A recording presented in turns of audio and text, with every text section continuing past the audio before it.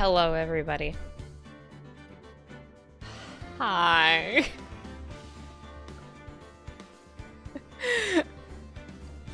I don't know what to say other than hi.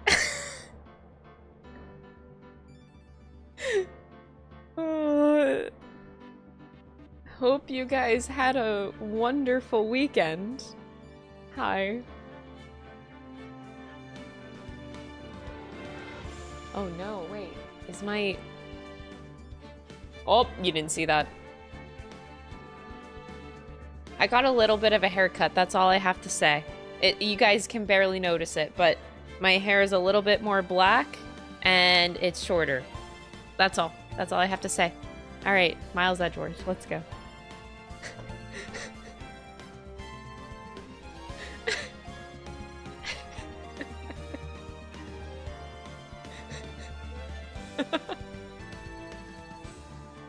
Hope you guys had a great weekend. I've been very impatiently waiting all weekend to be with Miles Edgeworth. So... Oh no, my alerts are still muted from Friday stream. Oh no, no, no, no. Did I fix that? I did fix that, okay. I have a button now so I can mute stuff just in case spoilers come around. I'll replay that, hold on. 5 months. There we go. Should be more, but always glad to be here. Thank you for being amazing and stuff. Thank you for being amazing, Mukul. For 5-month resub, thank you. WTF ain't no way it's been 4 years. Oh my god, has it actually been 4 years? Jesus. Thank you so much, Alan, for 48 months. Also, I'll replay that one as well. Let's go, Daddy Edgeworth. Time AAA. I'm so excited. Oh my god. Edge spin, edge spin, edge spin. Hold it! TJ, thank you for the 11 months. Broda, thank you so much for gifting a sub to the Miles Edgeworth. I am so envious of whoever actually has that username. Whoever got that username on Twitch hit the gold mine. I'm like actually really jealous. Thank you for the 100 bits, G. I appreciate it. Also on YouTube, I uploaded, I changed some emotes. I didn't know that I could upload GIF emotes onto YouTube. So I think members, you guys have access to Nodders, Nopers, and Riot? You should. I'm hoping they actually play. It shows on my end that I can upload GIFs, and I didn't know that with YouTube. So... yeah, members have fun with that. I didn't know that I could do that. I thought they just had to be still emotes. And also, yeah, happy Canada Day. So yeah, there's Krista Riot, Krista Nodders, and Krista Nopers. Hi, Krista, hi. Oh, does it actually not work? Oh, it doesn't actually animate. Damn. No, there's still images. Okay, I'll fix it. I tried. On my end, it's weird because like whenever you upload a GIF emote to YouTube, it actually does show it animating. So I was like, oh, maybe it'll actually work. Miles, thank you so much for the 37 months. I appreciate it. Thank you guys for all the support. I appreciate it so much. We are going to have, this may just be the best stream of my life. I don't know. We'll see. We'll see about that. So anyway, let's go be Miles Edgeworth. On last episode, on Friday, we were left with Mr. Miles Edgeworth. I'm not objecting to that. Thank you for the 28 months, Bert. I appreciate it. So we are the Miles Edgeworth. Hold on, I have to change up my chat locations. Okay, there we are. It's hard to believe that we're Miles, but we're here. We are actually Miles. And, he is proudly wearing his defense attorney badge, right, Phoenix's defense attorney badge on his lapel. Proudly wearing it, which is, oh my god.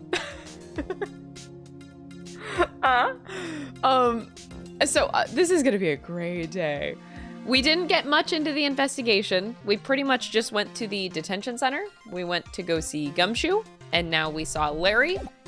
And now we are gonna move into the main hall. Yeah, I'm not wasting any time. I'm Miles Edgeworth, baby. Like, we're fucking going, okay? So anyway, yeah, that's where we left off.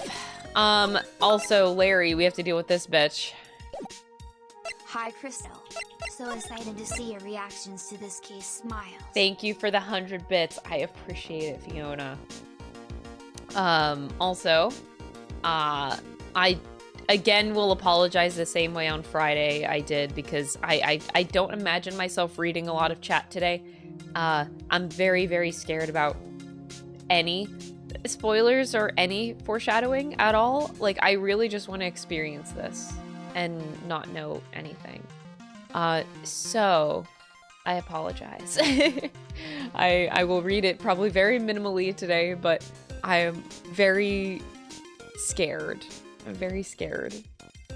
So I apologize, chat.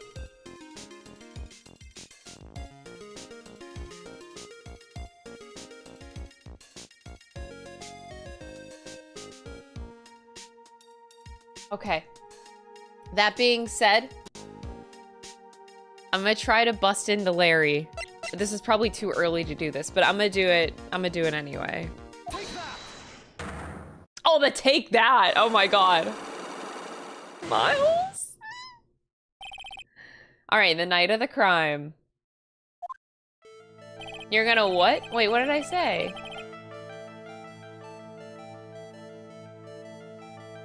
I don't know what I said. Oh, bust in. Oh, okay. I missed it. All right. Now you're going to tell me what you really saw last night. Whoa, you're really upset, aren't you, Edgy? Okay, I'll talk. Huh? That was a bit too easy. Yeah, anyway, it was awesome. Never seen anything like it. At around 10 o'clock last night, it started thundering. I'd been sleeping, I'm not sure for how long. Suddenly, zing! The world in front of me went white. Like I'd just been slapped in the face by my old girlfriend, Naomi. And then it was on fire. The bridge was on fire. Dusky Bridge caught fire. Are you saying that you saw it with your own eyes? Hey, why are you giving me the evil eye? I'm telling the truth. There are still 3 remaining psycho locks. That means that he's still trying to hide something. By the way, Larry, where were you when you saw this happen? Oh, where, you say? What do you mean? What do you mean? What do I mean? Just answer the question! I was in my own room by the main hall. Where else would I be? As usual, you're as transparent as an empty jelly jar. Why? The problem, I suspect, lies there. There? Oh, what do you mean, is it there? It's impossible for you to have seen lightning strike Dusky Bridge from your room. Yeah, that's pretty far. This is a map of the area. Take a look around the vicinity of Hazakura Temple. What am I looking at? What am I looking for? I think that should be fairly obvious, Larry. Like, do you have a single goddamn brain cell? The main hall is surrounded by trees, and it's impossible to see the bridge from here. What? But why didn't you tell me that before? Well, how about it? How about what? How do you feel like talking now? About what? It looks like it won't be that easy after all. You leave me no choice. I'll have to move on to the next step. You weren't in your room at the temple, so then where were you? You don't know. You don't know that I wasn't in my room. So where was Larry and why was he there? If I've read the situation up to this point correctly, the answer is fairly okay. I'm gonna feel like a total dumbass playing Miles Edgeworth, aren't I? See, like, it was really easy for me to embody being Phoenix, right? Because I am a dumbass. So I was able to bluff my way in a lot of things. And it was totally in character. But Miles, he's like, you know, smart. So I have a feeling this is gonna happen a lot. Miles is gonna be like, oh yeah, this is super, super obvious. Ha! Let me just show this in my court record. I'm gonna be like, yeah, it's really, really obvious, Miles. So this is just gonna be me the whole time. I'm just gonna be a dumbass next to Miles's brain. Got it. Very well then, let's test my theory. The place you witnessed lightning striking Dusky Bridge was from here. Well, okay. I mean,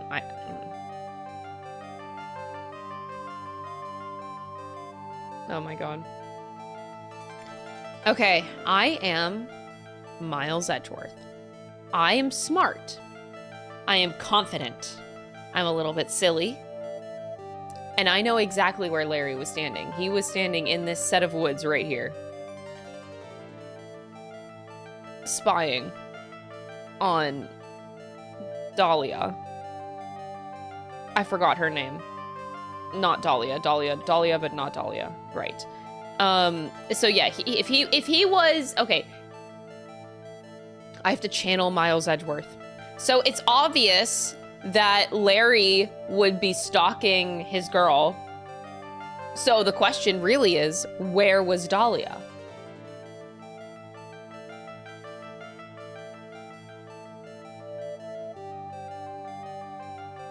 And Dahlia was apparently at Hazakura Temple. I don't think he saw the lightning strike. So it's either he's lying about the lightning strike or he's lying about... Well, okay. Did he actually see it? I don't know. Whenever we...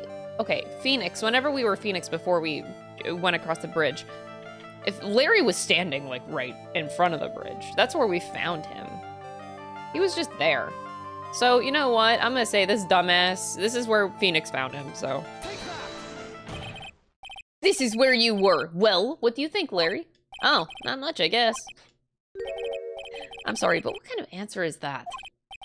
Well, you were just making small talk, right? Like, how are you doing or something? Larry. Look at the expression on my face. Do I look like I was just making small talk? To be honest, no, I guess not. It appears I didn't think it through carefully enough. So where was Larry and why was he there?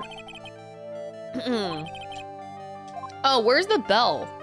Oh, the bell isn't on here. Wait, if Dahlia was ringing the bell at 10 o'clock, the bell is at the temple, isn't it?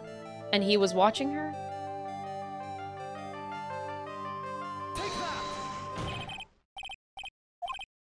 No?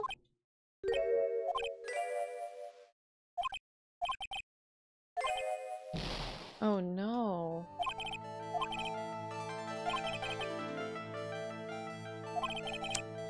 Miles makes me feel so stupid, y'all. This is great.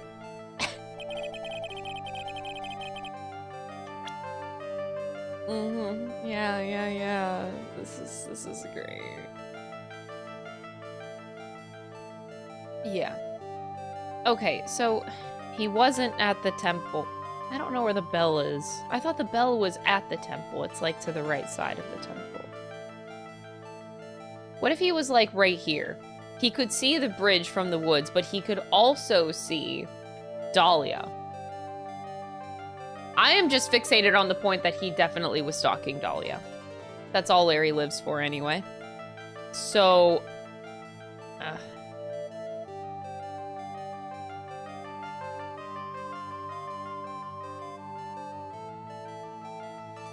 He was in the woods, right here. Oh no. Oh no. Oh no. Oh no. I'm going all the way though. Edgeworth, stop saying that this is obvious. I swear to God. He can't be at the inner temple. He literally can't be across the bridge.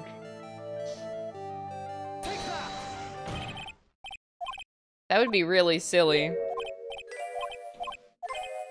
I want to see what happens when we deplete. How does Edgeworth react whenever his health goes out? I wonder if he'll believe in the supernatural then. Because right now he's just like, I only believe in science. But what happens when I crush his soul with the Magatama, you know?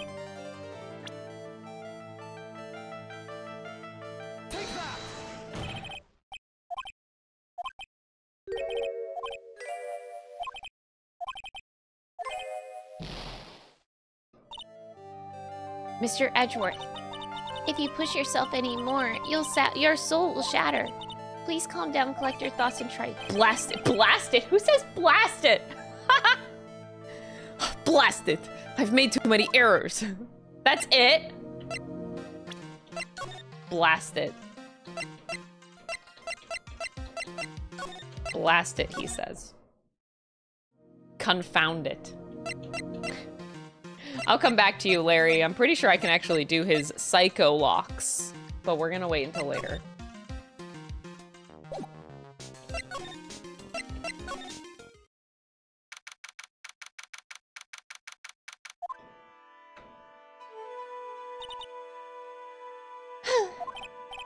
Hey, hello there. So how you feeling?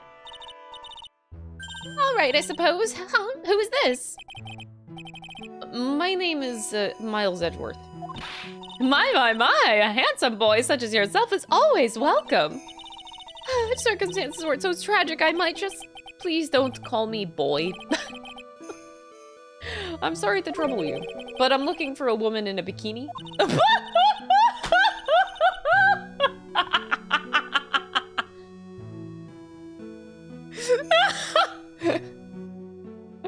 Oh, Edgeworth, he has no idea what he just said.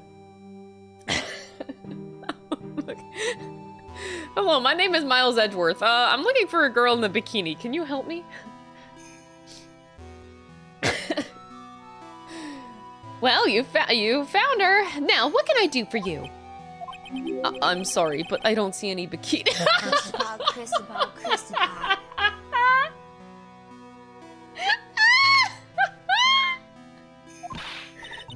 If you ask nicely, I might give you a peek, big boy. Oh boy.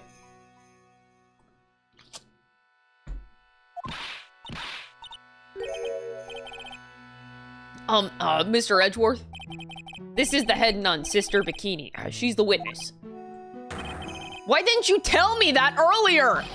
This is exactly why your salary keeps on getting cut. Oh, Edgeworth. My stomach is already growling in protest.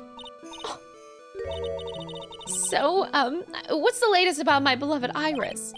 Well, first, I want to hear what you know. First, I'd like to ask you about last night. Well, last night, we had an acolyte here for training.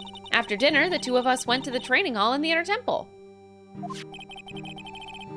She must be talking about Maya. Approximately what time was that? I suppose it was about 9 when we left here. Training lasts all night long. It's extremely exhausting. The channeling dojo's head nun must be in attendance at all times to keep watch. Wow, you're right. That does sound exhausting. Detective, this is no time for flattery. Sorry.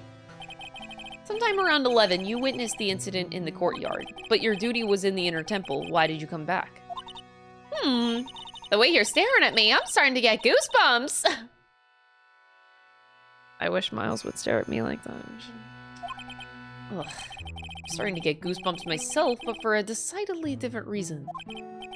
You get the chills pretty easy, don't you, at Mr. Edgeworth?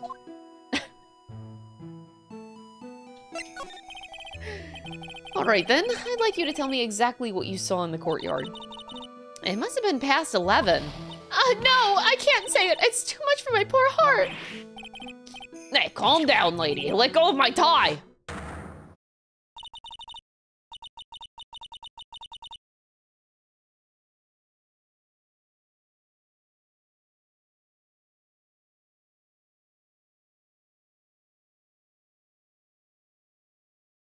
Oh my.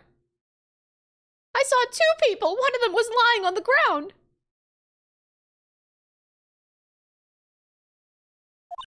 The other one was stabbing her from the back with a sword.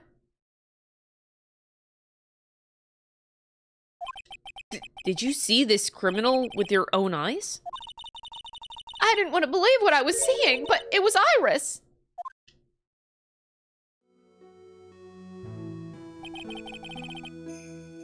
You must have been quite shocked. Of course she was. Try putting yourself in her shoes. It'd be like if you were stabbing Mr. Right smack in the middle of the court.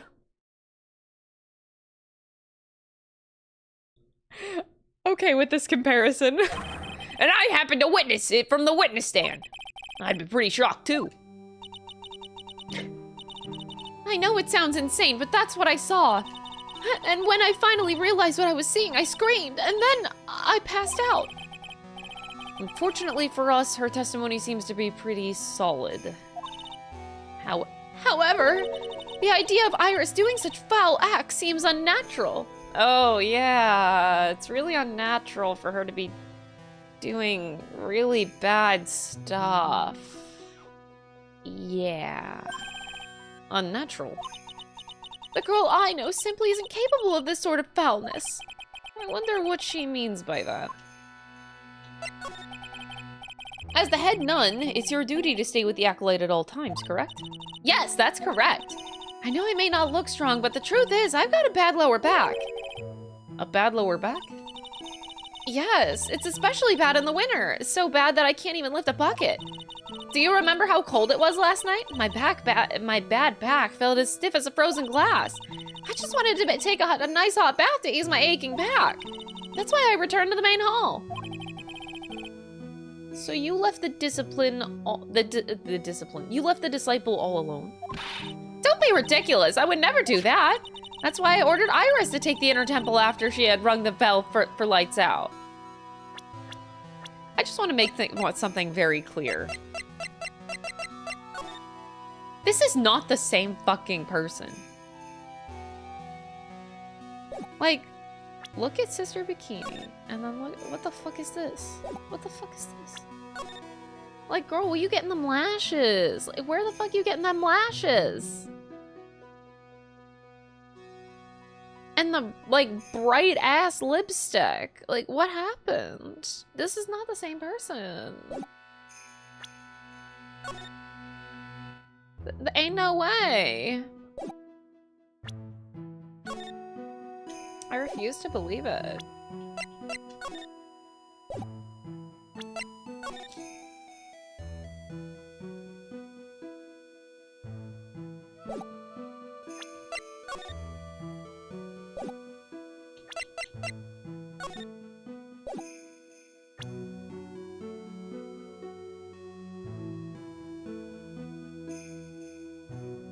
Okay. Yes, but she never went to the inner temple, did she? So did this head nun actually see Iris there? I think I'm better to try to get more details. So who is this acolyte that was to train at the inner temple? Her name is Maya Fey. I treated her very badly, I'm ashamed to say. And after she went through the trouble of signing up for the special course. Special course? It's a training session where you sit on a block of spirit ice and chant 30,000 times. You don't mean to tell me that she's still doing that over at the inner temple, do you? No, of course not. You don't have to worry about that one little bit. Last night, we still hadn't started the training session itself. Well, that's good to hear. Oh, dear. There's one thing I forgot to tell you. Oh, I don't like the sound of this. Do you know that small girl? I believe she's Mystic Maya's little sister. Maya has a little sister? Oh, you mean Little Pearl? That's Maya Fey's cousin. Little Pearl? I thought she was gonna visit Mystic Elise after we finished with dinner cleanup. But I haven't seen her at all since last night. She's nowhere to be found. Pearl. You mean she was with the victim? It's all the fault of my stupid, creaky old back. A little girl who was with the victim on the night of the murder is gone? As they say, the plot thickens. Yes, Gumshoe. I have my Dear and indispensable friends badge.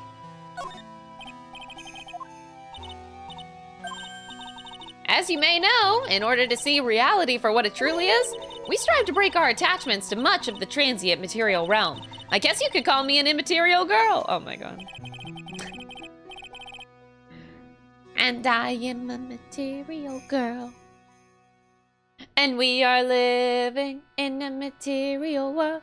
And I am a material...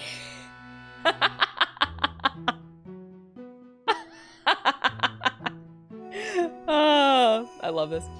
I guess she lives in an immaterial world, huh, Mr. Edgeworth? And I am a material girl. Well, look what you found. That's the master of the Korean channeling technique, Mystic Misty Faye. Faye. It's been nearly 20 years since Misty's disappearance. Apparently, she intended to pass on the murder title. That's a slip of the tongue. Apparently, she intended to pass on the master title to her daughter. Who is this daughter? Well, I myself am part of the branch family of the Faye clan, but even I'm not privy to information concerning the main family. Well, that's a demon mourning hood. Acolytes are highly susceptible to possession by evil spirits, you know. That's why we always wear these for protection.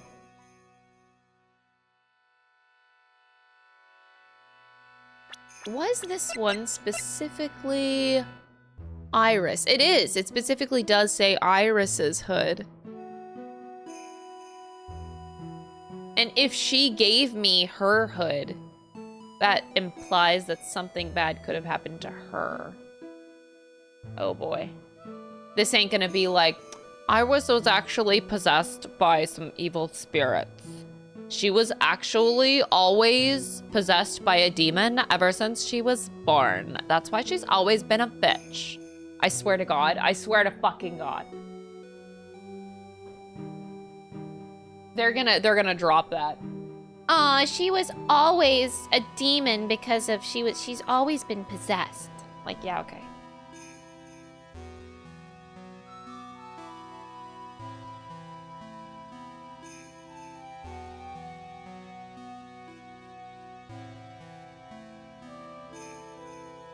This girl, this devil of a woman, Dahlia.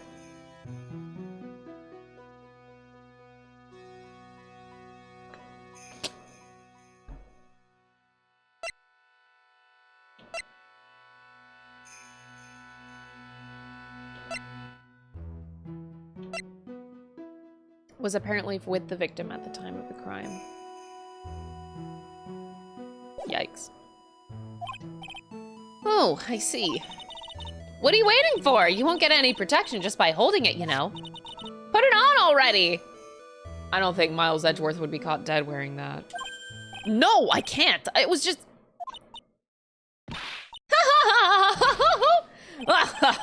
It looks like it was made just for you, Mr. Edgeworth. Wait, he actually put it on?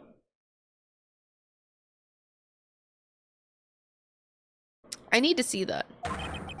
What do you mean by that, detective? It looks absolutely marvelous. You just gotta keep it on for a while. Is this some sort of divine retribution? Edgeworth wearing the hood. I do gotta see fan art of that.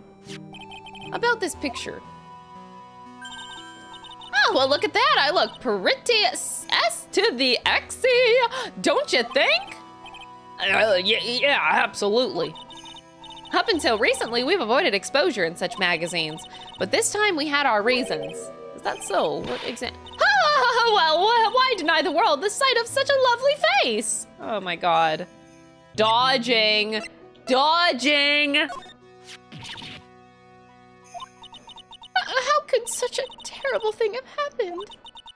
It's all my fault! Oh, come on, lady. I don't think you need to take all the blame yourself. Quiet! What do you know anyway? Out, you're scary. But that stupid 5 o'clock shadow and that stupid old coat.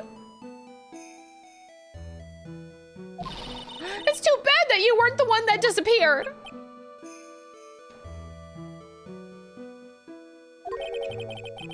Why does she have to take it all out on me?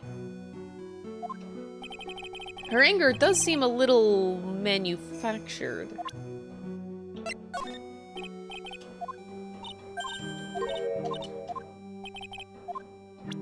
What do you think of Phoenix Wright? This man, his face betrays a life of suffering and great weariness of the world.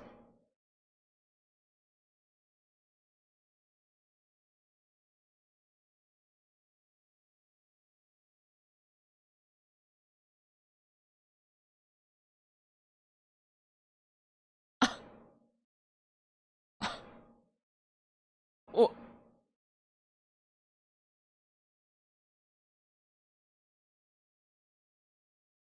Oh my.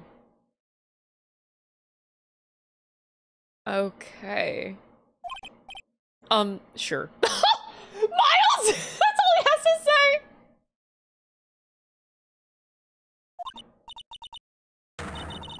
But even so, I can't believe this guy actually jumped into the river! Think of all the fun things he might have enjoyed if he had just lived. Relentless spiritual training alone is no way to lead a complete life, huh? Sounds like she's got some major regrets that she's dealing with. Perhaps I should let Gumshoe explain Wright's situation to her for me. Hey, don't look at me like that! Do your own dirty work, sir! Why doesn't Miles want to tell her? Too emotional?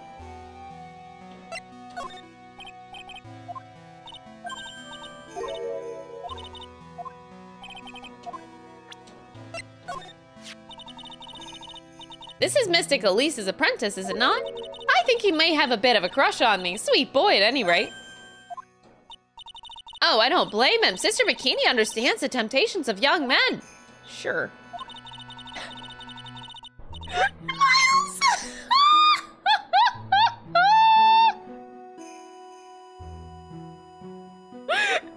Miles Edgeworth. Sure. Sure. Sure, yeah. Sure. Sure. But I'm afraid it wouldn't be proper to abuse my position. I am head nun, after all. Sure. Tiggs, thank you for the 32 months. I appreciate it. But in return, I did allow him to draw a portrait of me. I pray it was a pose that maintained your modesty for everyone's sake. Miles? You said you went with Maya to the training hall in the inner temple last night? Did you happen to see Iris while you were there? Of course I saw her. I told her to meet us after ringing the 10 o'clock bell for lights out. So you're saying Iris came to the inner temple? Of course she did. Iris has always been a good, obedient girl. After that, I had Iris help Mystic Maya begin her training. But that doesn't fit with Iris's story at all. She said that she never went to the inner temple. As they say, the plot thickens. Right, Gumshoe.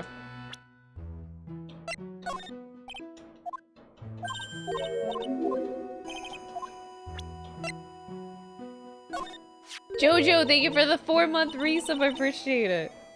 It's all my fault. Me and my stupid back. Mystic Elise has been murdered, and an important acolyte is trapped, and a little girl has been lost. You know, you really shouldn't be so negative. It creates bad karma.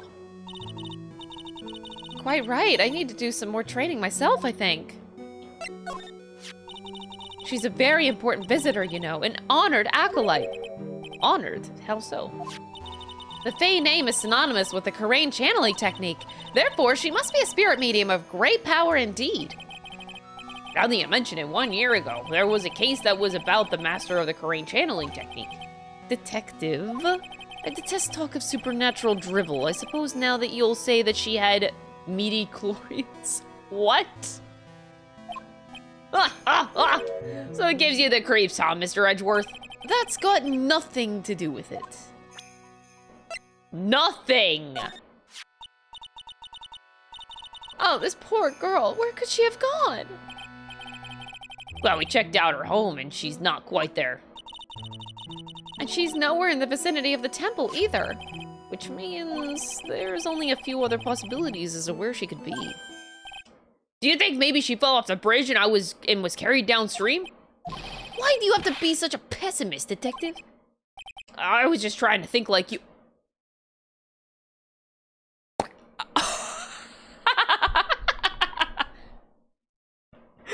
Well, damn, bro. Ironic. I became a pessimist only after I had the pleasure of working with you.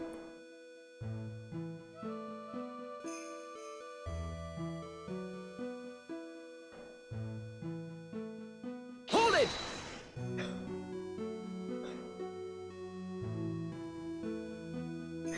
Dude, thank you for the prime! Oh my god! Holy shit!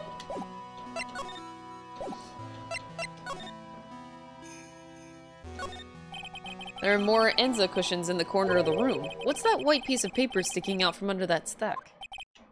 That beats me. Would you mind checking that for me, detective? Yeah, sir. Here you are, Mr. Edgeworth. It looks like an old manila envelope. What is it, detective? This could be it, an ultra important clue, a super special clue. I suppose I should read it myself then. Looks like a letter addressed to Sister Iris. Tonight at 10 at Heavenly Hall, unless you want your secret to be...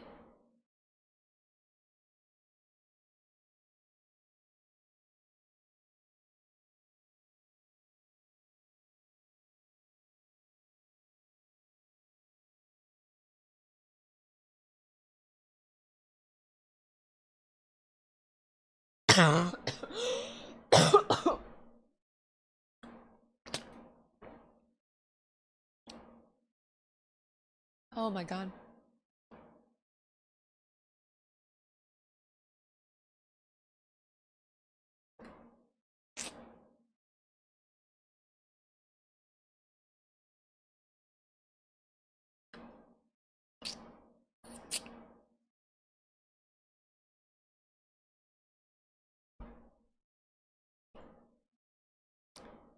Oh boy.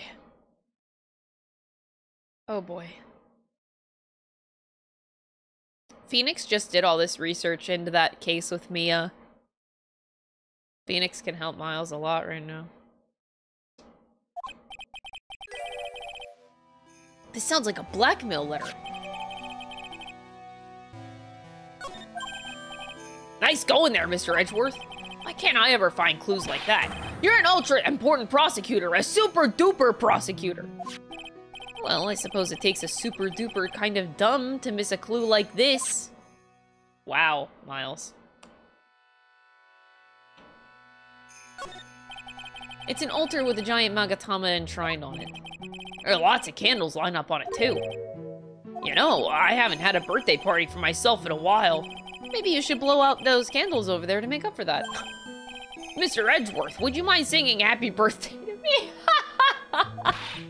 Stop that! Cut that out! Please don't blow out the altar candles! That thing sure casts a strong presence over the whole room. This is the lesser Magatama. It's a precious heirloom containing a great many souls. This is lesser? What is the greater one like? The greater Magatama is displayed in the main room of Fey Manor. It was supposed to be shown at the Treasures of Corrine exhibit, but it was so large that they couldn't bring it through the doors. They couldn't bring it through the doors, huh? There's a flowing script written everywhere on the walls. I bet you'd have awful nightmares if you tried to sleep in here. Edgeworth is like, I've had nightmares for 15 years. This is nothing. This would be nothing, I'm sure, to him. This is our main hall, so it's protected by a variety of magic spells and charms. They're all designed to prevent evil forces from entering. So if I slept here under the Oogie Woogie Boogeyman, wouldn't hunt me down for eternity? All right. Does this guy think about anything other than eating or sleeping? Miles. Oh, a warmed cat box. Is that where all the... but where are all the cats? It's called a hibachi. It's for heating the room. Oh, look at all these ancient straw frisbees. Those are a type of zabuton cushions called enza. Why are you giving me such a hard time, Mr. Edgeworth? Why? Because learning something new might actually be a good thing for you, Detective. Wow.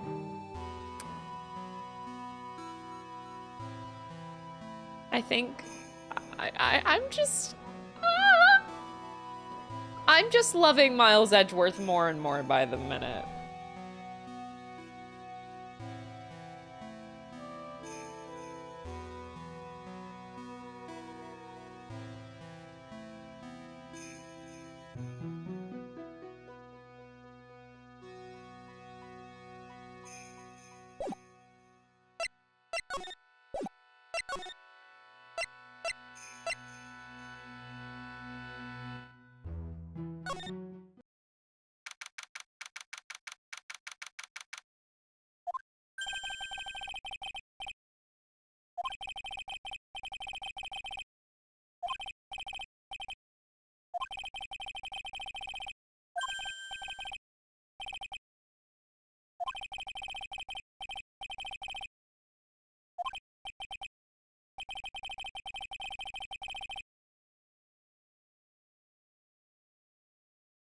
Oh, no, I'm so sorry, I'm muted. Sorry, chat. Muted.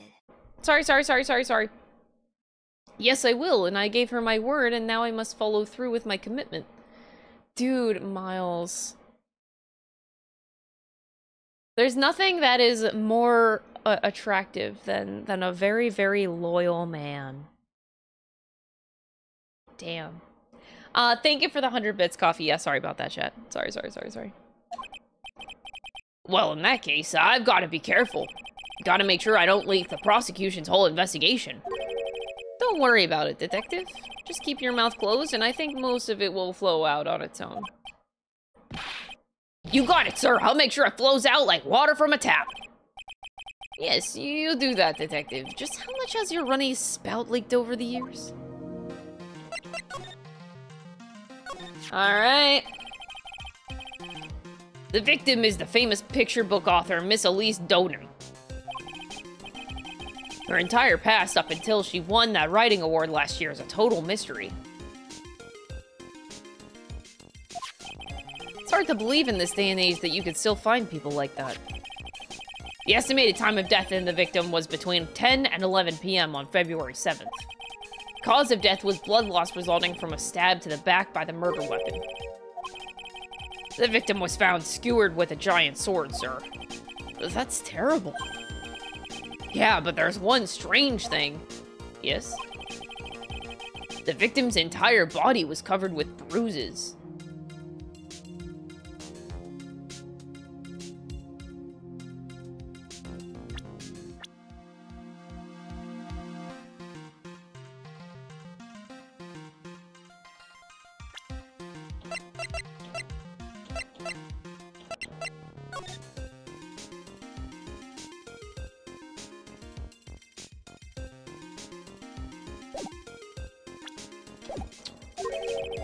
The bruises are consistent with falling from the height of a 2-story building. This Ace Attorney playthrough has been a wild ride. Enjoy this place, it's fantastic. Edu, thank you so much for the 4 months. I really appreciate it. A 2-story building. That would be about the same height as that room in front of us, correct? Hey, you're right. Way to go, Mr. Edgeworth. That just happens to be the room that Elise Doden was staying in. Maybe she was pushed out the window after she was stabbed by the sword?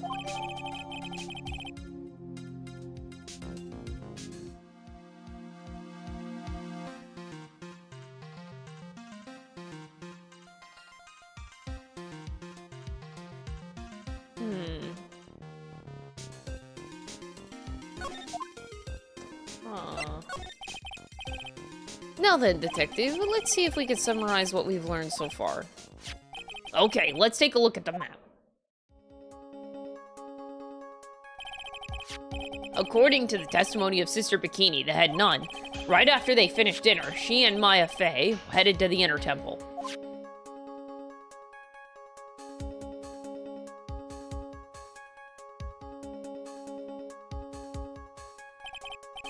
At 10 p.m., after ringing the bell for lights out, Iris went to the inner temple.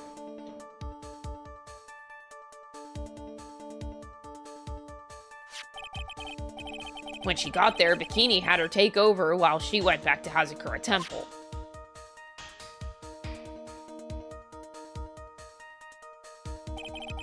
After taking a hot bath to soothe her back,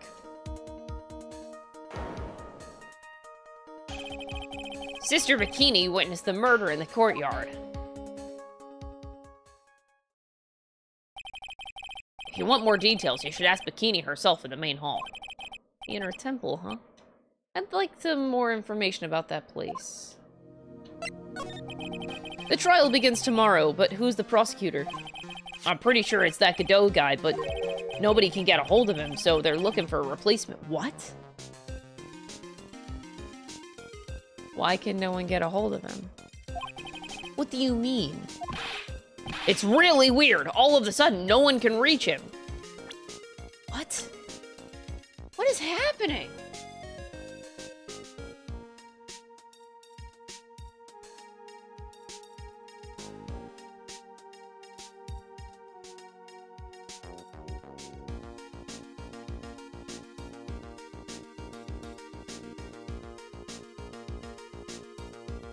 My brain is wild in with theories. Okay, I need to stop keeping things to myself, I think.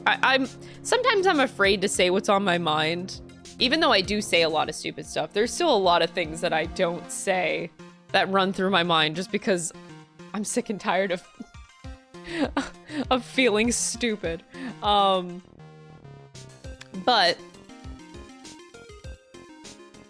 so yeah.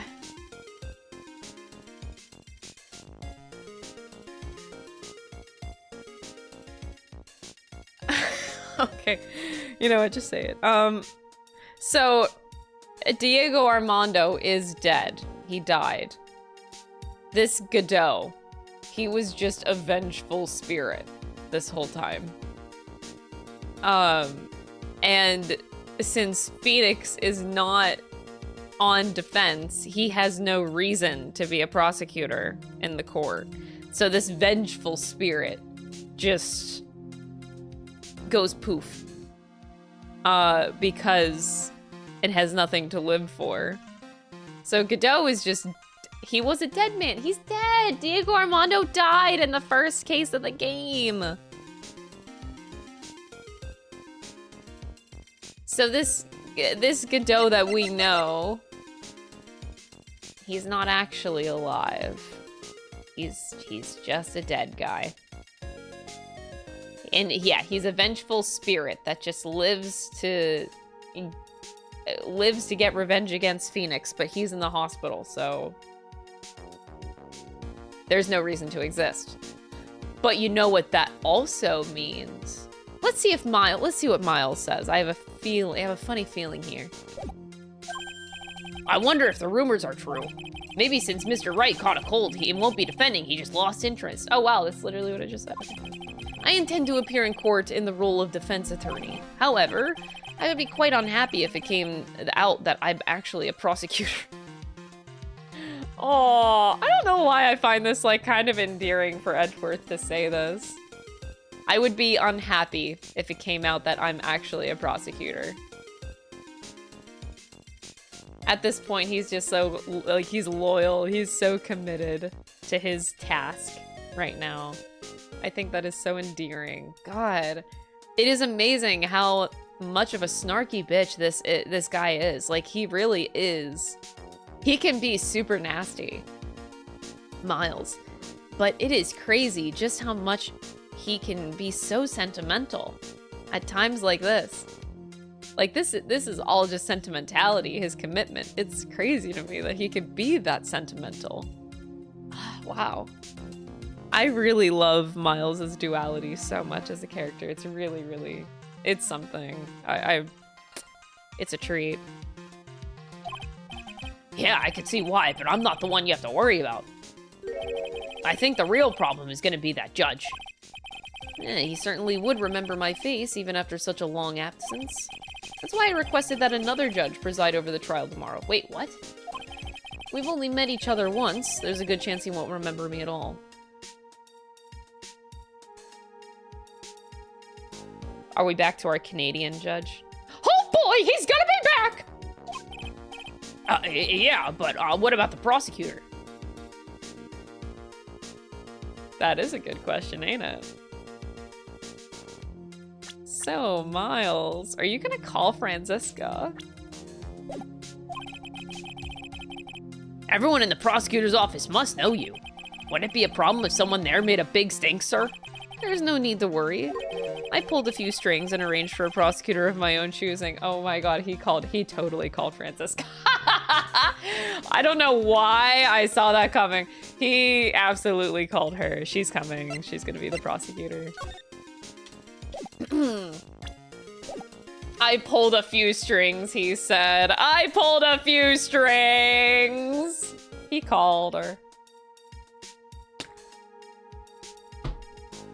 This is adorable.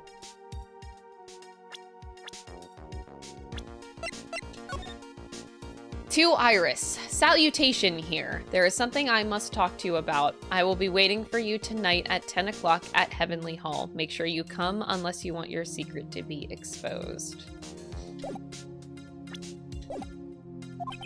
Wow, Mr. Edgeworth.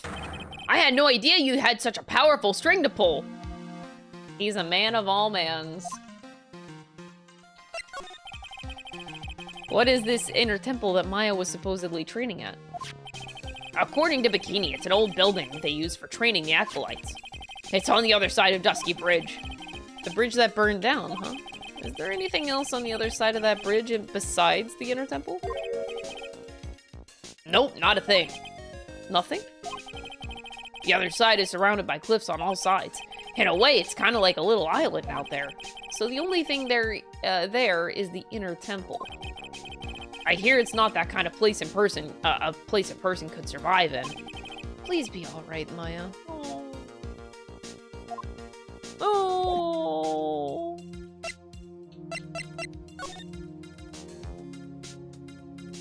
Wow, there's a lot going on here. I don't even know where to start. What is that? I'll start with the ladder. The main gate must be just over that stone wall. Ah, stone walls. I jumped over a few of those in my time. Most of them are good memories, but not all. Detective, perhaps someone should introduce you to the concept of paucity of words. Wait, it did. Oh, it didn't. I thought I was gonna comment on the ladder. The main hall of Hazakura Temple is above us here. Hey, you're right, and I'm pretty sure the main hall didn't have a second floor. Hazakura Temple was built on a steep part of the mountain. The front and back of the main hall are on different levels. Oh, that makes sense.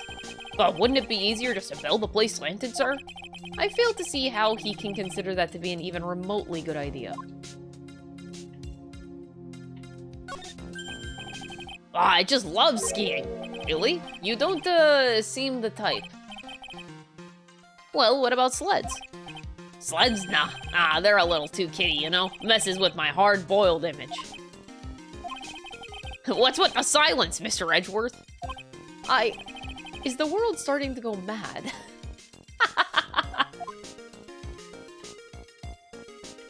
I love Miles Edgeworth so much.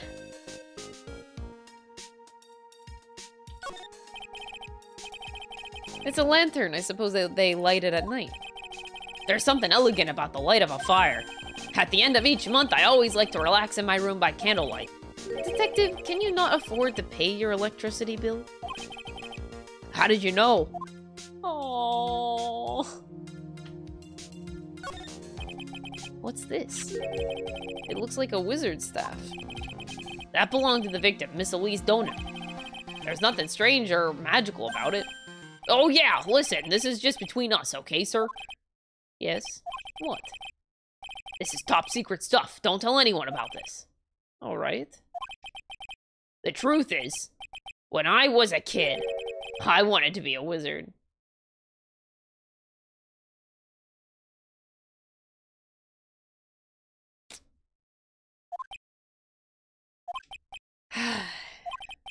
That's it? That's what you wanted to tell me? That's it. This staff was made from a very strong kind of wood. What about fingerprints? Were there any on it? Just the victims.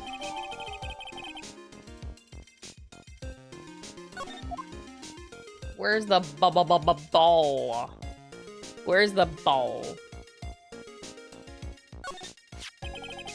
So the sword from the gold statue is actually the murder weapon? It sure is. It's called a shichishito, by the way. Nasty piece of work, sir. There's still blood on it. I suppose this is the victim's? Yep, it's all over the blade. And speaking of all over the blade, there are fingerprints all over the hilt of the shichishito, too. Fingerprints. Naturally, they match the prints that we got from the younger nun, the defendant. Her fingerprints are on the murder weapon? What's wrong? You're looking really solemn. Is this how it is for right? Is this what it's like to be a defense attorney? Oh, Edgeworth. Yes, this is exactly what it's like. Yeah, I figured it doesn't really feel good. To be honest, it feels like it's detrimental to your health.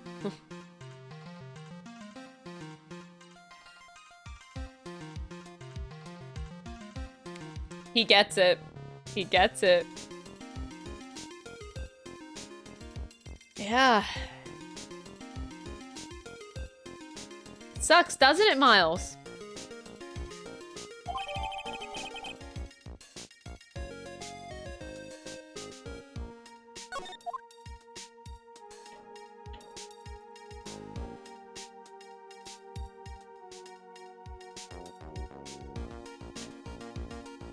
Oh boy.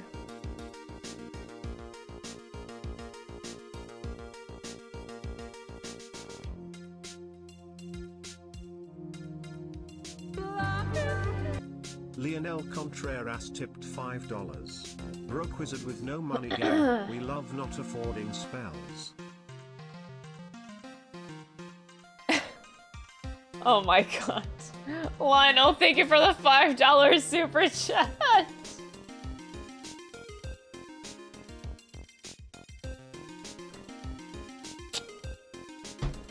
Huh.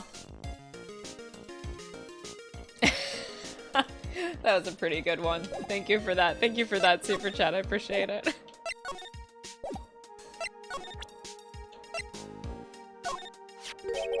This sword represents the multiple branches that life can take, all ending at one. I've never heard that one.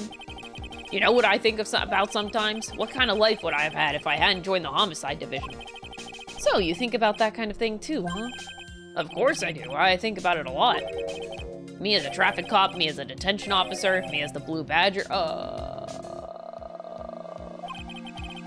guess he doesn't have any plans to leave the force. I do think it's interesting how much, I do like the word that Miles used the word "to," because I mean, it's obvious in other areas of the game too, but yeah, just how much reflection Miles has done about his life. And well, that's the reason for his insane character development, is like how much he actually has self-reflected about his situation. It's really crazy. He's like, yeah, I think about that too, a lot.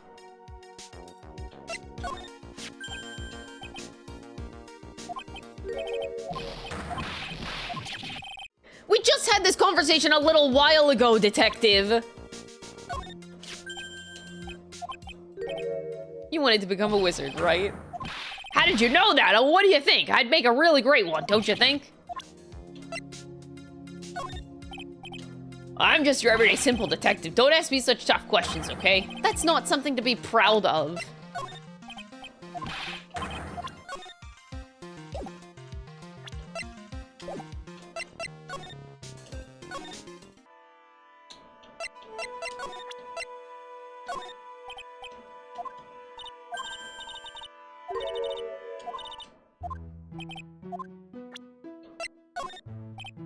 Man.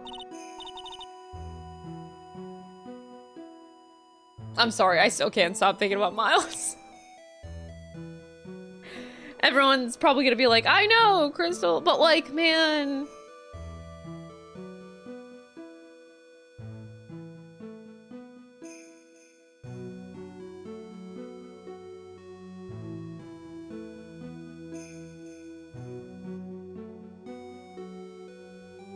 is something... Okay. This kind of thing doesn't happen a lot, though. When you have a character that is extremely self-aware and, like, is a deep thinker, like, finding people like that in real life are hard to come by. Like, I can't just, like, talk deeply about life with many people, even a lot of my close friends, because, like, not everybody is made for something like that. A lot of people, like, try to shy away from conversations like that. When you go too deep, people tend to shy away. So I find it kind of rare when you can actually find somebody like that. And it makes it so much more sad when I keep thinking about Miles, because now he thinks about these things so much. His own circumstances, where, like, how far he's come, why he ended up the way he is. Just circumstances that led him to where he is. So he's developed into this character that is just extremely self-aware about his situation and his own feelings. Like, which, like I said, a lot of people are not like that. So it makes for an incredibly interesting and, well, in my opinion, it makes for a very interesting, especially interesting character. I get really sad because I understand that, like, I don't know how to describe this. It feels extra sad because whenever you are doing something... Whenever you're doing something that you wouldn't normally do and you're self-aware about it, it makes situations a lot more depressing. Because then your brain ends up in this cycle of... Where am I going?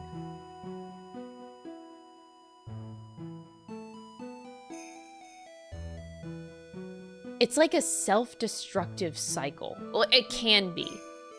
It's very interesting, but Miles isn't like that, but to me, it makes every action that Miles takes in this game means so much more when you're that kind of a person that is very self-reflective. Every action is amplified.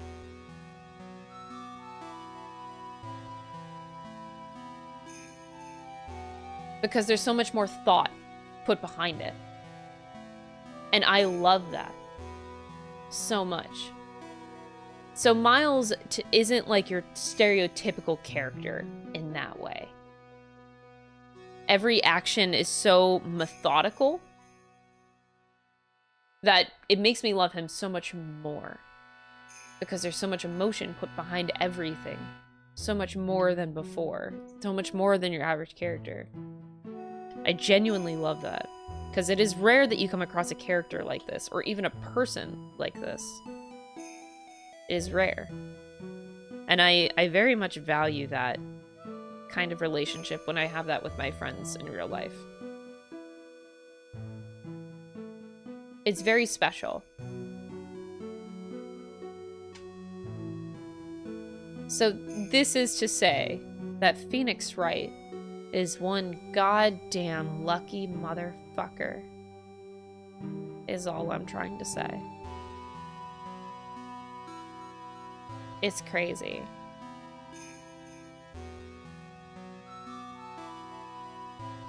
I just really admire Miles so much.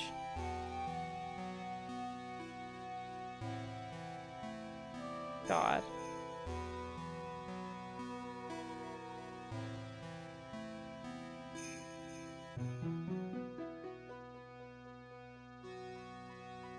It's just amazing. Like, when you have a character written like Miles, it's crazy to think about how much his actions really mean so much more than the average person. That's really good writing. When I feel the weight of every decision that Miles makes, like, goddamn, that's special.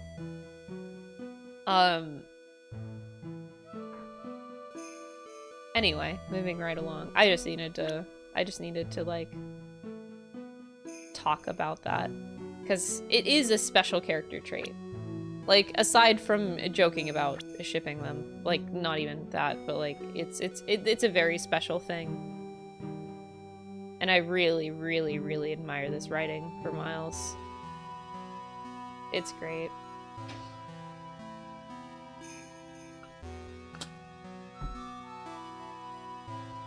It just feels very special. Well, as you may know, in order to see reality for what it truly is, we strive to break our attachments to much of the transient material realm, and I am a material girl.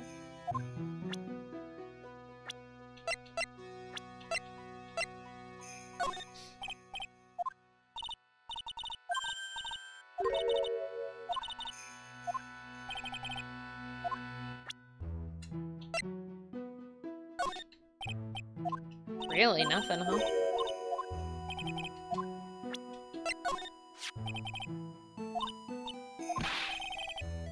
Is this addressed to Iris? Yeah, it clearly says to Iris on it. I can't believe it. That girl doesn't have any secrets from me. Ah, so Sister Bikini didn't know anything about it.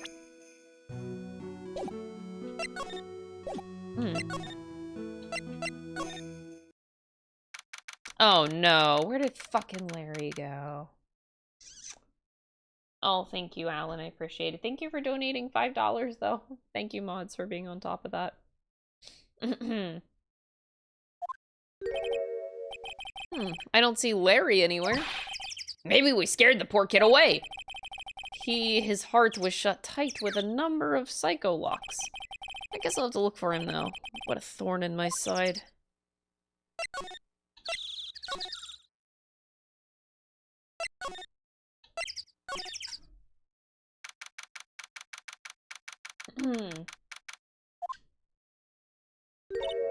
Ah, Mr. Edgeworth. I came back because I need to ask you a few more questions if you don't mind. But I've already told you everything that I... Iris, please remember. I'm on your side. You can tell me anything. Yes, thank you. Oh boy. I just finished speaking with the head nun of Hazakura Temple. She testified very clearly as to what happened. She said that she saw you stab Miss Elise Donim with a sword. And one other thing. She said that when Maya Fey began her training at the Inner Temple, you were there as well. What? When I spoke with you last, you claimed that you never went to the Inner Temple. And yet, Sister Bikini says that she met you at the Inner Temple that very night. But I didn't go there. I didn't go to the Inner Temple last night. Looks like she's unwilling to tell me the whole truth. I wonder if I'll find the answers I'm looking for if I break those psycho locks.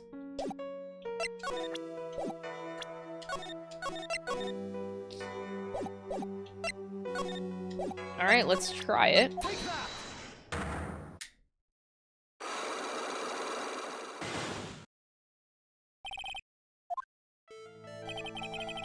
Since I've been handed this case, it is my duty to dig up all the answers. In my years of court, I've seen it happen over and over again. That's why I'm committed to searching until I have those answers. Now then, is it really true that you didn't go to the Inner Temple last night? Yes, I swear. I already told you that. Yes, you said that you didn't go because you were frightened. That's right. If that's the case, then the obvious question is, what were you so afraid of? Iris, I wonder, is this what frightened you so much that you couldn't even leave your own room? I found this in the main hall. It is addressed to you. That's... Well, Iris? Why? Why are you glaring at me like that? You were scared of the blackmailer who wrote this to you, isn't that correct? Was it the evidence or the power of my glare that broke her? Oh. This is why I love Miles. Oh my god. The self-reflection, man. Is crazy. Oh well, I don't suppose it matters either way. But Mr. Edgeworth... Yes? I thought that letter was just someone playing a prank on me. A prank? Well, yes. After all, even I did have a secret. There's no one to tell it to the world because there's no one to tell it to that would cause me any grief. I wonder about that. Sister Bikini is like a mother to me. I would never hide anything from her. No, you may not have not have anything to hide under normal circumstances. However, last night was different. Unfortunately, I don't know the exact nature of your secret yet. However, whatever it is, there is one person you didn't want your secret told to. Oh, Jesus.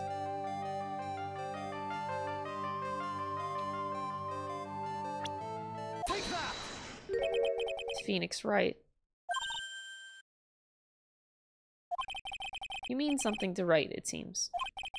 And I can tell he holds a special place in your heart as well. That's why you don't want him, of all people, to know your deep, dark secret. Well, what do you have to say? I should have expected as much, especially from a friend of his. Oh yeah, we friends, alright.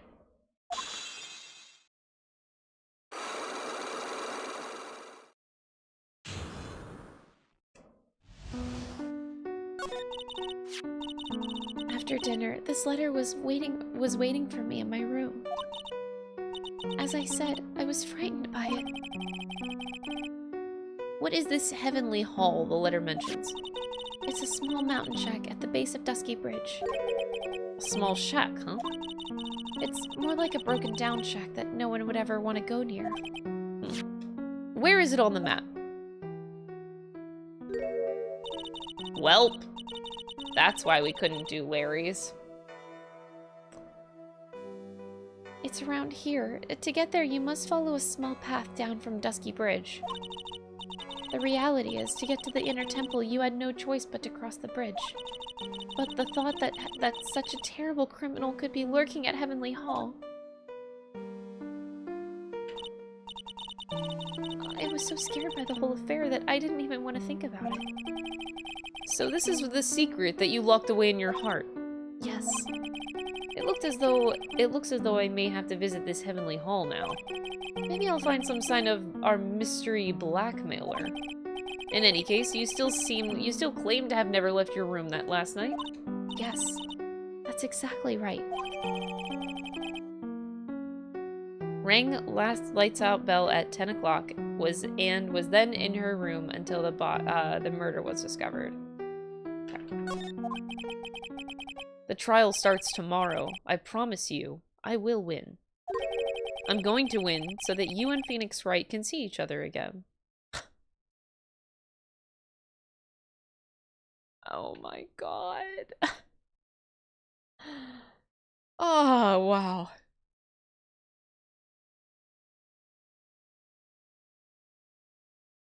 Jesus Christ.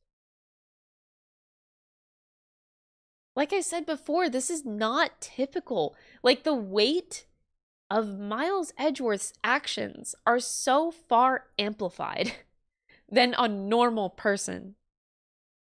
These actions mean so much more. It's crazy. But when I do, you must promise me that you will tell him your secret.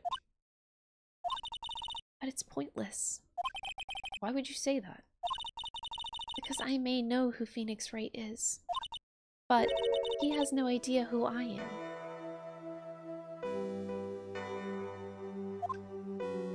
Huh?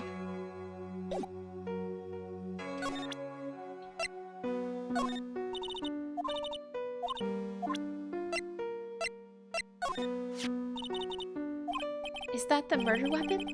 Yes, it is. Have you ever seen it before? Yes. Mystic Ami was holding it in the courtyard. And apparently the head nun witnessed the whole sad affair. She saw you stabbing Miss Elise Donim with this very sword last night.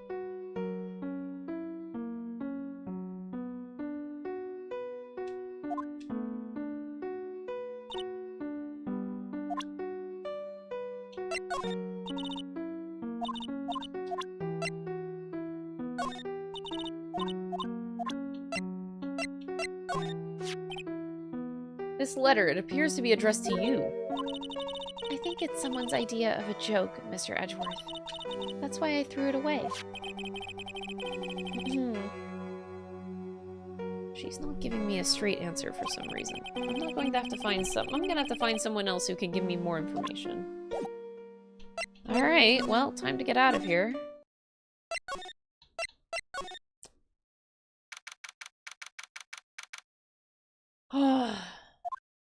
Oh my god. Fucking kill me. Larry, you are... Ugh.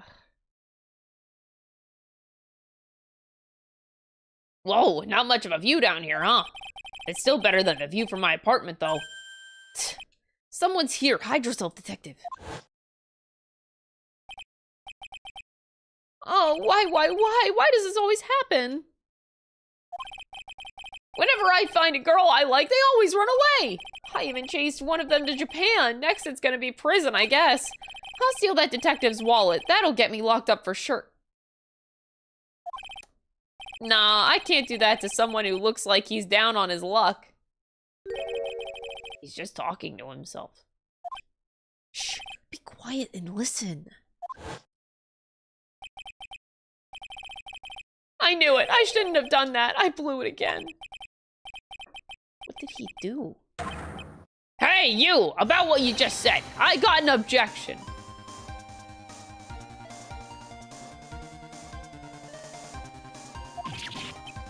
Oh, what the?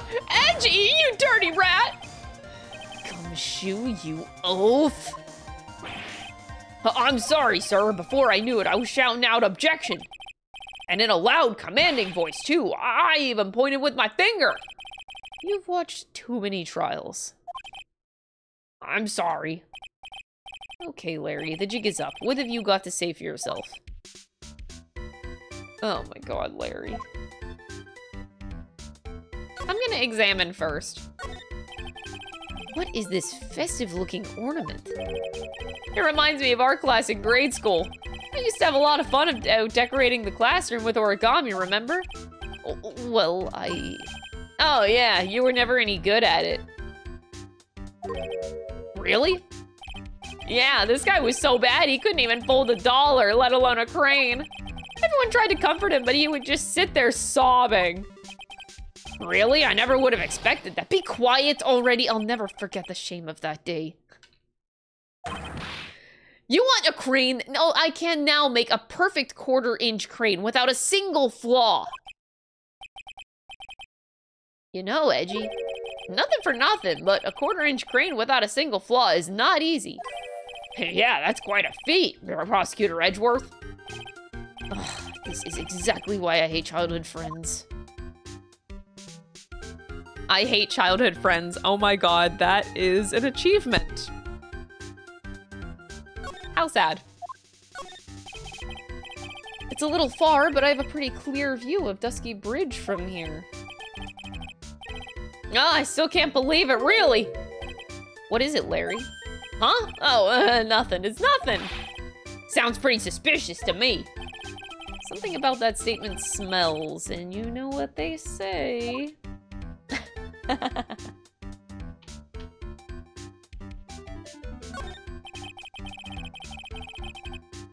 The straw roof is totally covered with freshly fallen powdery snow.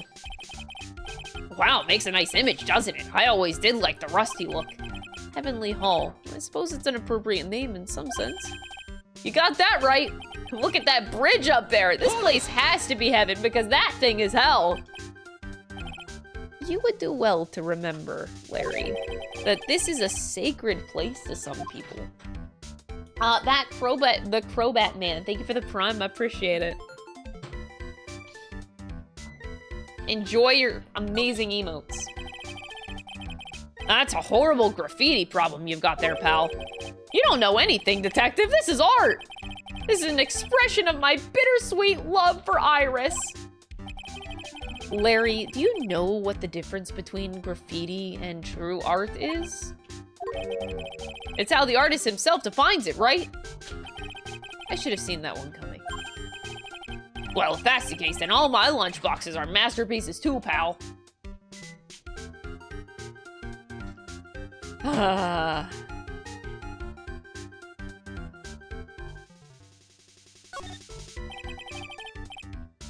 This is the Eagle River, sir. It runs pretty fast, so it doesn't ice over, even in the winter. If it had iced over, Wright would have been in some serious trouble. You're right about that. He would have landed on the ice and slid downstream to who knows where. Not exactly what I meant, but alright.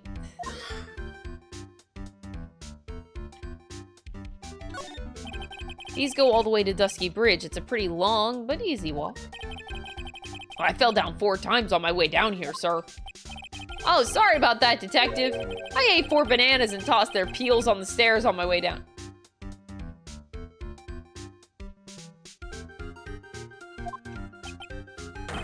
What? So that's what I was slipping on. Be careful on the way back. Those deadly banana peels are still out there. Ah, that's a real important piece of information right there, Mr. Edgeworth.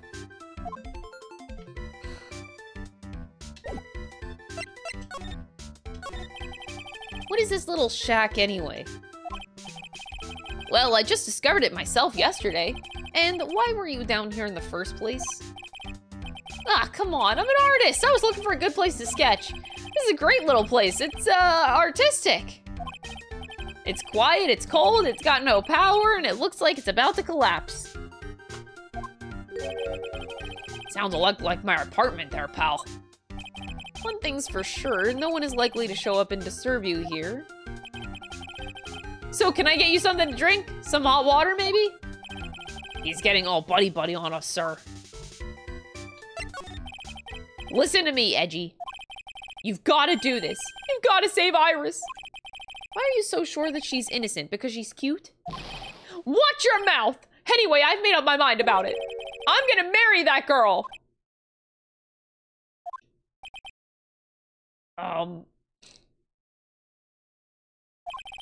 Mr. Edgeworth is pretending he didn't hear you, so I'm gonna ask for him. Have you already asked this girl to marry you? No, not yet, but I can tell how she feels by the look in her eyes.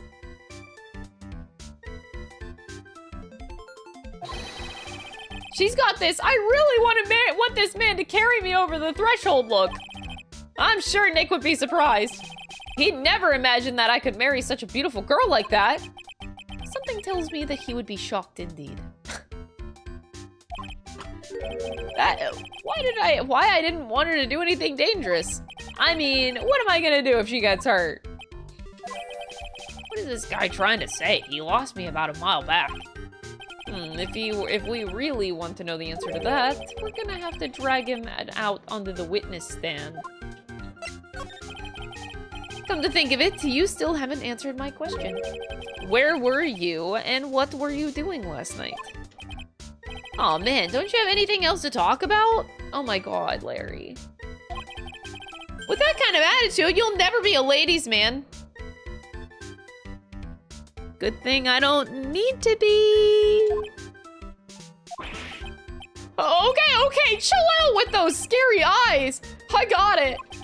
If you really want to know, last night, I saw something incredibly terrible. Something incredible. Here we go. Wait, what's this pinned message? When I be washing my ass, I treat the soap like it's a credit card, and that motherfucker has a chip.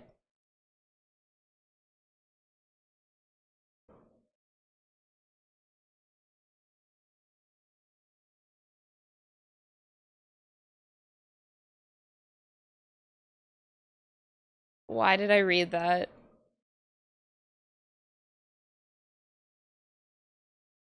Why did I read that?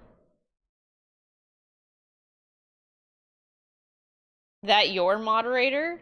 Yeah, I think it is. Uh-huh, okay. Got it. Yeah, but let's not talk about that now. Let's talk about the good old days. What do you say? Come on, I'll pour you a nice cup of hot water. Why hasn't he realized that I absolutely despise talking about the good old days, especially with him?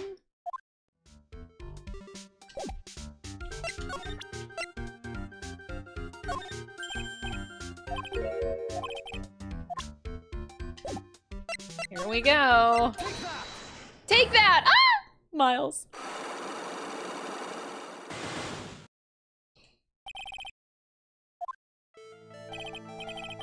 Alright, now you're going to tell me what you really saw last night. Whoa, you're really upset, aren't you, Edgy? Okay, I'll talk. Huh? That was a bit too easy.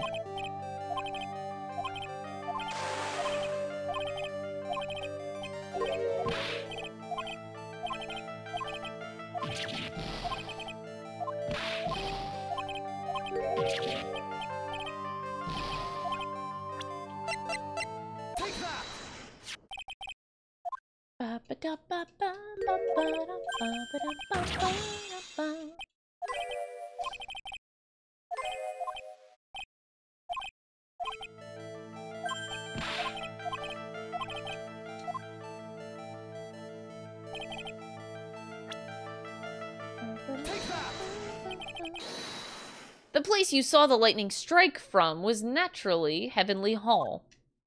Why would I be hanging out in this old shack? It's freezing cold, there's no electricity, and it could fall apart at any minute. Larry, how do you know that anyway?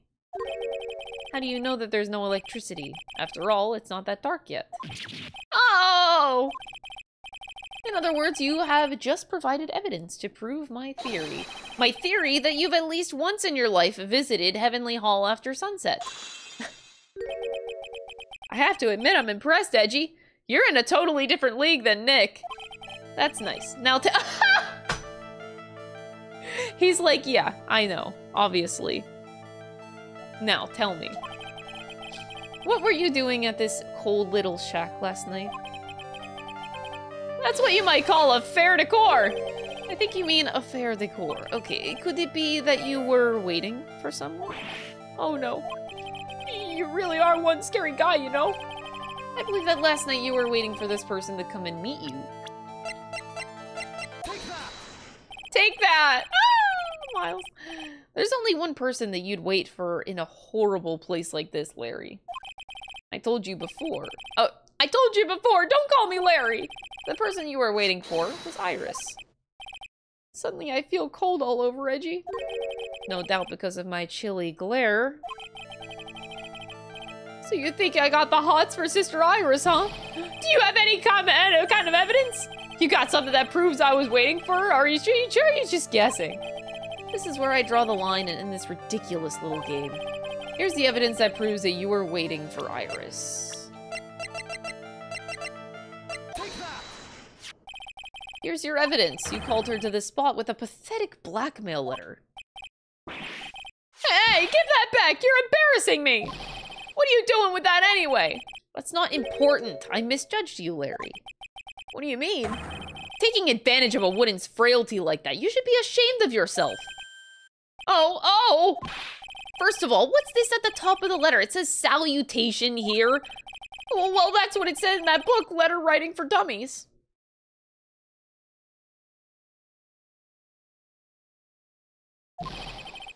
You're not supposed to actually write that.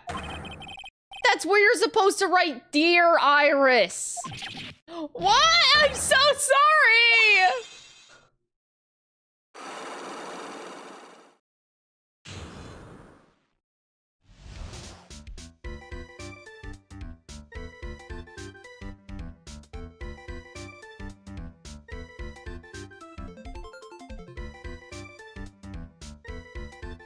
This man. So you were here in Heavenly Hall last night, weren't you, Larry? And you saw the lightning hit Dusky Bridge, didn't you? So sorry, Edgy. Sorry doesn't cut it, you scumbag. Threatening a young lady like that. Wait, hold up. What now, pal? What are you talking about? What threatening stuff? I tell you what, you tried to scare Iris by threatening to expose her secret, pal. What do you mean threaten? When did I threaten her? Unless you want your secret to be exposed. That sure sounds like a threat to me, pal. Blackmail, in fact. Give me a break. It's a love letter. Haven't you ever been in love? What did you just say? My love for her burns so hotly it could melt all the snow on this mountain. Yo, Josh, thank you so much for the becoming a member on YouTube. I really appreciate it. And Neon Fox, thank you for the 32 months. 32 months. Keep up the amazing work. Thank you so much. Less than 3, less than 3. Oh, I really appreciate the support, guys. Thank you. My love for her burns so hotly it could melt all the snow on this mountain. Uh-oh. Then what is the secret you mentioned? Come on, Edgy, don't you get it? I'm talking about the secret love between her and me. Obviously, she wouldn't want an old lady Bikini to know about it, right? About our hot and sour, bittersweet love affair?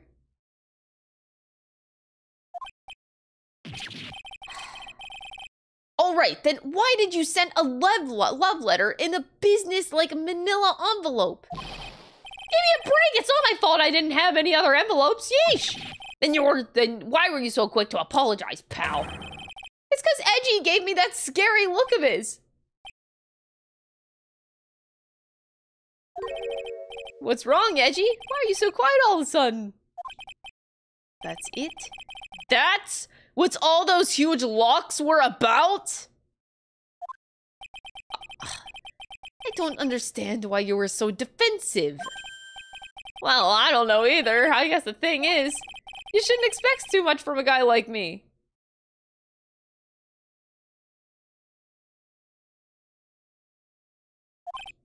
Hey, come on, don't let it get you down. But Mr. Edgeworth, this guy is still hiding something, I know it. What do you mean, detective? Don't forget what this guy just said a minute ago.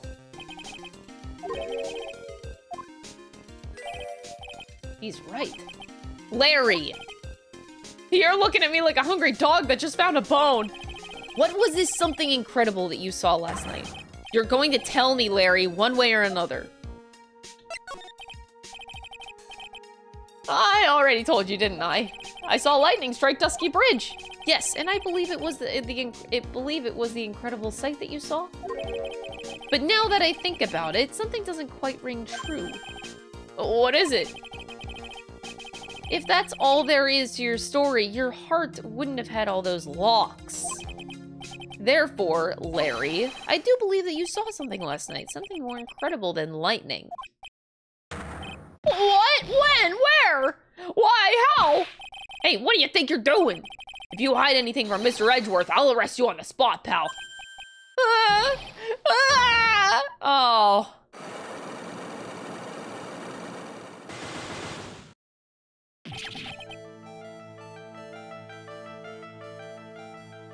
No! What's wrong, sir? Does this mean I have to do it all over again? Why are you glaring at me like that? I'm next to be hit by a bolt of lightning. I just about had it with this Harlequin. If I really want to drag the truth out of him, I'll just have to drag him to the witness stand. He's like, fuck this shit! Fuck your locks! I'm not doing this again! You're going on the witness stand! Fuck this!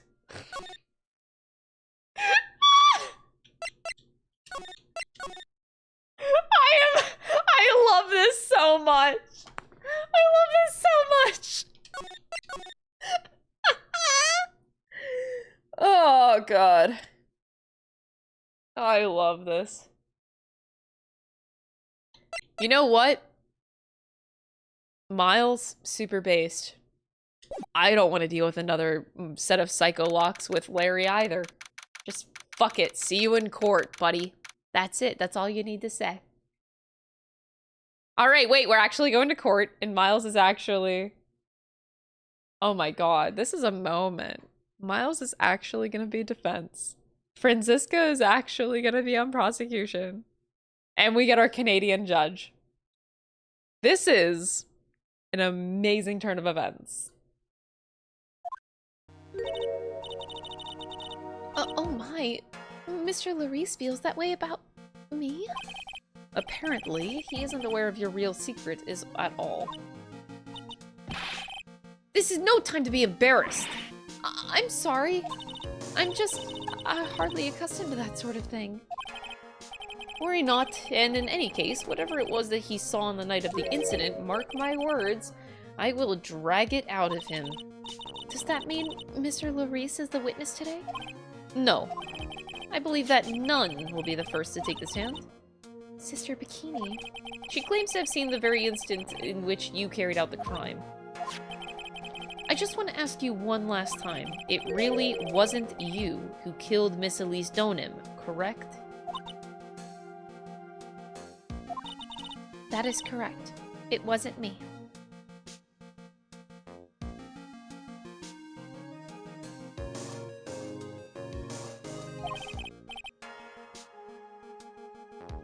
Very well, then. Mr. Edgeworth? Yes. You're a prosecutor, aren't you? Are you sure about this? If your true identity is revealed... Don't worry, I've made the necessary arrangements. That is so hot. Okay. I see. Iris. It is a prosecutor's job to doubt people. But right now, I'm a defense attorney. A defense attorney's job is to believe in people, and to believe until the bitter end.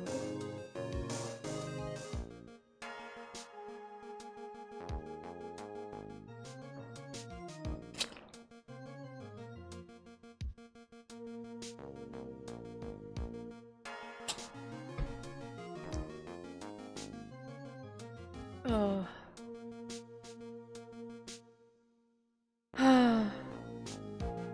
Miles Edgeworth, Miles Edgeworth, Miles Edgeworth.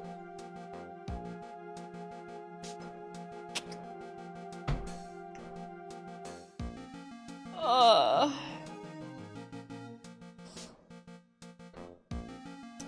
my god. I am just...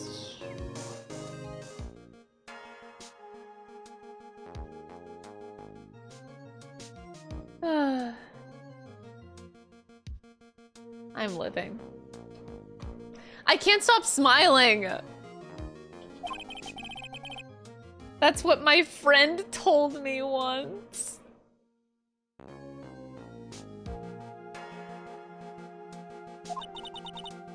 Mr. Edgeworth.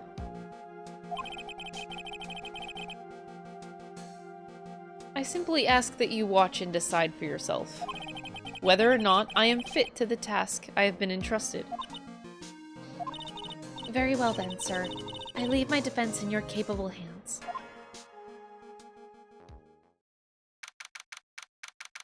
Holy shit. Oh my god, no one's there. Where's Franziska? Nope. Court is now in session for the trial of Sister Iris of Hazakura Temple. Oh my god! Miles is on defense!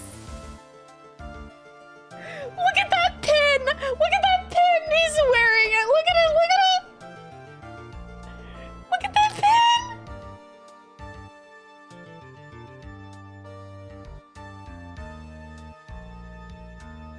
Oh, the defense badge! Miles Edgeworth!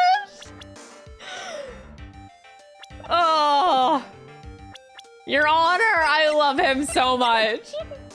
Oh.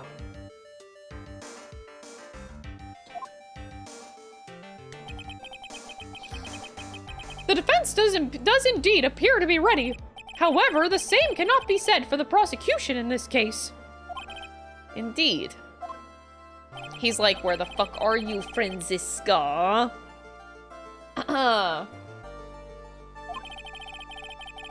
An empty prosecutor's chair can only mean that the prosecutor has no confidence in their ability to prove their case. It would seem this case is already over before it had a chance to begin. I am ready to announce my verdict at this time. This court finds the defendant... Oh my god. There she is.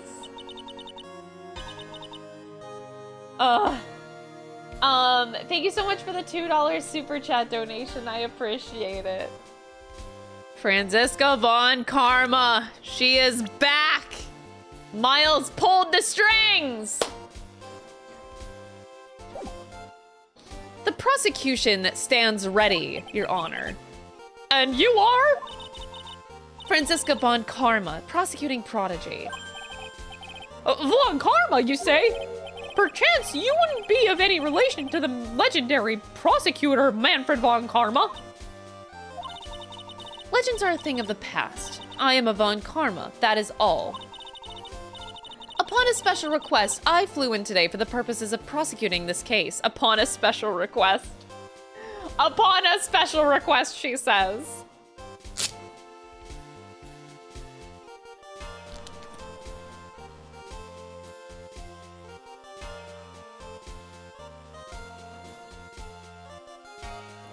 Upon a special request.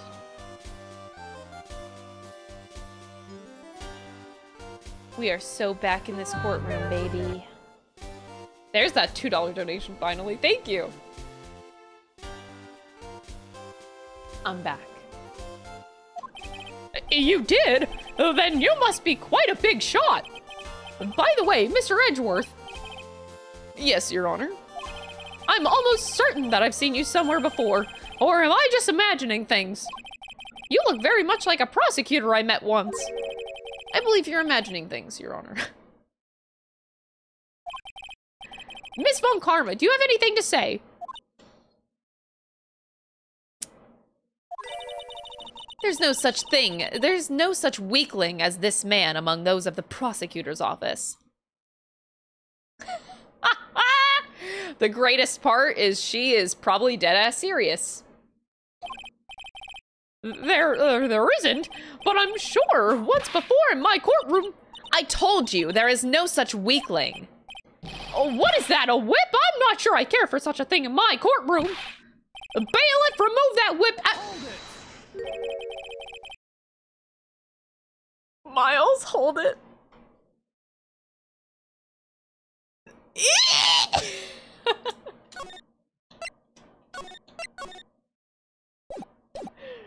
I have no objection to the whip!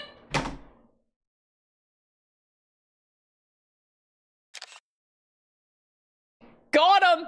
Got him, Your Honor! Caught him! Out of context! We got him!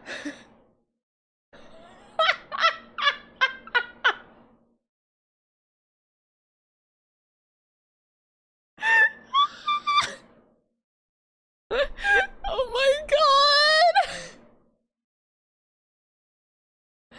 Woo!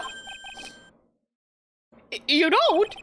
The prosecution can wield a whip or drink 17 cups of coffee. Wait, how does he know? I thought you don't remember Godot.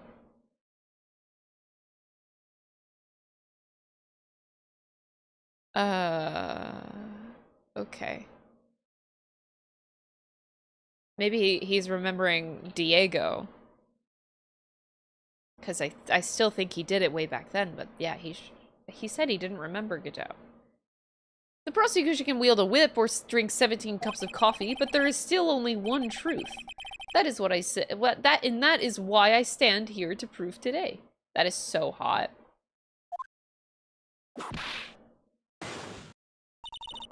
This promises to be interesting, Miles Edgeworth. Oh, she says his full name! I had expected to face Phoenix right here today, but looking at you now, maybe this is what I have been waiting for all this time. Miles Edgeworth, I will not allow this chance to crush you slip through my fingers. I see you brought your flair for the histrionic. Allow me to add to the things I'm not sure about. People acting bizarrely in my court. Whoa! The stage is set. Now continue with the proceedings, Your Honor. Franziska and Miles across the courtroom from each other is fucking wild. Very well, Miss Von Karma, please give an outline of this case. with as little whipping as possible. The murder victim is the famed picture book author, Miss Elise Donim.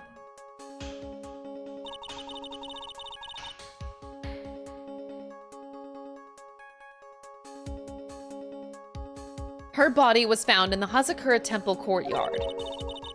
She had been stabbed through the torso by a ceremonial sword from a golden statue. The sword in this You? picture? No. I will claw you because I am cat. Yes, Mew. Thank you, Shadow, for the 32 months. I appreciate it. The sword in this picture is the weapon in question, correct? Very well. The court accepts this photo of the crime scene. There is no mistake. This was the doing of Sister Iris. After all, there is a witness to her crime. Very well. Please bring this witness to the stand. Oh my god. It's so weird seeing Miles on this side of the courtroom. I'm sorry. It's so weird.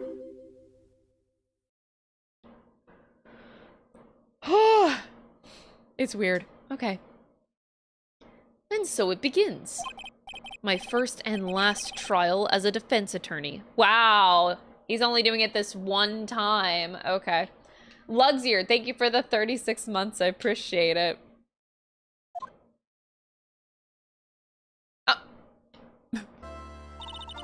Witness, state your name and occupation, please. Hold it there. I'm not sure if I'm not sure if I care for this at all. Witness, please stand up nice and straight. If I recall correctly, there are a few milk crates in the defendant's lobby for our back-pained, plagued witness. Bailiff, fetch a crate for this poor lady, please. Tippy toes. Once again, your name and occupation, please. Sackmaster with 85 fucking months. Thank you so much. Jesus, that's so long. Little old me? Well, I'm the head nun of Hazakura Temple on Eagle Mountain. My name is Bikini, you got it? Bikini! Nice to meet everyone. But you don't appear to be wearing a bikini right now. The courtroom in the Garden of Holy Judgment. Those who with lechery in their hearts should leave the sanctuary at once. You want me to leave? No need to get your bikinis in a twist. Let me tell you, I'm a sight to behold in summer. In any case, witness, I hear that you saw the crime take place on the night in question. That's right. I can still hardly believe it myself, to be honest. There's no way dear little Iris could do anything like that. Let me hear what you have to say then. First, tell us about. Oh no, he truly is Canadian. First, tell us about your own movements that night, eh? That was such a Canadian sentence! That night, I was helping an acolyte with their training in the Inner Temple, but, well, as you can see, Back likes to back up violently. So I left Iris to help the acolyte and return to the Hazakura Temple. There's no bath in the Inner Temple, you see. I needed a long, hot soak. It was after I had finished just as I was heading back. That's when I saw it!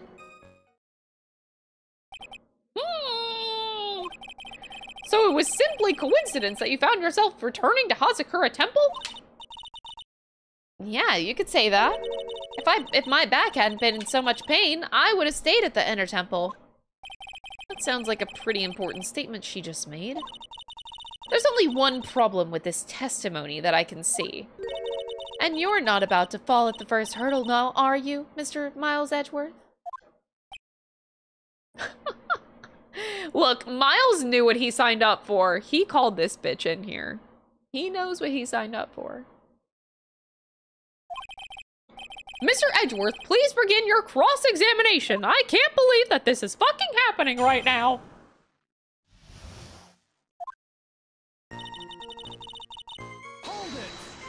Hold it. Oh my god, Miles. What is this Inner Temple? Well, see, conversing with the spirits is what we train people to do, right? We'll be the ones asking you the questions, madam. In order to do that, a place strong in spiritual power is required. There's a small temple across Dusky Bridge called the Inner Temple. Acolytes must spend an entire night there to undergo intense training. And how exactly do you help with this process? It's all quite exacting. It can't be performed without a nun supervising. Like a tutor watching to make sure a spoiled child studies. A tutor with a whip in your case? If that is the case, then why did you return to Hazakura Temple where the murder took place?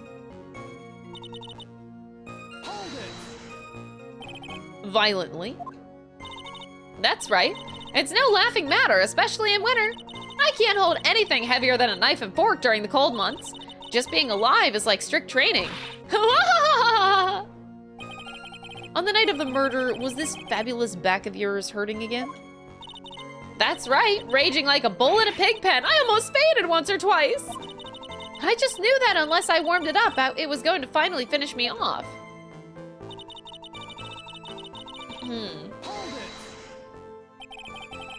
You left Iris to help with what? What do you think? The Acolyte's training, of course. It was just past 10 p.m., so we were starting to enter into the training exercises proper. Wasn't it your place to remain with the disciple? Well, the job is simply to watch over the Acolytes so they don't pass away. Just to confirm this point again, that night, you met Iris in the Inner Temple, correct? Yes, she's a gentle, honest girl. She's never once failed to follow my directions.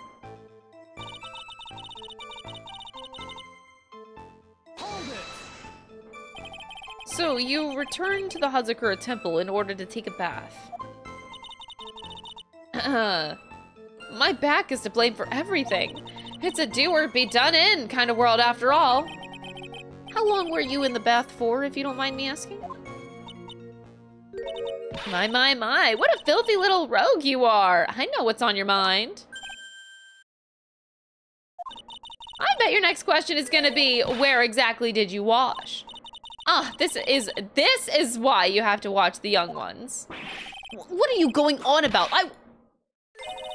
Pathetic, Miles Edgeworth. The lowest of the low. Is there some sort of kick me sign stuck to the defense's bench? Why, yes. Yes, there is. You now know what it's like to be Phoenix Wright, asshole. You understand now!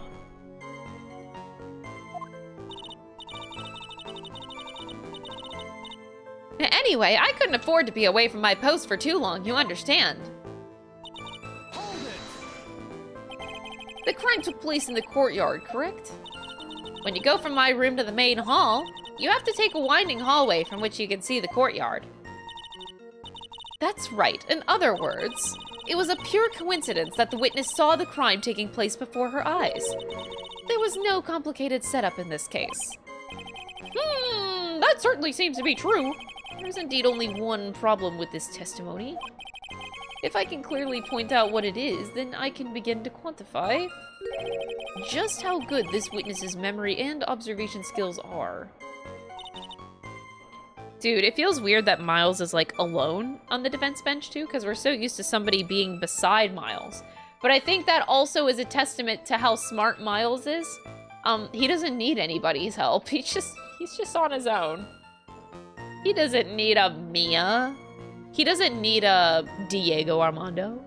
He doesn't need a Grossberg. I don't want to bring him up again, but he exists.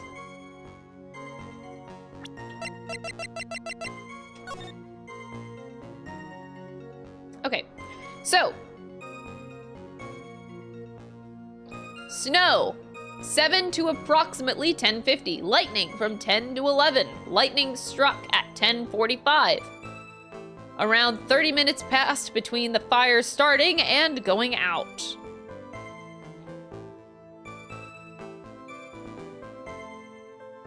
Gotta remember that. Gotta remember that.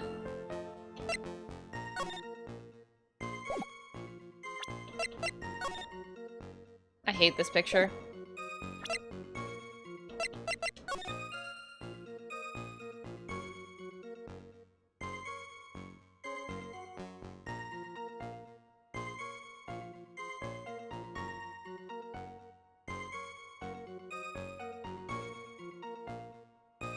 Nothing is... Huh.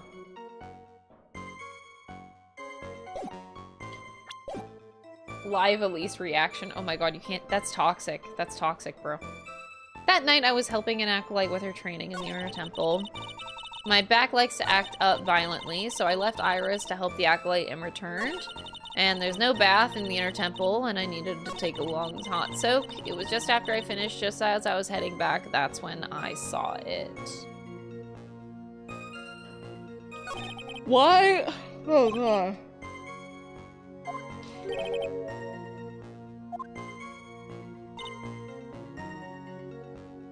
Why am I not seeing anything? Miles, I'm a dumbass, please help.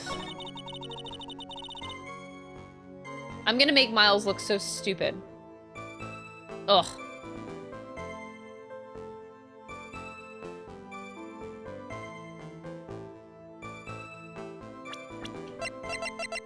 Franziska!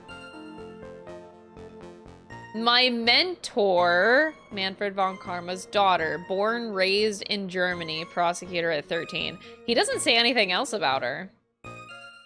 Interesting. That's all he says.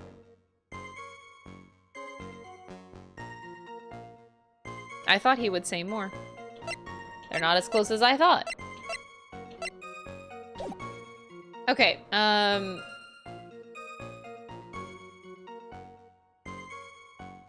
wait, I meant to read the other description of her. Why is this like, something is pulling? Did I? Oh, I trapped my, oh. Oh well, it's trapped underneath my cravat. That's what I'm feeling, okay. Her bad back really bothers her.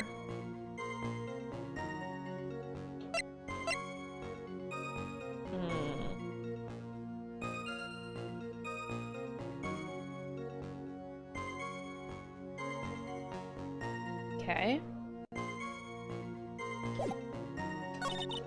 I left Iris to help the acolyte and returned to Hazakura Temple. There's no bath at the inner temple. Is there? I just want to make sure. I mean, you could take a bath in the river, right? Technically, you could take a bath in the river. You wouldn't die, right? Totally.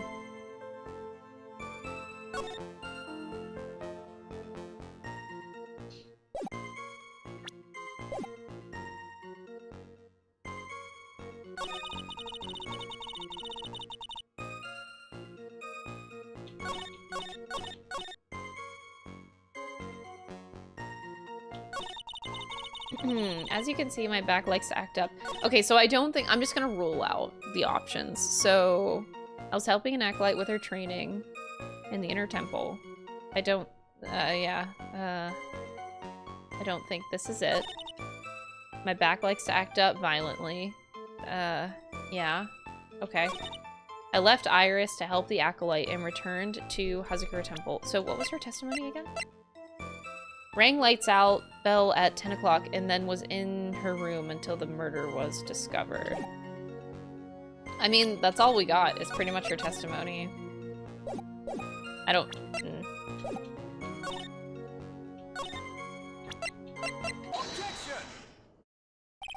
Witnesses have to undergo their own trials, I'm afraid.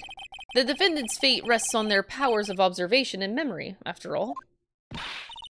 Well, well, well, don't worry. I'm more than up to the task. I'm a woman of faith, after all, the head honcho of Hazakura Temple. In that case, Miss Honcho, I'd like you to explain something for me.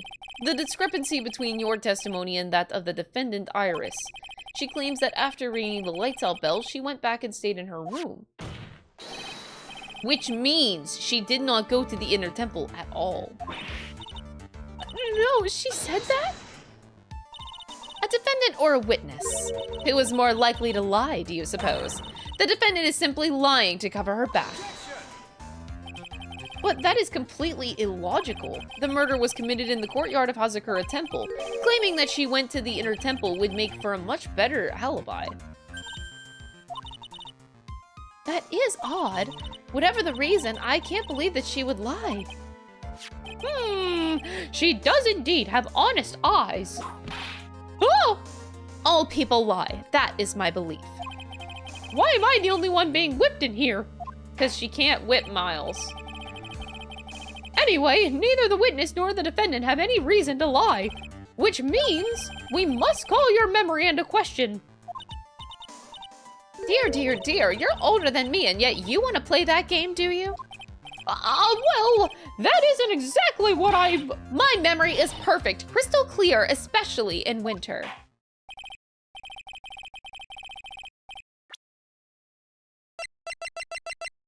Wait, hold on, sorry.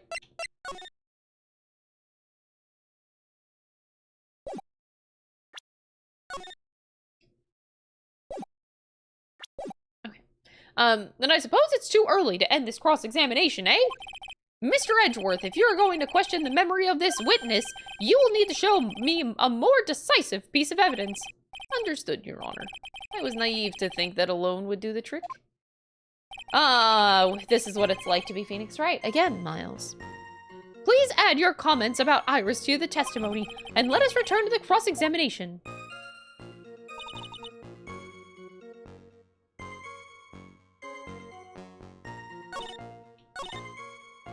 Iris came to the inner temple. She was dressed exactly as she had been at dinner. Are you sure that you're not making a mistake? You, young man, need to get your estimation of me up from the floor. Iris always wears the same clothes. The smallest thing out of place would have stood out like a sore thumb to me. You're making a mistake. Thinking I made a mistake. An excellent finish there, witness. I have to wonder.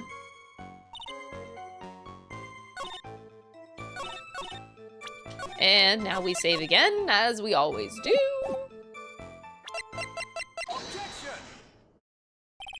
Witness, let's get one thing straight. The defendant whom you claim to have met, she was wearing this demon-warding hood, correct? Of course!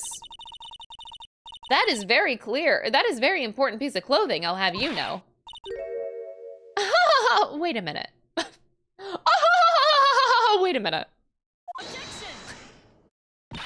Hold it right there. Why do you have that? Oh, because my boyfriend was wearing it. That's the question of the day, now isn't it, Miss Longharma? I'll have you know that this hood was given to someone as a gift that night. Before the lights out bell was rung. What? You know where I'm going with this, don't you? If the witness had seen the defendant as she claims, then the Iris she saw should have been missing this very hood. Well, well, well! And it's not a bad feeling at all, exposing contradictions like this. I could get used to this. Now I understand that happy look on Wright's face every time he does it. Miles again. God, he's so reflective. He's so reflective. God, it's so hot. Order! Order in the court! Sister, this hood, you have spare ones around the temple, don't you? Spares? Well, I do tend to make too many of them. I see. A stockpile, a surplus of hoods, eh? Each nun is only given one hood. This should be the only hood that Iris owned. And that is strange. If there was a surplus of hoods, then she could have worn one of those. There's no contradiction here. Sorry to break this to you, Ms. Von Karma, but you won't get away that easily. Oh, the confidence is so hot. Discrepancies such as this will sow seeds in any human heart. The seeds of doubt. Witness! While I don't wish to call your testimony into doubt, you must give every detail with precision. I'm not sure I'm comfortable going along with this. Sister, you shall continue with your testimony. Tell us what you saw after finishing your bath on your way back to the inner temple. Those seeds of doubt are sprouting in the judge's heart. They just need a little bit more stimulation to bear fruit. Contradictory stimulation. Fucking nerd. He's calculating everything. I finished my bath around 11, and I thought I should return to the inner temple. And as I was walking back, I heard a noise from the courtyard. I took a look around, and Iris was, oh, Mystic Elise! And with that sword of all things! Mystic Elise was staying in the corner room, which faces out into the courtyard. The stabbing I saw must have occurred after she was pushed out of her window. You saw a truly terrible sight, didn't you?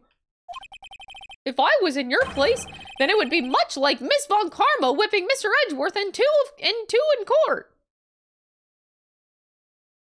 And me see it all from this very chair. Oh, well, something like that. This judge. His imagination is about as vivid and creative as Detective Gumshoe. I would look like the fool if I had commented on such foolishness. Anyway, this case is mine, Miles Edgeworth. Calling everyone by their full name. Can't you do something about that habit of yours?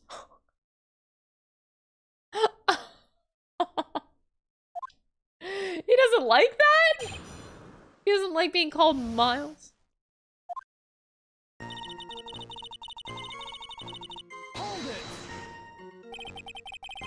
How far is it from your room to the inner temple? Let me think a moment. About 20 minutes on these stumps of mine. It's about 15 minutes to Dusky Bridge from Hazakura Temple. The inner temple is just beyond the bridge. Still, you never made it back there that night, did you? That's right. I was heading along the walkway toward the main hall. Hold it. You say you heard a noise? Thump! Just like that. That could only be the sound of the victim falling. It's very quiet in the temple, you know. You could even hear the snow falling from the branches. Thump! Just like that. But then, couldn't this noise you heard have been snow falling to the ground? I never thought about that.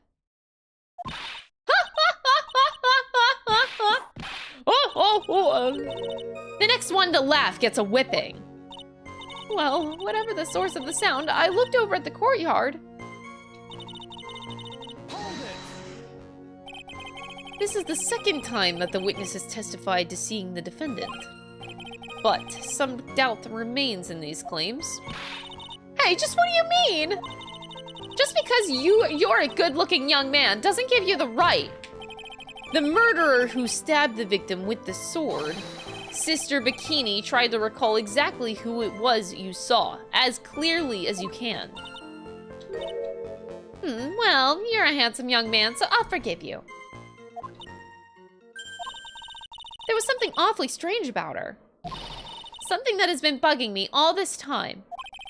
Please, don't keep us in suspense. Her hood! Her hood. That's right, it's coming back to me. Iris, she wasn't wearing her hood! I thought something was out of place, but it all makes sense now, doesn't it? After all, she'd given that hood away to someone, right? Oh boy.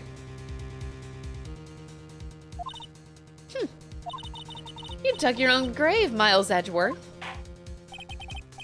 What do you say, Mr. Edgeworth? Is this important to the testimony?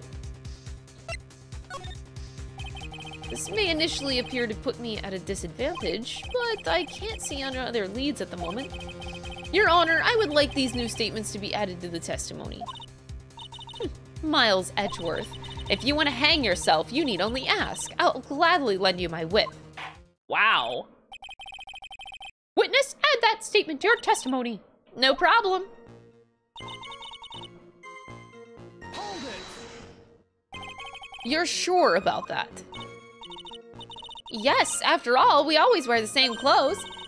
I don't mean because we're poor, you understand, it's our style. Yes, that's it. There's absolutely no need to explain yourself. Anyway, she looked different from normal, so that really stuck out. Like me, holding a whippet puppy instead of a whip. At least then it might bite you and not someone else. Iris didn't have her hood on, I'm sure of it. Very well. Now please tell us about the victim. Please tell us about.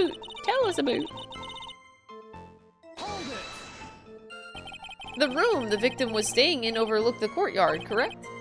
Which means the victim's room was on the second floor?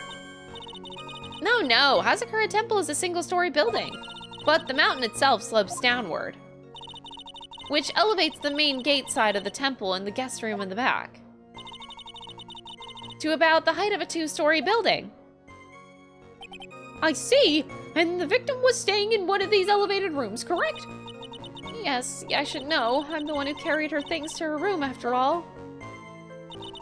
The stabbing I saw must have occurred after she was pushed out of her window. What makes you so sure of all of this? It's just like I told you earlier. I heard a noise from the courtyard, okay? Thump, just like that. You're one smart sister, I'll give you that. The autopsy report states that the victim's body was covered in bruises, indicating a fall from about 10 feet in height. It appears that the witness was not mistaken then. Yep, I'm more than happy, more than just a pretty face, especially in winter. I'm a woman of faith, after all, the head honcho of Hazakura Temple. There's only 2 of them working there. What's wrong, Miles Edgeworth? No snappy comeback remark? It doesn't feel like she is lying. This is very powerful testimony, too. She claims to have seen the instant in which the defendant stabbed the victim. There are only 2 things I can believe in right now. My client, Iris, and my own abilities as a defense attorney. Yeah. Oh my god, he really is channeling how Phoenix Wright feels in a courtroom right now. The only thing that he gets him through the day is his own abilities as a defense attorney and how much he believes in his client. Oh boy. I finished my bath around 11. Oh, let me actually go back to that with the added point. Oh no, that's not gonna matter there.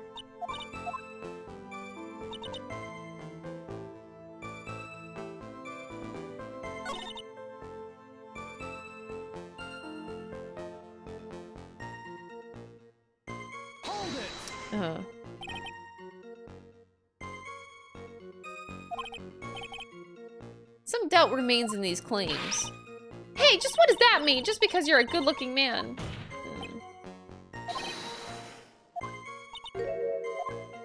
And it just goes on. Okay. So that's the statement before. Iris didn't have her hood on.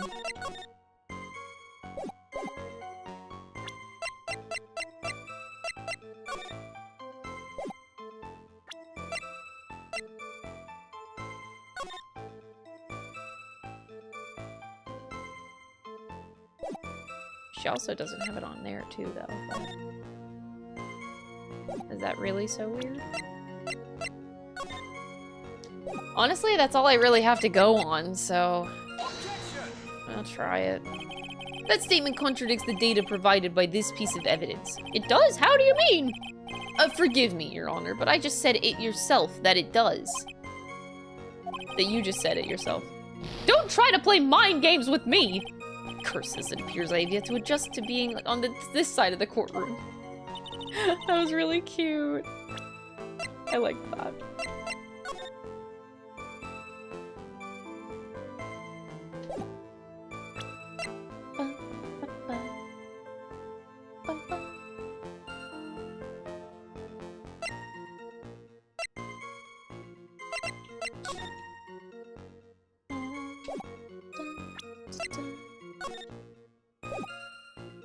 No. Huh.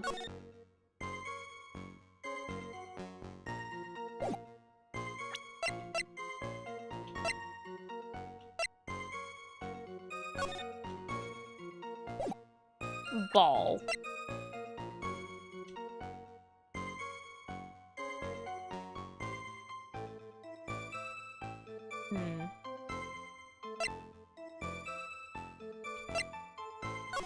It's really strange.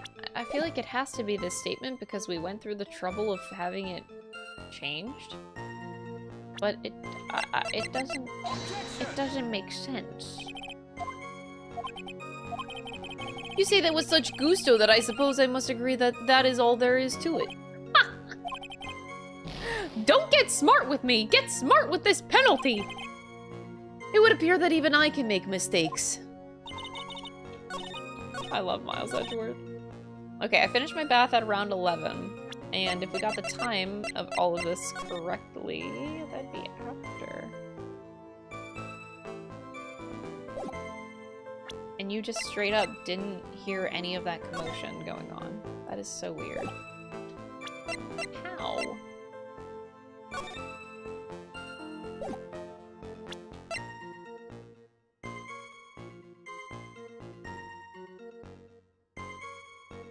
She might have been dead for a while.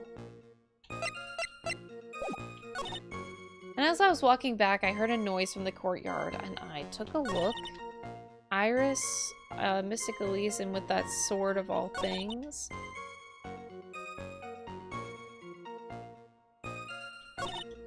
Mystic Elise was staying in the corner room, which faces out into the courtyard. The stabbing I saw must have occurred after she was pushed out the window. I mean, no, but seems weird that they go through all that for it to be a bait. Impressive logic. That's what I'd like to say anyway. Oh, please do! My brain is something else, especially in winter. However, I think you're overlooking one thing. Miss Von Karma, would you be so kind as to take another look at the autopsy report? The autopsy report?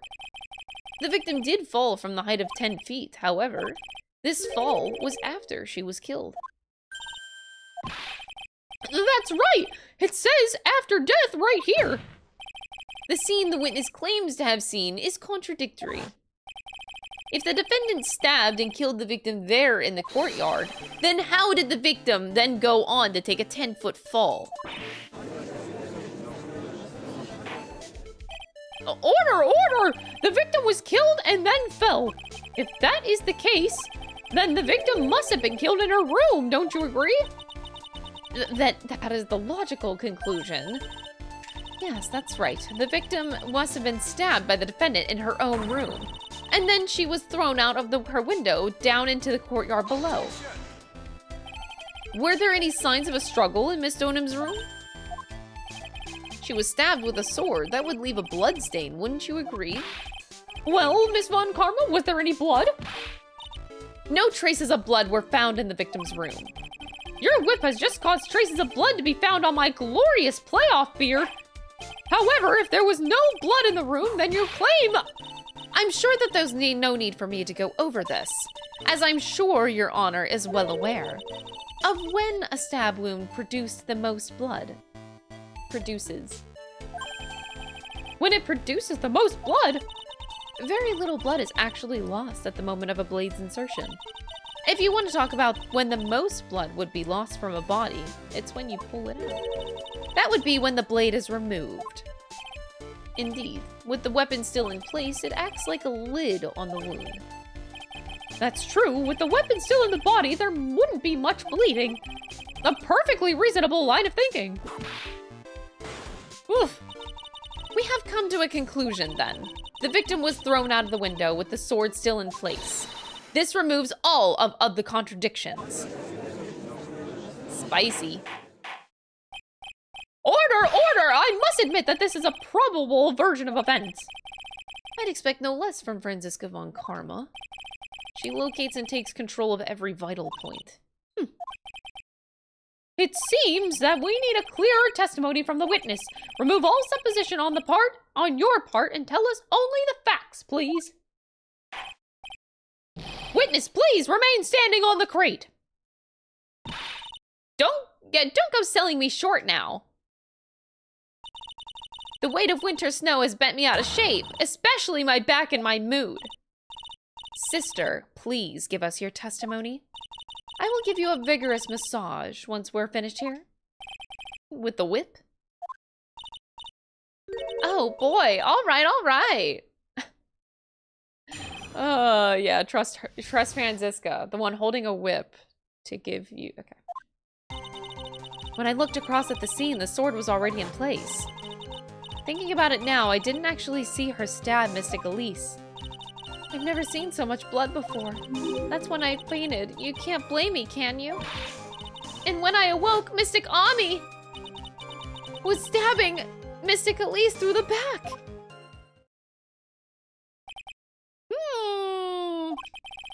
This all confirms Miss Von Karma's theory.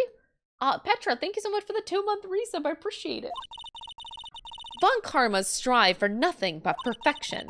Putting together such facts is nothing for me. You should know that, Miles Edgeworth. Perfection is an impossibility, Franziska Von Karma. Oh, he has done so much thinking. And I'm here to teach you just that. Ugh. Ah. I love this man. Ugh. God.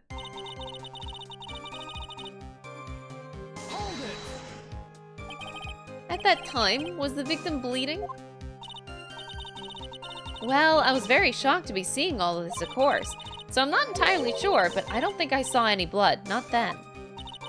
I'm sure that you didn't. The weapon was acting as a plug in the wound. In any case, let's be clear on one very important point. Do you actually see the instant in which the victim was stabbed?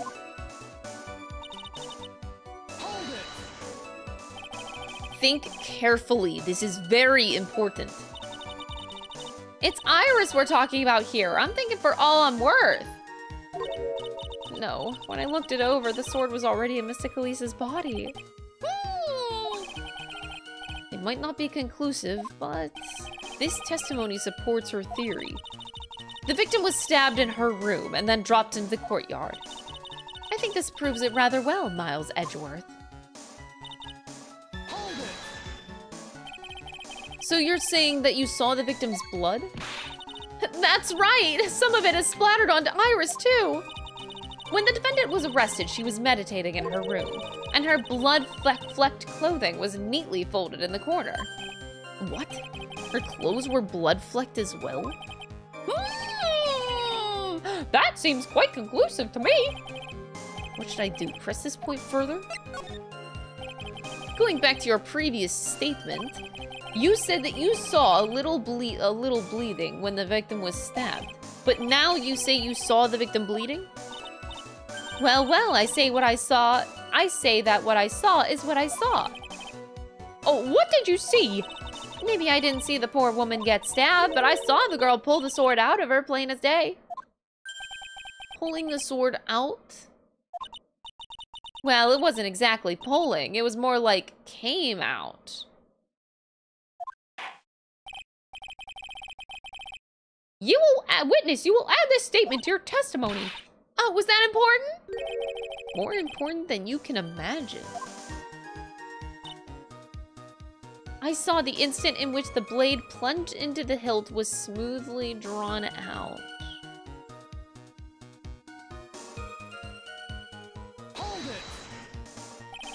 Smoothly, you say. You're saying you saw the sword smoothly slide out. That's right. The whole thing happened right next to the gold statue of Mystic Ami. Mystic Elise was on the ground and Iris was stooped over her. When Iris stood up, the sword in her hand just slid out of Mystic Elise's body. It slid out from the gaping wound. Ah! It goes without saying that if the sword was removed, there would be bleeding. Nothing out of place here. Is that really the case? I can't help but feel that something about this testimony is very out of place. That something which couldn't possibly have happened appears to have happened. Well, we'll get to that later. I need to keep pressing. Was the bleeding caused by the killer removing the sword? No mistaking it! I remember it clear as day! Don't you think that's a bit odd? What do you mean, Miles Edgeworth? Why would the killer pull out the sword?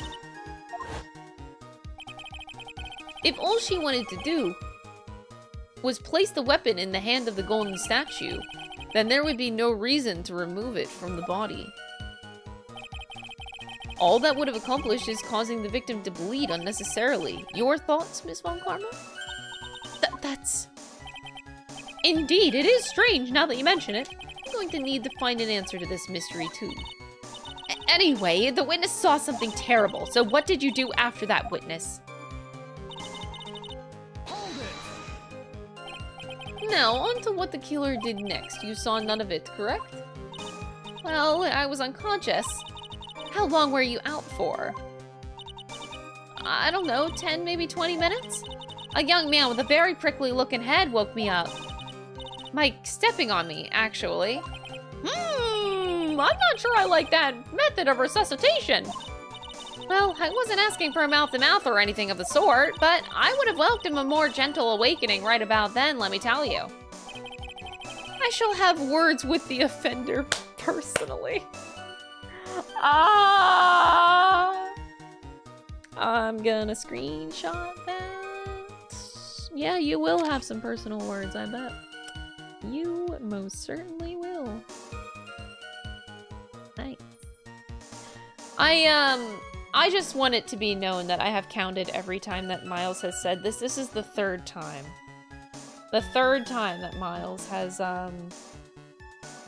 wanted to talk to the defense personally. I see. I see, I see. What did you see upon awakening?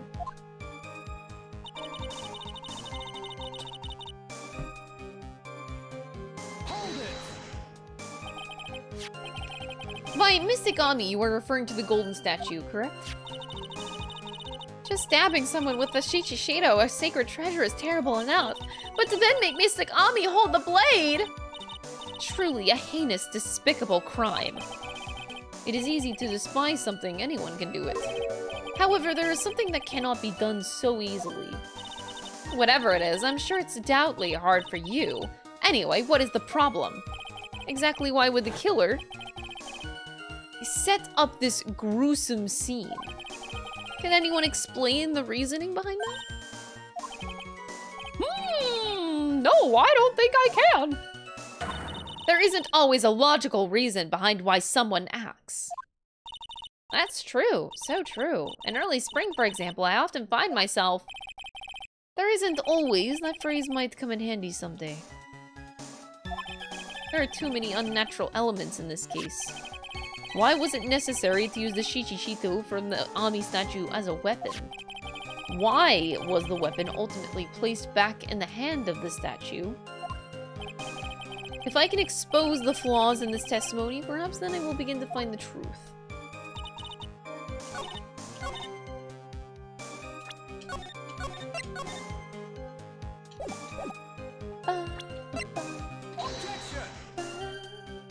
What? Wait, that's not it?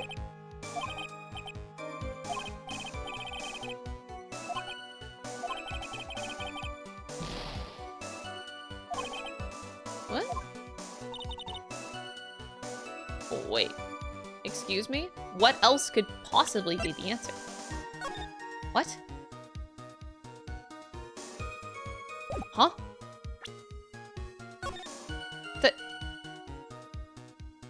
Bitch, what are you smoking? I saw the instant in which the blade plunged into the hilt was smoothly drawn out. Huh? But it's in her body. What? This isn't proof enough because you could just stab, you could pour the sword out and then you just stab it back into the victim. You just go... You stab her again. Huh?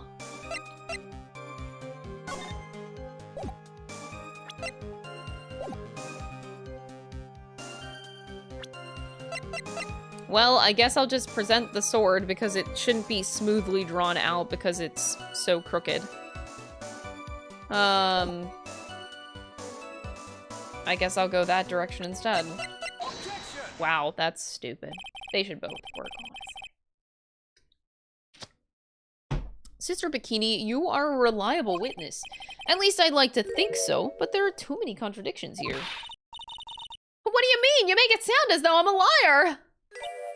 But you're a handsome young man, so I'll forgive you. What contradictions are you talking about?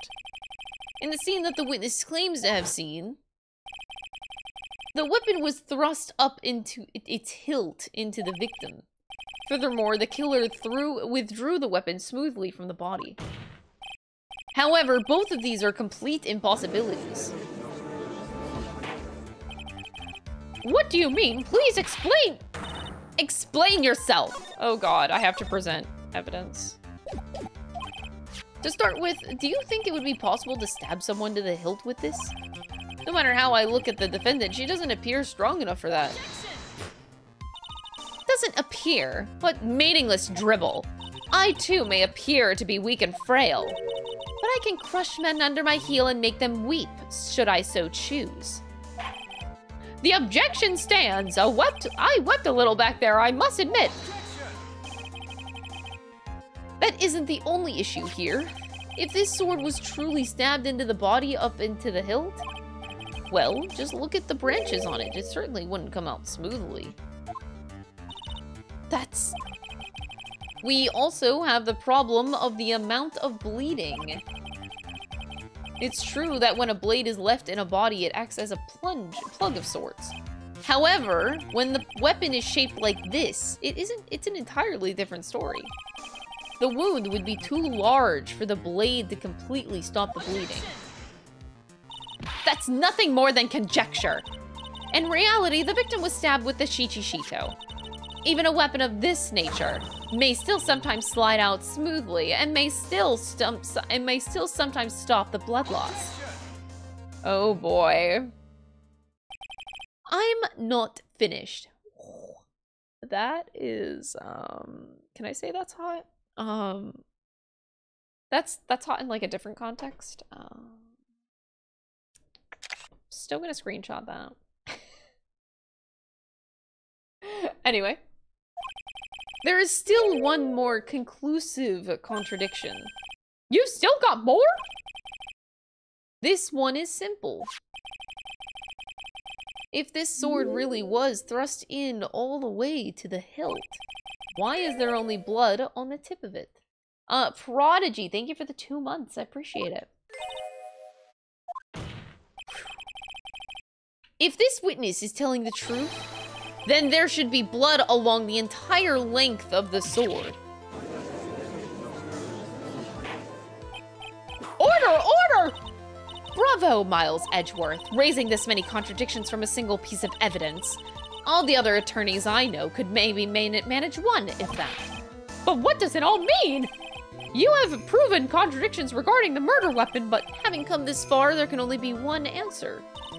And that is... I'm saving my game. The weapon used to kill the victim was not the shichishito. A foolishly foolish idea born from the foolish mind of foolhardy foolish fool. Let's examine this again. What was it that made us think that this sword was the murder weapon? Oh, well... It's because Mystic Ami was holding it. Exactly. However, if you reflect on this, then that is the only basis we have to assume such a thing. The impression left by the scene was just too strong. That is what influenced us. It influenced us to believe that the shichishito was the murder weapon. Order! Oh, order! So maybe the shichishito was not the murder weapon. Even if that was the case, it changes nothing, Miles Edgeworth. The sister here saw everything. She saw the defendant stab the victim with a sword-like object. That is true. Your response, Mr. Edgeworth? If that is so, I would like the prosecution to answer the obvious question that it raises. Yes, namely, where did the real murder weapon disappear to?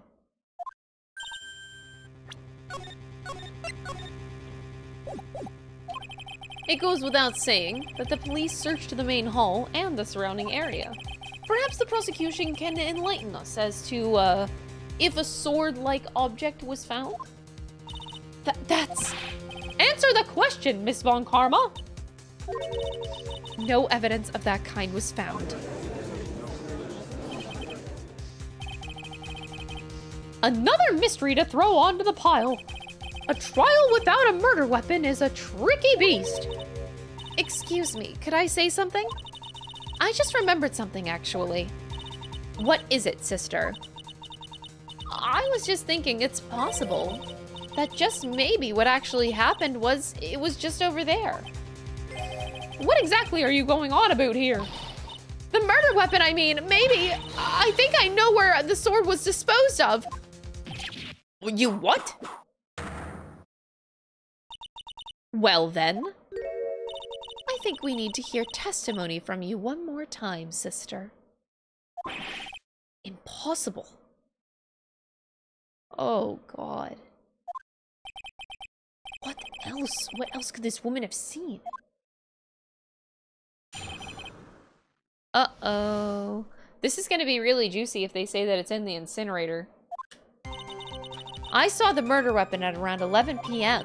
And after asking that it be reported, I went out to the main gate. And there I saw tracks that indicate the snowmobile had been used. Oh, well, that's legit. It takes 15 minutes to walk to Dusky Ridge, but less than 5 using one of those. Maybe they threw the weapon into Eagle River and came back whenever I was knocked out? Iris could have done that. She can drive a snowmobile after all.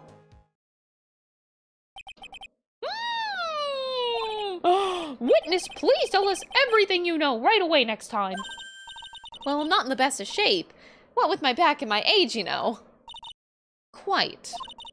There were indeed snowmobile tracks in front of the main gate. Here's the photograph. Look at this photograph.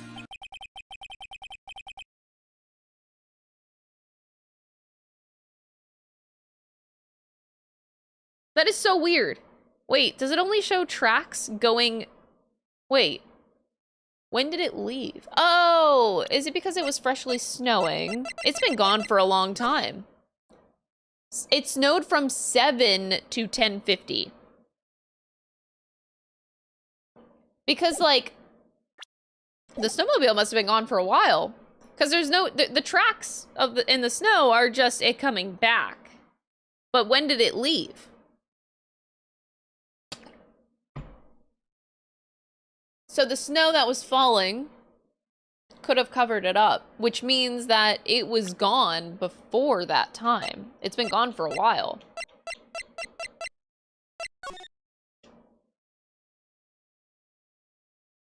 Huh.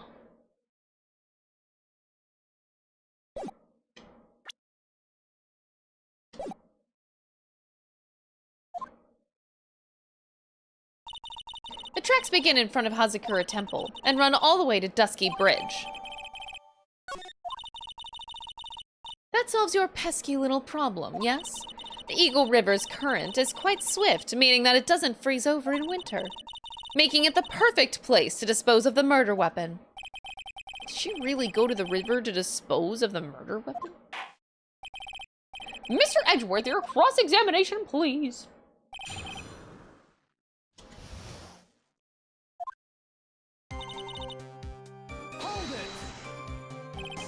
You're sure about the time? Yes, I was worried about it after all. Why was that? Because I have a strong sense of responsibility, especially at this time of year. The acolyte was being doused in freezing water at the time. I could have very well taken it easy in the bath all night now, could I? So at 11, I decided to leave Hazakura Temple.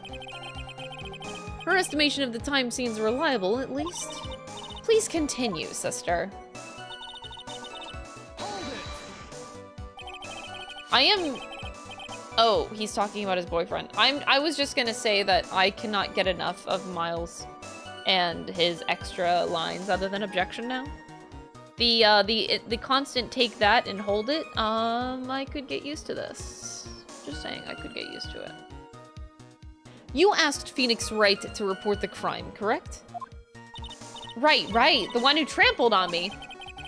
It seems that she is the type to hold a grudge.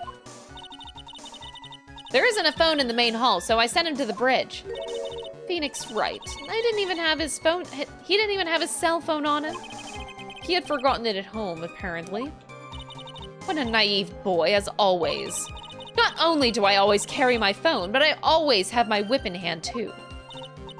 Anyway, I was really scared and it was taking him a while to get back. So I thought I'd go out by the main gate for a spell. As I recall, there was a snowmobile outside the main gate when I visited. That's it. That's the only one we have. It'll run no matter how much snow falls. Now, you're certain that the snowmobile was there at the main gate when you arrived? Yes, of course. It was parked in front of the gate. So, she had already gone, discarded the murder weapon, and returned by that time. Not sure if this is really relevant. I need answers to every possible doubt. The snowmobile in question, was it still warm at that time? Huh? What do you mean? What do you mean? What do you mean, eh? What do you mean, Miles Edgeworth? I'm playing to a slow crowd here. It goes without saying that using a snowmobile will heat its engine. If it was still warm, then it means it was recently used. Ah, I see. I never thought of that. That's right. I overlooked that, too. Of course you did. Then answer the question, please, witness. I don't often go around touching hot engines. However, now that you mention it, there wasn't any snow on it. Snow? Yes, for some reason, only the snowmobile wasn't covered in snow. There wasn't any snow on it. Curses. It seems highly likely that the killer did use the snowmobile then, eh? How long does it take to get to Dusty Bridge by snowmobile? By skidoo? In that case, why didn't you use it yourself? You could have spread yourself some walking. There's a reason for that. Have we got a moment for me to explain? And that's why the question was asked in the first place. It was about a month ago. I was driving my beloved little snowmobile, happy as can be. I'd fetched some water and was heading back when I went and crashed into a tree. The tree and my back both went and crunched, just like that. Crunch.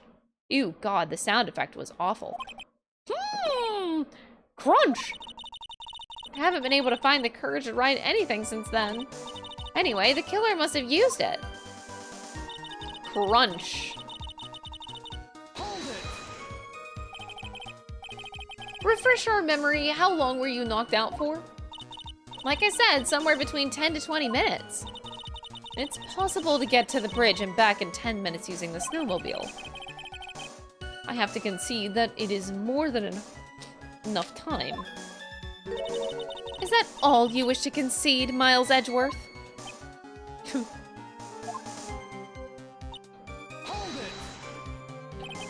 While it would have been possible time-wise, one element remains out of place here. The killer's reasoning, Your Honor.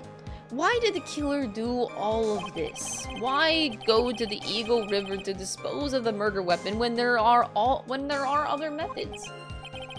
Too many unanswered questions. Your response, Miss Von Karma? Turning to me for help over the slightest thing. Why don't you think for yourself once in a while, Your Honor? What? She's as over the top as always.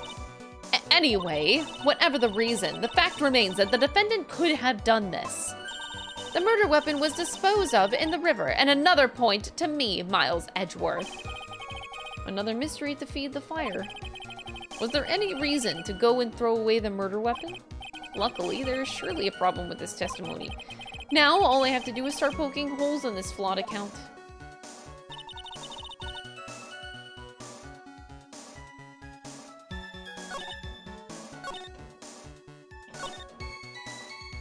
It takes 15 minutes to walk to Dusty Bridge, but less than 5 minutes using one of those. Maybe they threw the weapon into the Eagle River and came back while I was knocked out. The only thing I can think of here is to present the crime scene photo because it shows the weapon right there.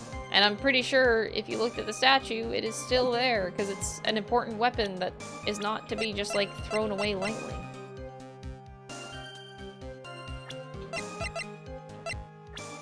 Seems silly, though. It's probably not it. They threw the weapon into Eagle River and came back while I was knocked out. But, I'm just gonna... Okay, that's not it.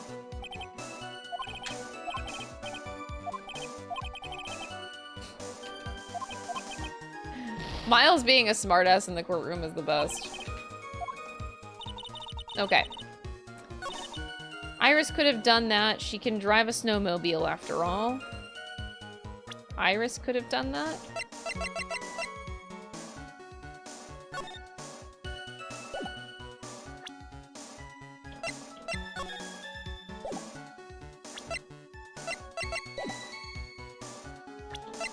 Huh.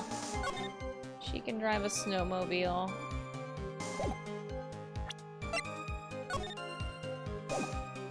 We have so many fucking photographs.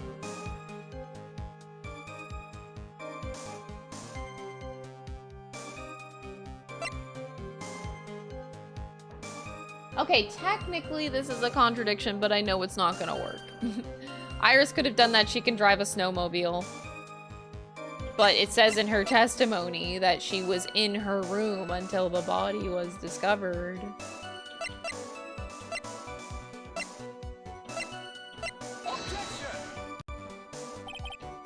Let's see what happens.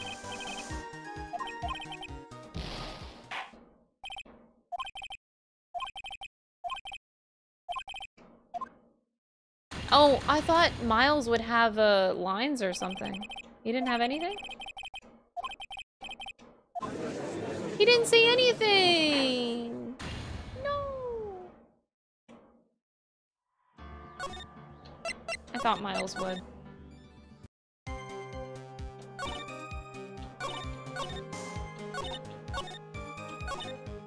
Okay, I saw the murder at around 11.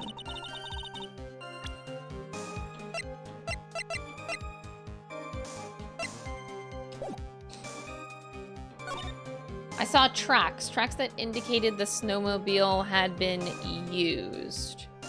I'm gonna present it here. Oh, I was hoping that would work.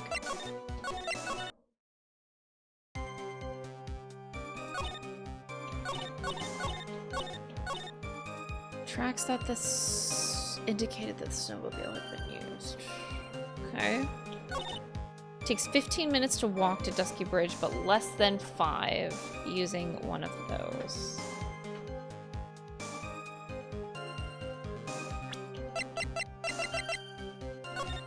Oh. 15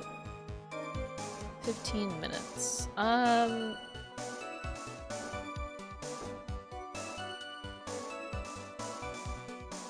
If she was at Heavenly Hall, though, but she wasn't.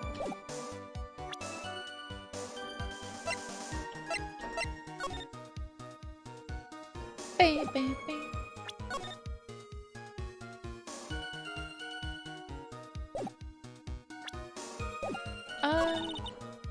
Hold it! That Fox Girl. Hold it! That Fox Girl, Hold thank you it! for gifting 5 memberships on YouTube. What the fuck? Hold it! Thank you so much. That is so kind. Hold it!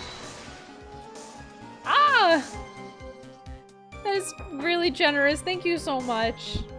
Everybody, I hope you enjoy your gifted memberships. Also, we unlocked another emote slot with those gifted memberships, so thank you very much. And we'll make sure to upload another emote for YouTube memberships.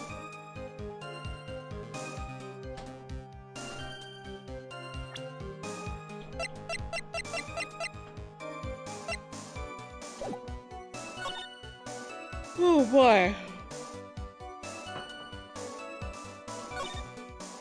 Hold it!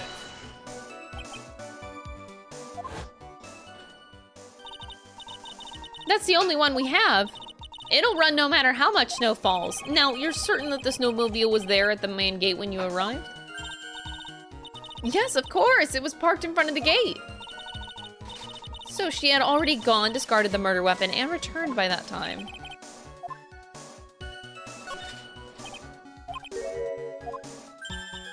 What if I said stop there?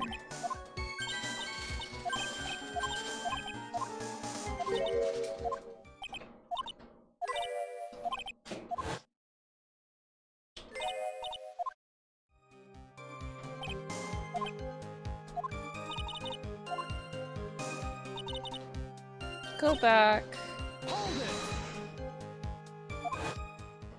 Okay.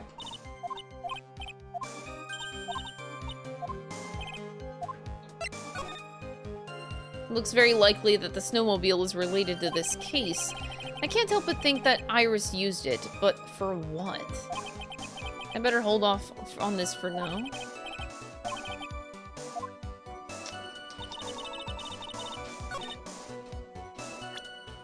Okay, so that's a different direction to think in. So yes, I can prove that they had been used, but not for hiding the weapon. They were used for meeting at Heavenly Hall? Objection! No?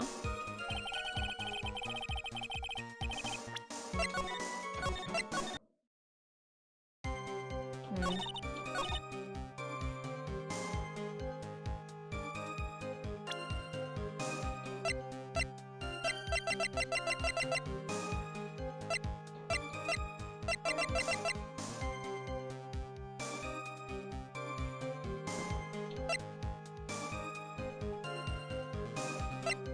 Let's see.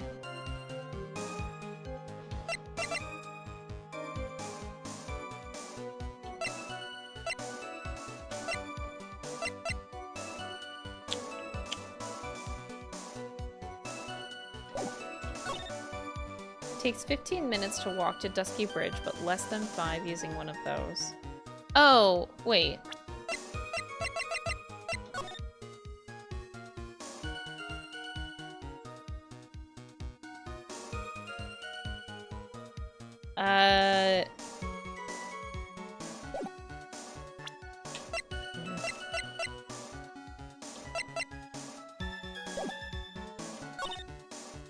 Maybe they threw the weapon into Eagle River and came back while I was knocked out.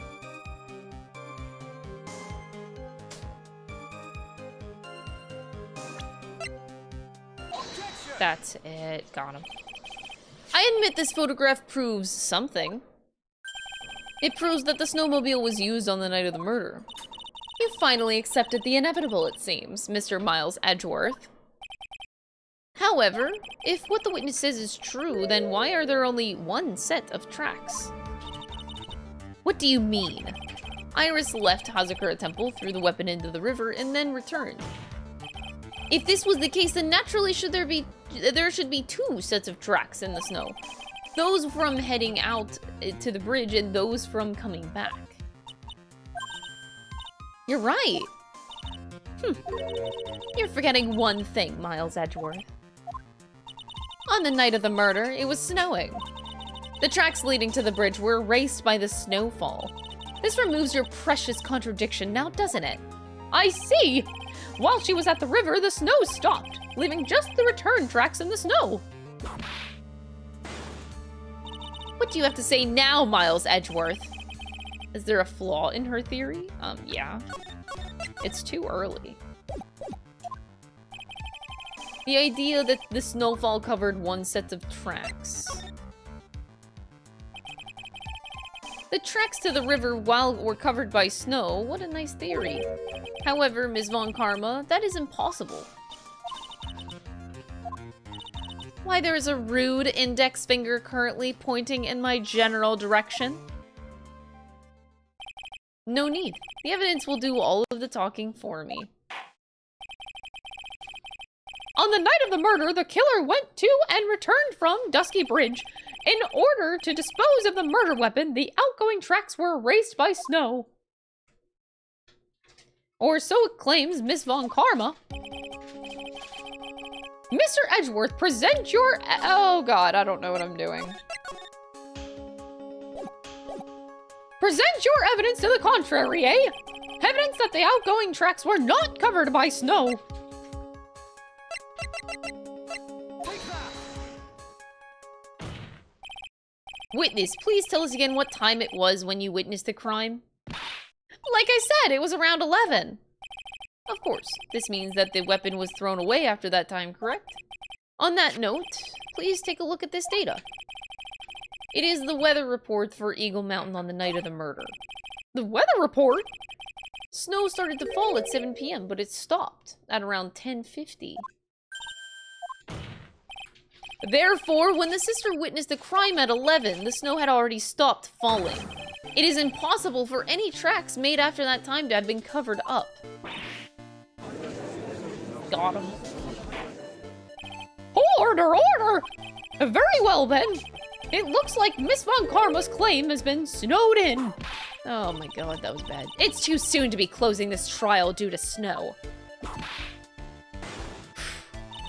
Miles Edgeworth, how pathetic of you to rely on the weather of all things. Answer me this, then. When is a weather report ever correct? Oh, no, you've got it all wrong. This isn't a forecast, this is actual data. Ah!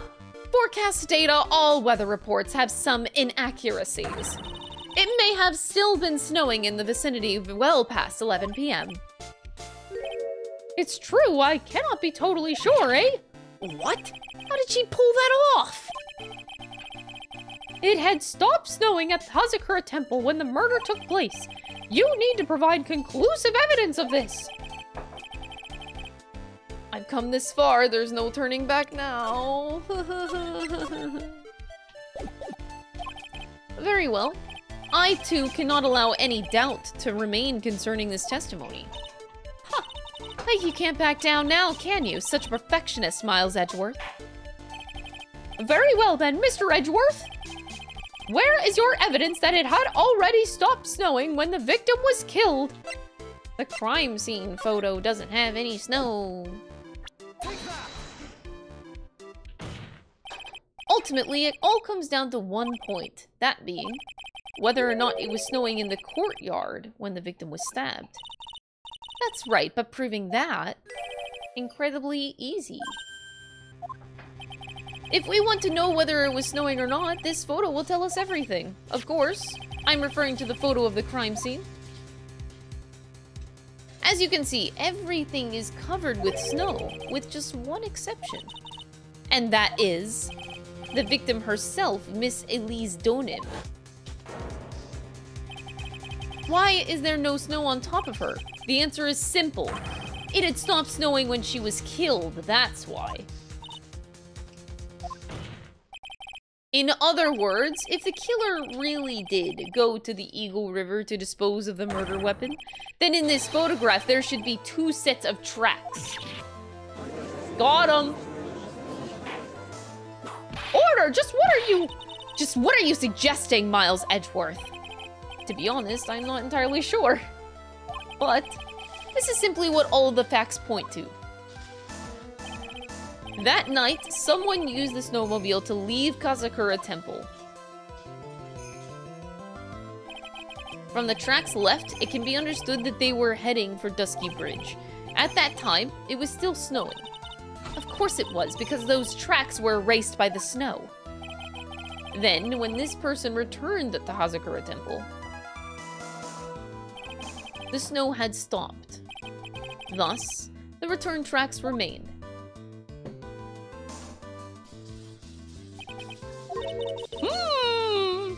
Can I say something? This all sounds a bit fishy to me. What does, sister? There's only one key for the snowmobile. Furthermore, on the night in question, we know that the defendant had it. The key was found in her room after the murder. Which can only mean that that night, Iris used the snowmobile to go to the inner temple. But Iris said that she never went there. I should probably press on that point some more when I get the chance.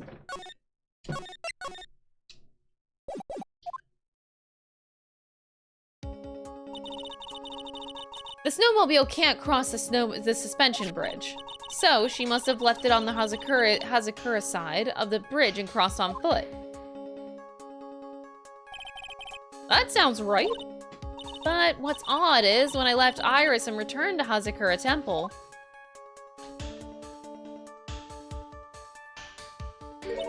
I didn't see anything near Dusky Bridge. You must have failed to see it, sister. Maybe, but when I made it back to Hazakura Temple, it was there by the main gate. The snowmobile, I mean. I know what I saw. It was covered in snow, too. But that isn't possible. Order in this court. What does this all mean? So then what was the snowmobile used for? It wasn't taken by the defendant when she went to the inner temple. I'm so confused now. If it had been, then the witness couldn't possibly have seen it by the gate. Furthermore, it wasn't used by the killer to dispose of the murder weapon. If that was the case, there should be 2 sets of tracks in this photo. All we know is this. After it stopped snowing, someone used the snowmobile to return to Hazakura Temple. Never thought a simple snowmobile could cause so much trouble.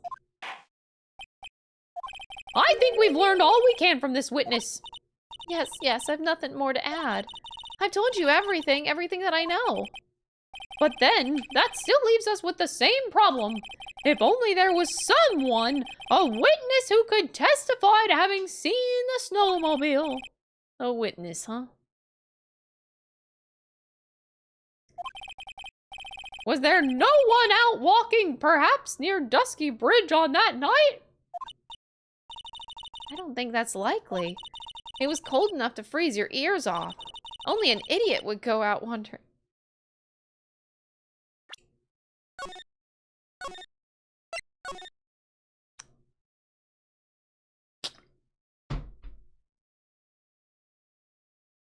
I think it's starting to smell bad.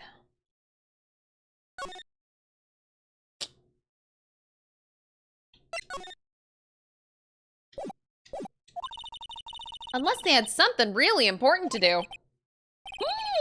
That's a shame. Hold on.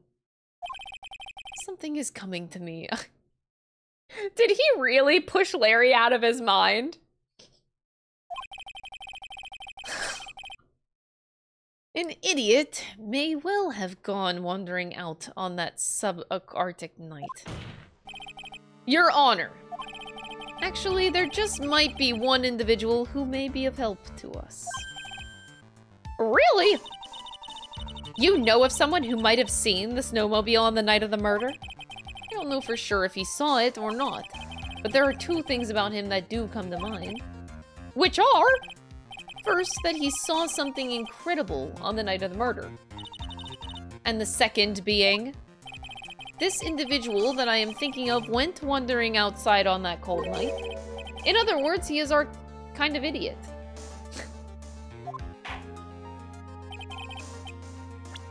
Mr. Edgeworth, who is this idiot you're talking about? Phoenix Wright.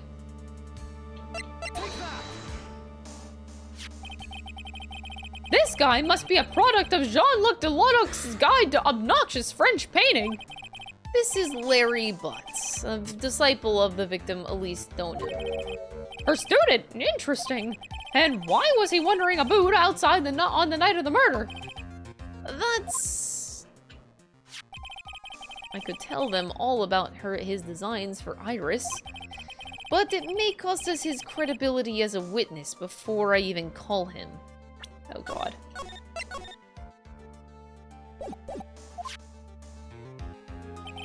He is, after all, an artist. He was perhaps searching for something in the snowy scenery that would move him. Although I cannot guarantee that this is the reason. And so, this unfortunate, unreliable-looking man, what exactly was it that he saw? I intend to extract that from him right here in this very courtroom. The psycho locks, if you will. Summon this youth as a witness immediately! I have no choice, do I? I believe he is in the gallery for this trial. It will not take long to summon him. Very well, Larry. You may have escaped me yesterday, but today I'm going to get everything out of you. The court will now adjourn for a 20-minute break. Ms. Von Karma, please see to preparing the next witness. Understood, Your Honor. Good. Well then, court is now in recess. Good, because I need to pee. I'm like chugging down water lately. Oh. All right.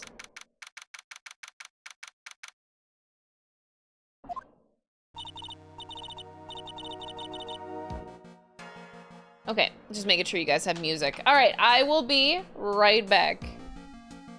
Be good, chat, or else I'm gonna have Dahlia Hawthorne haunt your asses for the rest of life.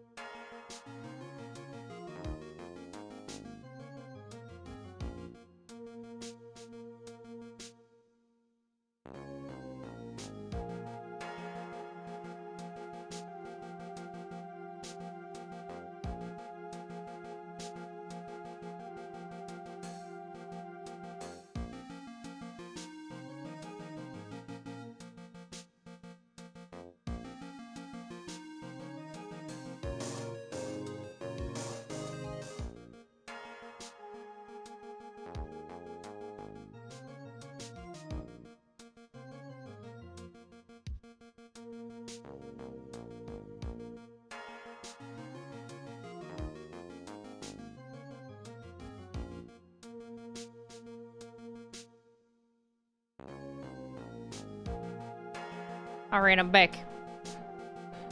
I hope you guys were good. Or else you know what happens. She gonna haunt you On my lunch break, forever. been watching and listening to your streams on YouTube and been loving Alrighty. every moment of this.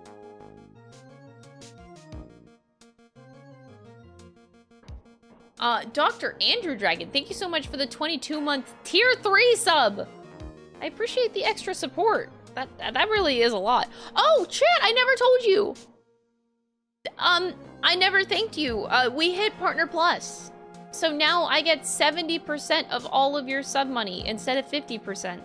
So fuck you, Twitch. I get more of your money. So really, thank you guys to everyone that's been supporting, because now all of your sub money will actually go more toward me than before. So it's a very, very big deal. I basically just got a pay raise in a job where I don't typically get a pay raise, which is weird. You don't really get that whenever you're self-employed. So it feels weird. But yeah, thank you guys so much for all the support lately. There's been so many subs, and on memberships end too with YouTube. So thank you guys so much. I really appreciate that. That's a really big, like, pay increase. Jesus Christ. I'm really appreciative. So thank you for all the support. Thank you to everyone who subbed in the past 3 months to get us these goals. We hit them with flying colors, so I can only say thank you. I got a raise from Twitch. Thank you, Twitch. Alrighty, we'll continue here. Excuse me, Mr. Edgeworth. I'm not really sure what to say. Iris, we only have 20 minutes. There are 2 things which I need to ask you before we reconvene. All right, I'll help you in any way I can. First, about that night, you really didn't go to the Inner Temple, correct? The last witness claims to have met and talked with you in the training hall. Either you or Sister Bikini is lying. Mr. Edgeworth, it is just as I said yesterday. Until the incident occurred, I was in my own room in Hazakura Temple. Very well. The second thing, then. That night, the temple snowmobile was used in between the time Sister Bikini returned to the main hall and when she bore witness to the murder.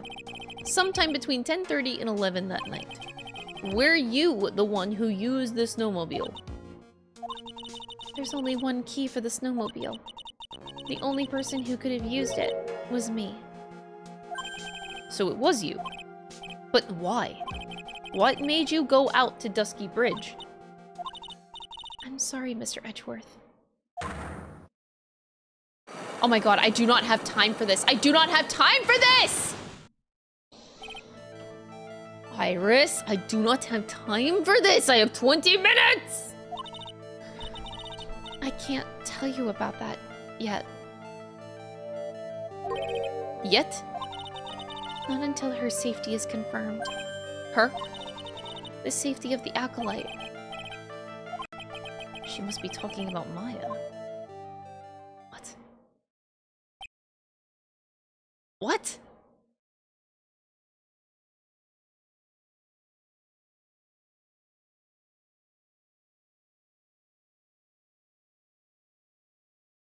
Huh?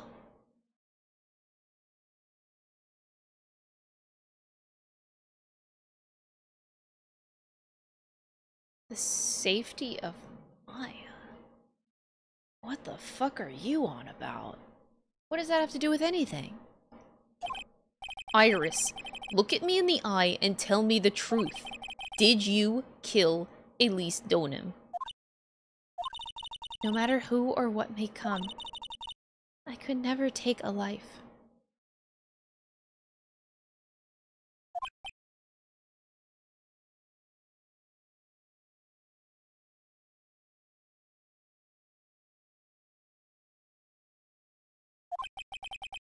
As I thought. No psycho locks. What is happening?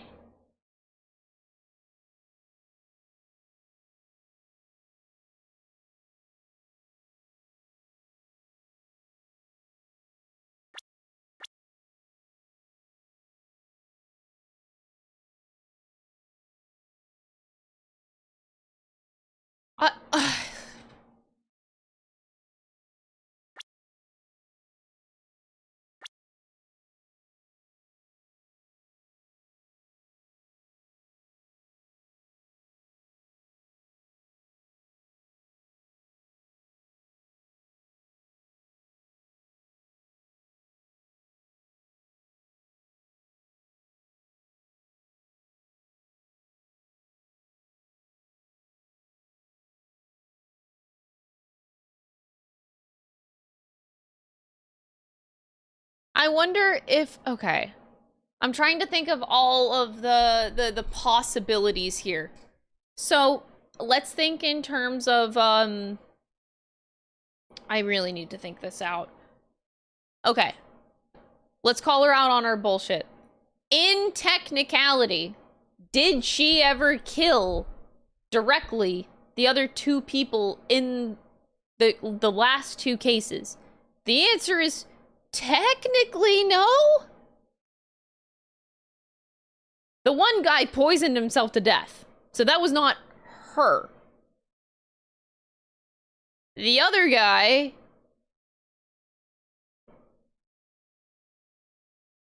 electrocuted. Okay, this is complicated.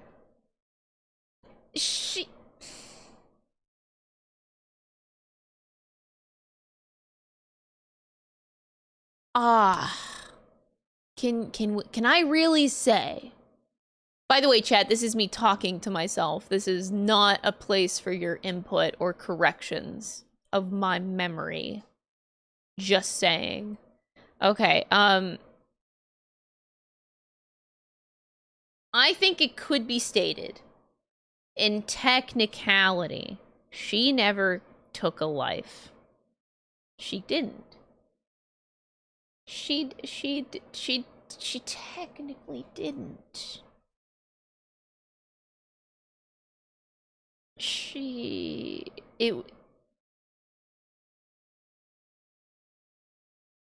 No, she killed Diego.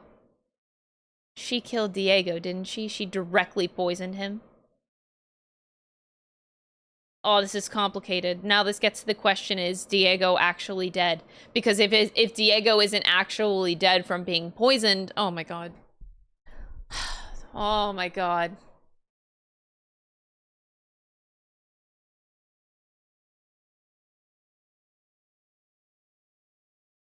So we know that she has 3 victims. One killed himself. The second one she poisoned. The third one was kinda her. So where does that leave us? Do I believe her? I'm just trying to talk myself into thinking, like, do I fucking believe this woman or not?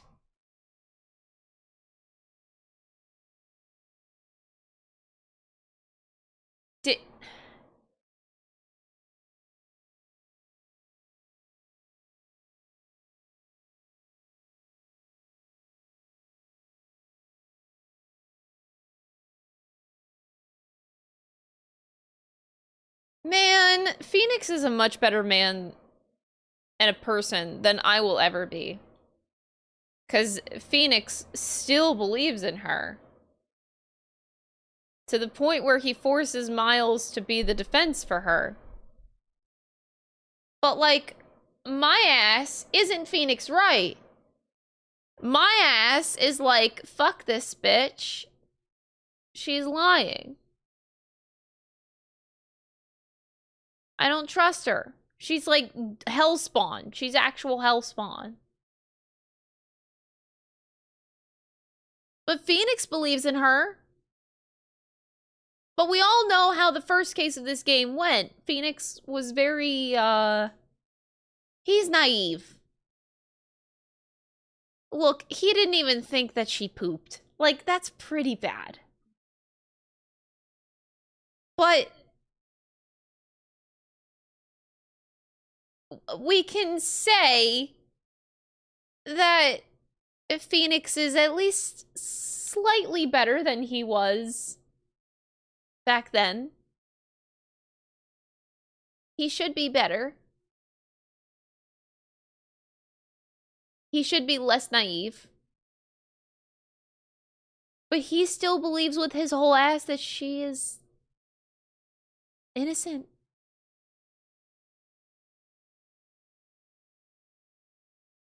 I don't know what to think. Look, the whole point in me having my inner monologue and talk right now is to try to convince myself of what I'm deciding. Like, do I think that she's lying? Or do I think that she's hellspawn because she killed 3 people in the spawn in this game? In this game. Ugh. Or do I just run with my other theory, is if she was always possessed? She was always Misty Faye. Misty Faye's body, she channeled Dahlia Hawthorne. Dahlia Hawthorne was always dead. And Dahlia Hawthorne's spirit is so revengeful and so powerful that Misty Faye was actually Dahlia Hawthorne this entire time. So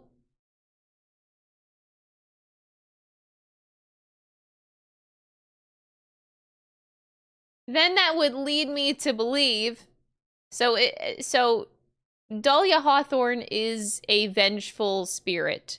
They said the more that a spirit is vengeful, the more powerful it becomes, the more it consumes the spirit medium. So Misty Faye has been consumed. and she's been consumed by Dahlia Hawthorne, who is the actual demon hellspawn. And in this moment, maybe Dahlia is actually not Dahlia. Wait, that doesn't make sense. No, that doesn't make sense. That's not how that works.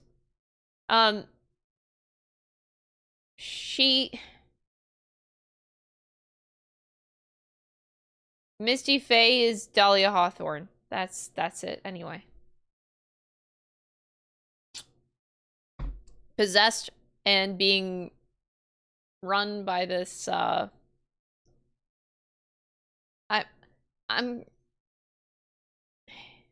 other theory really wasn't that great either. My other theory was that Misty Faye was at least Donim, okay? It's equally a bad theory. Misty Faye is here somewhere! Moving on! Very well. It is my job to get to the truth. You'll discover this for yourself soon enough.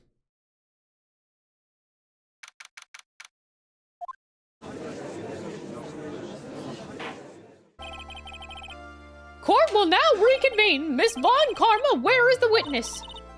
During the break, a man was detained for suspicious behavior in the gallery. Suspicious behavior? He was sketching something very intensely. Dare I ask what the witness was sketching when he was detained? He drew a terrifying woman armed with a demonic face and a vicious whip. Larry? I can only presume that his intention was to capture you. Ah! Anyway, it's time to drag this pathetic excuse for an artist before the court. Laurie's Donim, I hope you're ready. Get in here. It would seem that whip is going to see plenty more use today. I think the real question is Larry gonna come out of this court alive? Because I feel like he's gonna get whipped to death so hard that he's just gonna die. Your sketch is in contempt of court. Hey, I was just artistically rendering. Ouch! You tried to run away from the bailiff who was trying to hand you your subpoena, correct? Look, it's nothing but a fledgling artist training out in the mountains. I'm only down here in the city because I ran out of green paint. Well, to use the technical term for the color viridian. Larry, this isn't an art store, now is it? I know, I graduated junior high, okay? Look, art is all about working in the fields, isn't it? Working in the fields? I presume he wanted to say field work, I hope. That's it. Thanks, buddy. It's kind of sad that I was able to understand his mangled train wreck of a sentence. It is a little bit sad, Miles. It's okay. I just happened to stop in here and found a wonderful new model. So see, I've got nothing to do with this trial at all. I expect all your faces to be red when you realize this mistake. Bright red. Or to use the technical term, Crimson Lake. Ouch! Ow, ow, ow, ow, ow, ouch! Ouch! Stop your pathetic babbling and testify like a man. Refrain from whipping me, Miss Von Karma. Cross-whipping is as bad as cross-checking. Witness, that was all your fault. Testify now! This is too much for me. Larry's gonna be dead by the end of this trial. What the hell? Dr. Andrew Dragon, thank you for gifting 15 subs to the community. What the hell, dude? Thank you. That's so much. That's a lot of gifted subs. Thank you so much for the support. I hope everyone that got gifted subs, enjoy your subs and enjoy all the cute emotes. All of our cute emotes and the mascot. It's adorable. All right. Larry testifying what I saw. I was at that lodge out in the mountains looking up at the stars that night. I walked to the bridge a number of times, but I didn't see a snowmobile. I didn't see anyone at the bridge that night either. The girl I was waiting for didn't show up. My teacher died on me. I'm all alone now. Aren't I edgy? Oh my god. Witness, please refrain from talking directly to the lawyers during your testimony. I'm just a nobody, nothing but a small, worthless man, aren't I? And why wasn't I asked what my name and occupation or anything else? Mr. Edgeworth, this man seems to have quite a severe inferiority complex. He's recently been the cause of numerous incidents. I think he's finally realized for himself just how much of a nuisance he has been to other people. Oh my god. Yeah, that's right. I'm behind everything, every case. Watch out, okay? Just touching me will make you eternally unhappy. Well, then let us proceed with the cross-examination with no touching, thank you. We can delve into other details at a later time. Or not. We don't have to. Ever. Hold it. Whatever is the matter, Mr. Edgeworth? This one single statement is so full of contradictions. For a moment there, I thought I was going to collapse. So, witness, any idea as to where these contradictions in your testimony lie? Depending on your answer, I may stay my whip. Okay, give me a minute. It was snowing that night, so I couldn't possibly have seen the stairs. That rundown shack is hardly a lodge, is it? And even if the stars could be seen, it wasn't like I was there to look at them, right? Oh my god.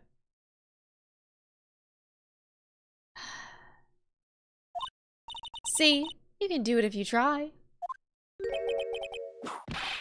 Ow, ouch! There's only one issue here. What you saw at Dusky Bridge.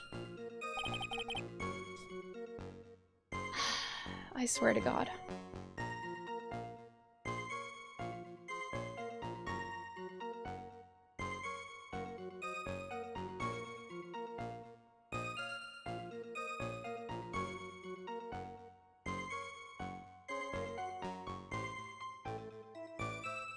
I'm pretty sure Edgeworth in this moment just wants to die, by the way.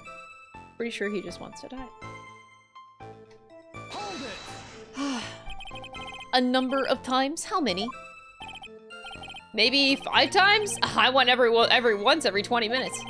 Which means you spent almost 2 hours at Heavenly Hall that night. You bet! Real love is about waiting with your heart in your hands. Love, you say? It was this man's intention to summon the defendant to the small shack. Using this blackmail letter. But blackmail? No, that was simply a product of overflowing love. You huffy-puffy, loosey-goosey excuse for a whimpering, whiny wuss of a witness. So what did you see? I hope for your sake you saw a snowmobile.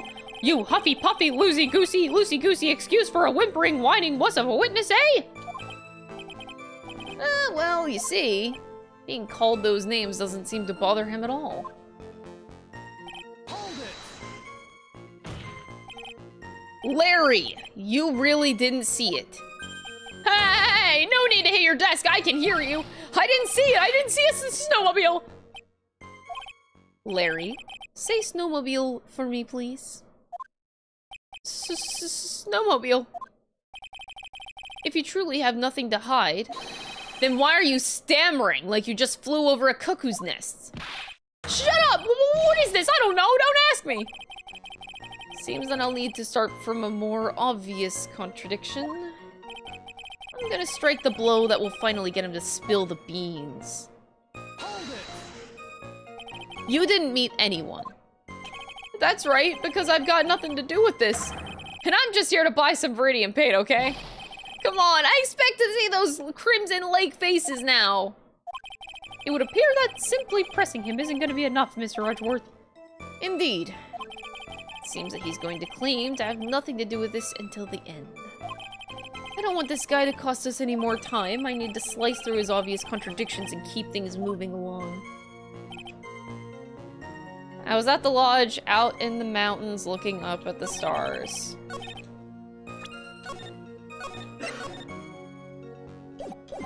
How can you see the stars if it was snowing? Okay, really?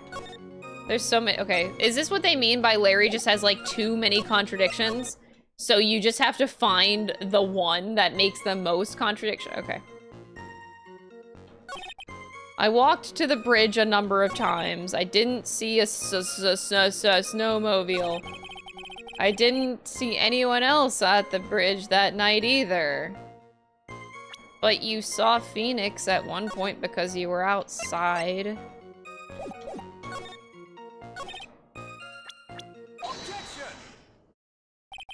Larry Butz. I can understand why you might want to throw your old life away. You're pretty pathetic and you cause all sorts of trouble. I'm sorry. But having realized just how much of a nuisance you have been, that could be considered a step in the right direction. Edgy, are you? Trying to console me? Certainly doesn't sound that way to me. However, I cannot forgive you for simply turning away from the incidents you create. You're totally pinning this on me. Now then, let us talk about the night of the murder. Sister Bikini, after seeing the murder take place, asked Phoenix Wright to report it. Thus, he headed for the public phone by the bridge. There, he happened across a certain nefarious individual. You, Larry Butz. That's right, me in the flesh. Listen carefully, witness. It doesn't matter if you change your name. So long as you remain pretty pathetic, you will continue to cause these...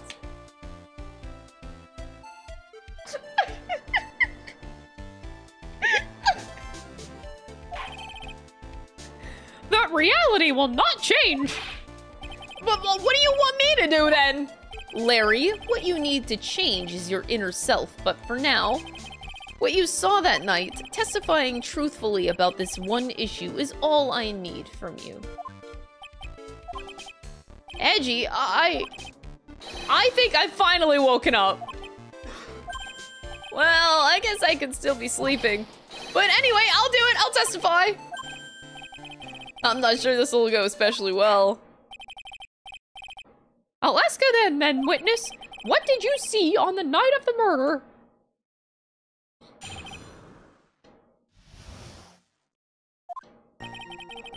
I went to the shack at around 9, so it would have been around 10:30 p.m. I was lying under my bedding when a white flash almost blinded me. I looked out the window and Dusky Bridge was on fire. There was still some thunder, but I went right away to check it out. That's when I ran into Nick.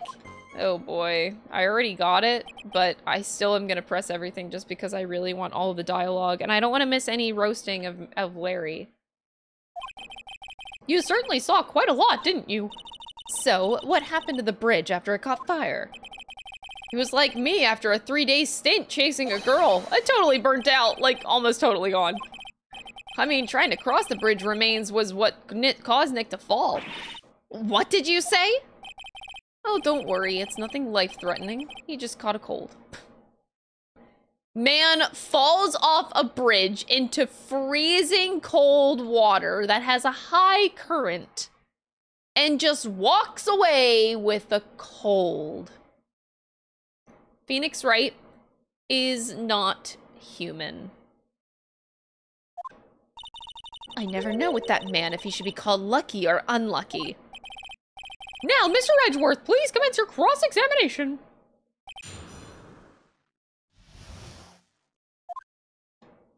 Hold it. What did you do out there in the cold for an hour and a half? Well, if you really must know, I was busy being excited, I guess. Excited? Dare I even ask? I said the meeting time is 10 p.m., right? But I couldn't wait, and I thought she might come early, too. It appears she didn't come at all in the end. Because they never arranged to meet in the first place, did they? Shut up! Don't go picking my fond memories apart! Anyway, I was getting a little worried. I thought maybe Iris had lost her way. So every 20 minutes or so, I went out to the bridge. I didn't see anything particularly suspicious. I didn't have anything else to do, so I went back to the shack to wait for her. Hold it. This light was, of course, lightning. Like, kapow! Like a slap from Naomi, honestly. A bad, bada big, bada boom. Ah! Or a little like that. That's more like a punch from Miranda. Witness, did you actually see the lightning hit the bridge? Well, I was a bit startled by the flash of light, so... Hold it! Seeing that, what did you do? What do you think? I was burning up as well from the fire in my heart. And that's why you went to take a look at the bridge? Well, to be honest, it was freezing cold, so at first I thought, forget it, I'm not leaving my covers. But it had pretty much stopped snowing, so I don't know, I changed my mind. I'm not sure I care for the forget it attitude you had at first, Witness. Hold it! You said right away, but exactly how long after the strike was that? The lightning fell, and then the bridge caught fire, maybe around 5 minutes? I mean, I suddenly thought, gotta go check this out. How far is this small shack you were in from the bridge? Hold on, well, it had pretty much stopped snowing. I guess we're about a 5-minute walk. And how did Dusky Bridge look when you got there? Like I had recovered a piece of my childhood. I mean, not even the bonfire kids make during school trips can compare. Well, should I press him for a little bit more? Why did you go to the bridge? So you suddenly thought to check out the bridge. Does this mean that you initially had no intention of doing so? Oh, well, yeah, I guess it does. It was really cold, it didn't really want to go out there. If that's the case, why did you change your mind? I would like to hear your reasoning. In which case, please give your testimony to that effect, Witness. My reasoning, okay, reasoning it is it? Oops. He told me about the burning bridge yesterday, but there's still something that doesn't quite fit. It looks like, despite his change of heart, Larry still isn't telling us the whole truth.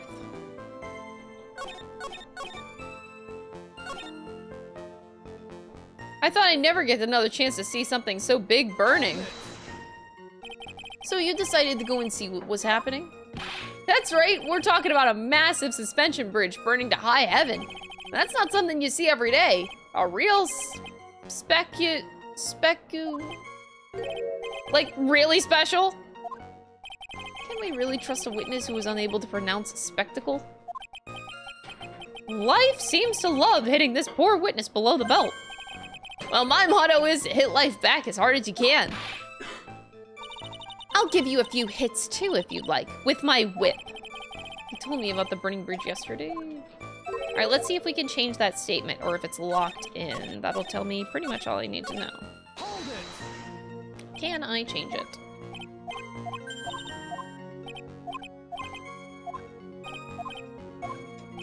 Okay, you can. So why didn't you call anyone? Larry, let me ask you one thing. What is it, Edgy? What's with the serious face? Why didn't you call anyone? What do you mean?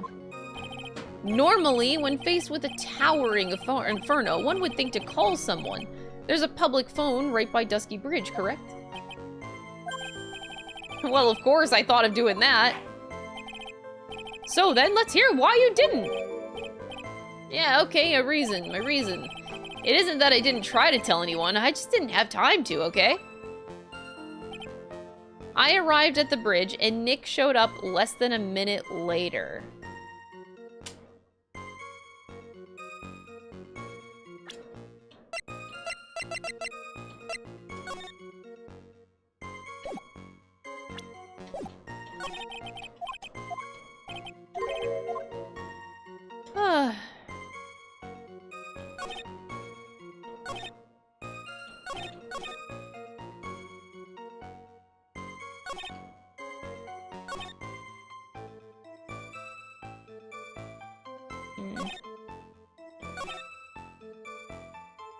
Methinks it's probably the other statement, but I actually don't know. See, I wanted to press him about the time of the strike, because I remember that the strike happened at 10:45, and he's claiming that it happened at 10:30, but these are across two different statements, so I think that's irrelevant.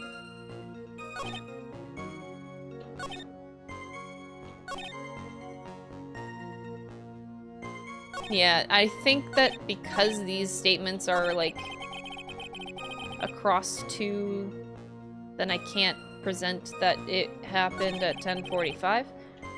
So I think they want me to go in the direction of this statement, or the other one, or the other testimony. So I arrived at the bridge and Nick showed up less than a minute later. That is true. I don't feel like I can say anything, but I will press it still. You claim to have arrived at the bridge at the same time as Wright? Yeah. I thought I'd better tell someone about this. But then Nick came up yelling about murder. It totally made me forget about the bridge. The fire was pretty much out by then anyway. What's this feeling? I suddenly have a terrible case of unease. It was after contacting the police that Phoenix Wright fell from the bridge, correct? Yeah, that's pretty much it, more or less.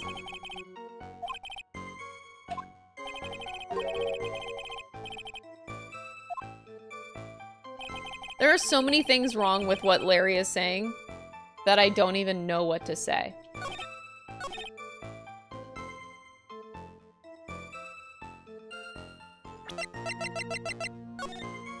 There's so much wrong with your statements. I want to cry. There was still some thunder, but I went to check right away to check it out. I arrived at the bridge, and Nick showed up less than a minute later. Hold it. Here we go.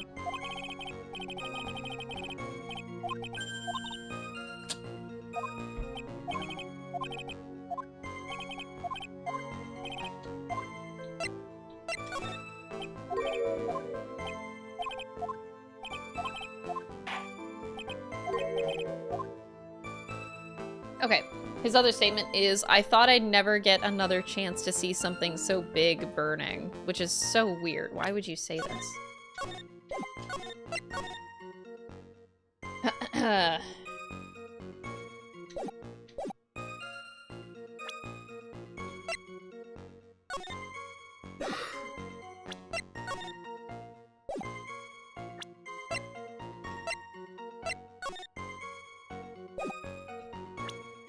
Picture creeps me out.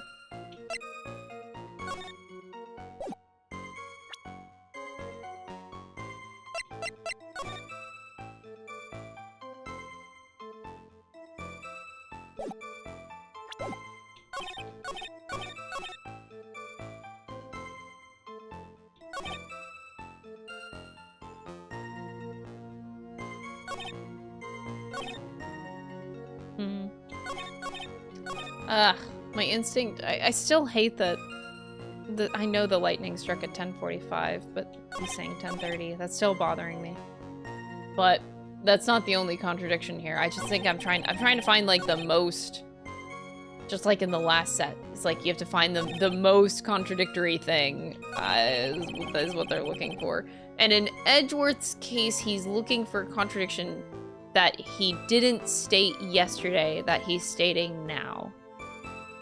Or something like that. Something to that effect. Or something that is different than what he told Edgeworth literally yesterday. Which, I have to remember what that was.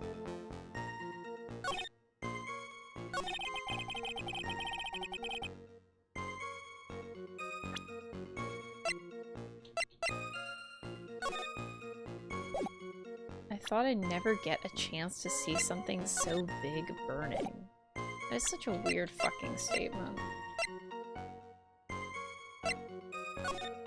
But I don't think that's it either.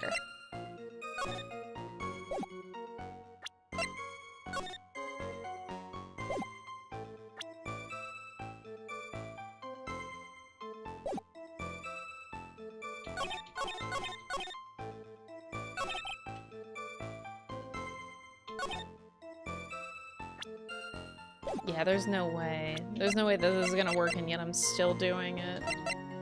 Objection.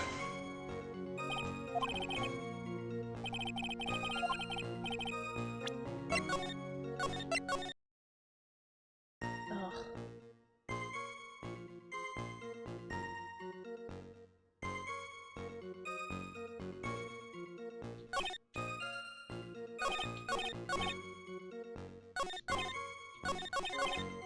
So it's either this statement or the other one. I thought I'd never get another chance to see something so big burning. Or the one with seeing Nick 1 minute later. Do I have a testament as to when that happened?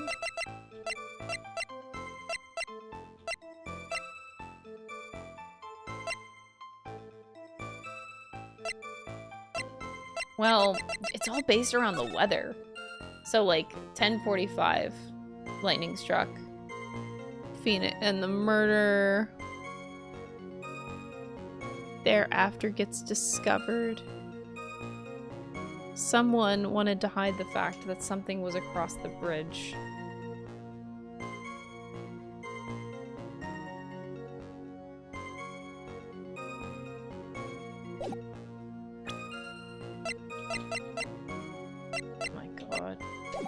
Alright, chat, yes or no, because I don't want to necessarily be here all day. Yes or no, is this a statement that I need to present evidence with? My thinking is no, but I just want to make sure before I move on. Okay, cool, thank you. Hold it! Oh.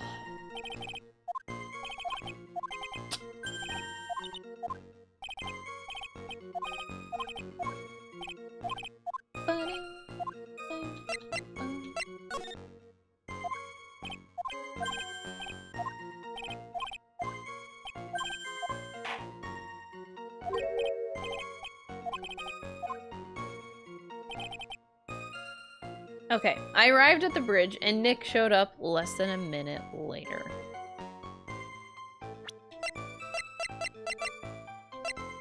This is still not it. Wait, I should save because I know this ain't it, but yeah, I'm still gonna do it. I don't know why I do that. Objection! Don't tell me that actually fucking worked. Oh my god. This is why I just do it. Your very existence being a contradiction, I'm not sure if you can grasp at this or not. What the hey, Edgy? You make me sound like some sort of alien. But your testimony is conclusively contradictory. The problem here is time. I've never been the best timekeeper, you know. 3 minutes after Billy leaves on foot, you follow him on your bicycle. How long does it take for you to catch up with him? Terrible at those. This is much more simple. You saw the lightning strike Dusky Bridge and immediately went to see what had happened. Is this correct? Yeah, well, I wasted about 5 minutes first, but more or less. I have the weather data from that night of the murder. According to this, the lightning fell at 10:45. You say it takes less than 5 minutes from the shack to Dusky Bridge, meaning you probably got there at around 11. Well, sounds about right, I guess. And then Nick showed up and did his falling act. Falling act? That's what you call that? A near-death experience? You call that a falling act? That is impossible. What do you mean? 11 p.m. is when the murder occurred at Hazakura Temple. Thus, Wright was still there in the courtyard. There's no way that Larry could have encountered him at Dusky Bridge at that time. Excuse me, I have an objection! You do? Edgy, how many times do I have to say this? I'm not Larry, I'm Maurice Donham! Ah! It had not been proven that the murder occurred at 11 p.m. The sister only said around 11, in which case it could have been earlier than that. Watch your footing there, Miss Franziska von Karma. The slope ahead is slippery. For there is still no way that Wright could have been at Dusky Bridge at 11 p.m. And why not? It is clearly written here in the weather data report. It took around 30 minutes for the bridge to burn out. Therefore, the bridge must have been burning until at least 11:15. Which means, what exactly? Wright did not see the bridge while it was being consumed by the flames that night. In fact, he did not arrive on the scene until after the flames had died down. Larry, you arrived at the bridge at 11 p.m. But Wright did not make it there until at least 11:15. I suggest you stop hiding things and just tell us the whole truth. Now then, what happened during these missing 15 minutes? I feel like I just got brutally woken up by toilet splashback. I guess I was still sleeping after all. Kill me. Order, order, order, oh! So there was a missing 15 minutes prior to meeting Phoenix Wright. I hardly see that as much of a problem. Yeah, not much of a problem at all. Really? The bridge is burning before your eyes, and there's a phone right next to it. Why then did you not report the accident? Yes, witness, why didn't you? Were you there simply to watch the bridge burn? And therein lies the problem. For even after the bridge had burned out, he was still there. Staring into space, this witness didn't even attempt to fulfill his civic duty. That's what it sounds like. Ah, but this is Larry we're talking about, and even he is incapable of being so stupid. Which means that there has to be a reason for his inaction. Edgy? I think it's about time I got serious with you, dude. Just as I thought, you've been playing with us all this time. Listen, I'm gonna tell you everything. Are you sure you want to hear it all? Yes. I may really say it. Then say it. Very well. I have a terribly bad feeling about this, however. Let's have the whole have the witness finally give us the whole truth. Now, for this 15-minute gap, what were you doing, witness? What's the pinned message? Is Larry the original Skibbity toilet? I hate it here. I'm a donim. I'm an artist. What do you think I was doing? Sketching in front of the bridge. I was whipped up into a frenzy of art. The shock and awe that I was feeling, I transferred it all directly onto the page before I realized that the flames had gone out, and then he came running up. Oh my god. He just says that he's painting. You watch a burning bridge, and you're painting. I suppose artists can be strange folk. That's right, I'm willing to sacrifice everything in order to draw my perfect sketch. Including the truth from the sound of it. Mr. Edgeworth, has this removed the last of your doubts? Not at all, Your Honor. One very large doubt still remains. And what would that be? This is a surprisingly believable story, especially considering the source. So, why did he think that he needed to hide it from us until now? I intend to drag the reason out of him. You'll regret this, Edgy. Oh boy. Hold it! Tell us, Larry. My name is Larice, get it right! Mistakes like that are what keep you from being popular with the ladies like I am. Just who exactly are you? I'm Larice Donham, apprentice extraordinaire. That's what he calls himself in any case. Then you are an artist? Of course I'm an artist, the real thing! Yet again, that's what he calls himself. Names mean nothing. There's only one issue I care to discuss. What were you doing? That is a very big issue indeed. Hold it! Sketching the burning bridge. The burning bridge and everything that came with it. What came with it? You want to hear this from my lips, do you, Edgy? You'll regret this, that sketch of mine. Ah! Enough. Just take that ridiculous sketch of yours out already, witness. What are you talking about? I don't know what you mean. It does indeed appear to be the fastest solution. I'll leave it to you, Mr. Edgeworth. What should I do?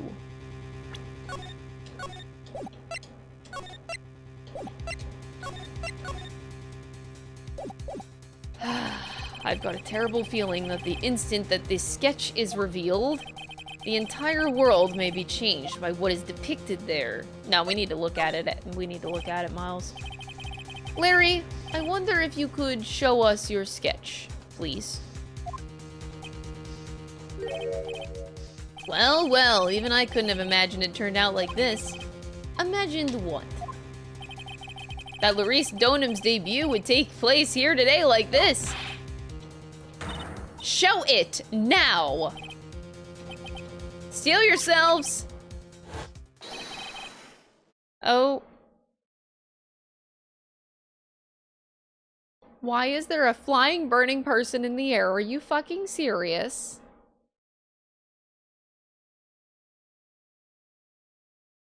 What the fuck? Why is there a flying burning person in the air?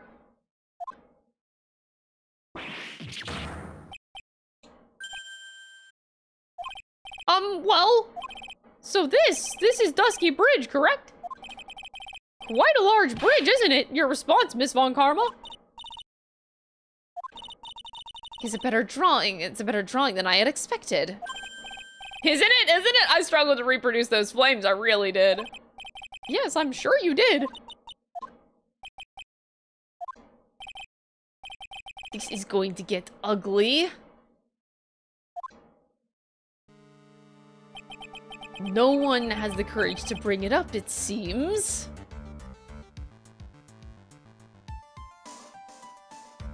No one has the courage to bring it up. Oh my god.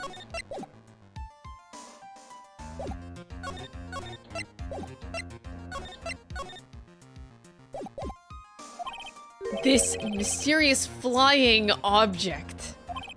Larry. What? The burning bridge is fine. But what is that unfortunate looking figure? Ah, you spotted that. I thought you might. However much I might want to ignore it, I can't. It's Iris, of course! Iris! I wish she'd take better care of herself. We have to plan for our future, you know? What would have happened to her if she had injured herself flying like that? Alan, thank you for gifting a sub to the community. I appreciate it. Larry, please, answer this next question honestly. Okay. Are you really claiming to have seen this? Are you claiming to have seen the silhouette of the defendant flying over a bridge that was engulfed in flames? Wait, because of the pin? Larry struggles to reproduce in all contexts. God damn, bro.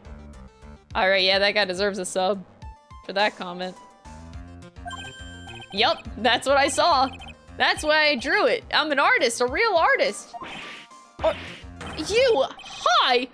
The girl, she's really high up in this picture. Are you high? Why, yes, Your Honor. I constantly think that Larry is on shrooms.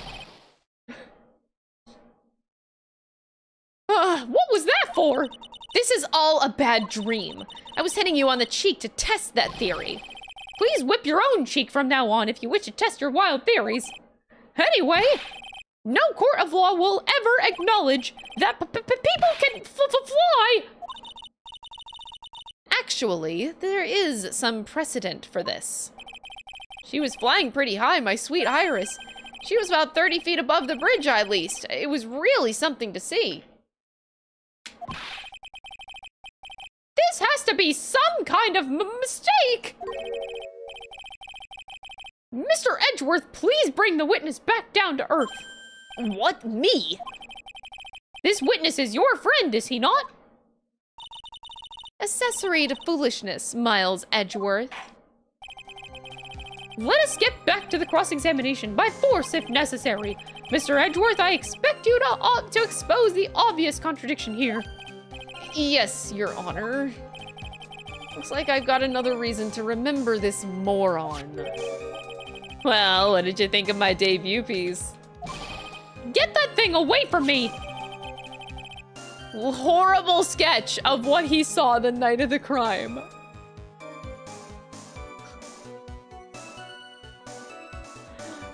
Anyway, so I think we can all say what actually happened. The picture is upside down because this is the fucking stupidest thing that I've ever experienced.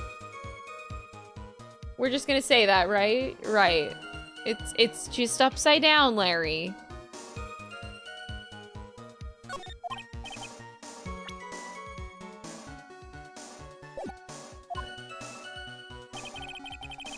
My fucking god. I just want Miles to be like, Larry, did you ever think to look at your photograph upside down? Because why would a person be flying?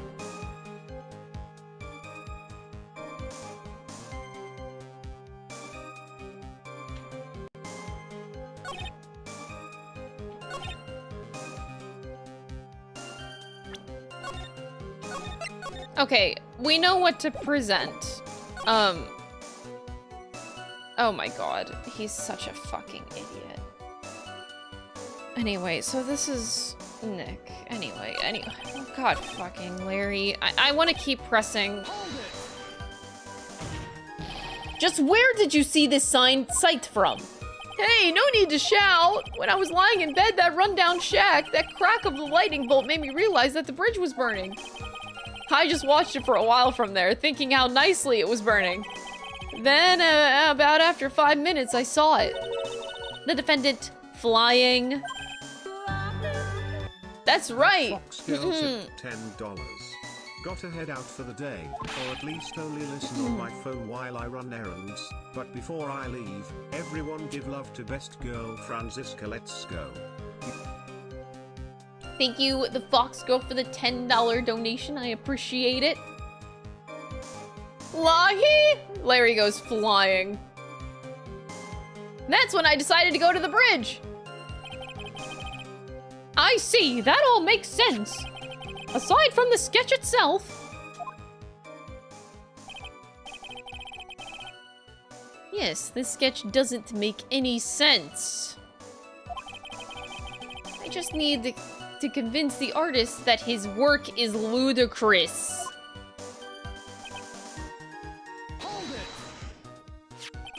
You transferred everything directly onto the page. And that is this sketch here? Yup, sensational, isn't it? Or should that be scandalous? You even put my mind at ease anyway. It did? What's this pin now? The defendant found all of the ether currents, Your Honor. Oh my god, I fucking hate this. Y'all are banned. The reason she didn't come to me, even though I waited for her, was because she was trapped on the other side of the bridge. Could it be that Iris undertook that dangerous despite desperate flight in order to reach me? That's gotta be it, alright? Go me! Nice ouch! Continue, please. You forgot the passage of time to that extent, did you? Well, once I get caught up in something, I tend to forget everything else. That's true, he always has been that way. I guess he's not lying about that, at least. Phoenix Wright appeared at the scene at after 11:15. If he was drawing until then, that dispels all doubts. Aside from doubts of his humanity, eh? There's a big clue waiting for me in this cross-examination. That testimony does nothing less than mock the court. But I am sure that there is a vital kernel of truth hidden in it somewhere. Kill me. So, it's funny. He actually adds the comment of her white hood was fluttering. Anyway, should I just present the sketch, or do I present a hood, or do I present Phoenix? Okay, let's just present the sketch. Let's start there and see if it works. Okay, clearly it did not work, so let's go back then. Yeah, I did. Okay, I had to make sure that this was my save. Okay. Larry, what did you really see that night? Not that I particularly care. In your position, that's just being irresponsible. I drew exactly what I saw. I'll give you a whole $1 that it's the truth. If that is truly the case, then there is one thing that we can say for certain. What might that be? That the person who flew over the bridge could not have been the defendant, Iris. What? What do you mean? I don't understand. A foolhardy folly of a foolish statement by an equally foolishly foolhardy fool. How exactly can you make this claim? Tell us, Larry. According to this picture, The individual whom you say you saw was wearing a hood, correct? Of course she was. That rundown shack is quite away from the bridge. The hood is what told me that this floating angel was my Iris. The hood is my darling Iris, and Iris is my darling hood. I'm telling you, Phoenix Wright is wearing that fucking hood. Oh my god. It seems that there are bigger fools in this world than the one at the defense's bench. Larry, there's something you need to be made aware of. On the night of the murder, Iris wasn't wearing her hood. She had given it to Wright as a gift. Are you going to change your story now? Perhaps suggest it was Wright who took flight? Well, in a way. What are you talking about? I think you understand what I mean just fine. Why did Nick have Iris's hood? Oh my god. What? Edgy, what's going on with Iris and Nick? But what, you Nick, you dog? I'm losing brain cells actively. I do believe that this unbelievably mysterious sketch is destined to appear discredited and discarded straight into the garbage.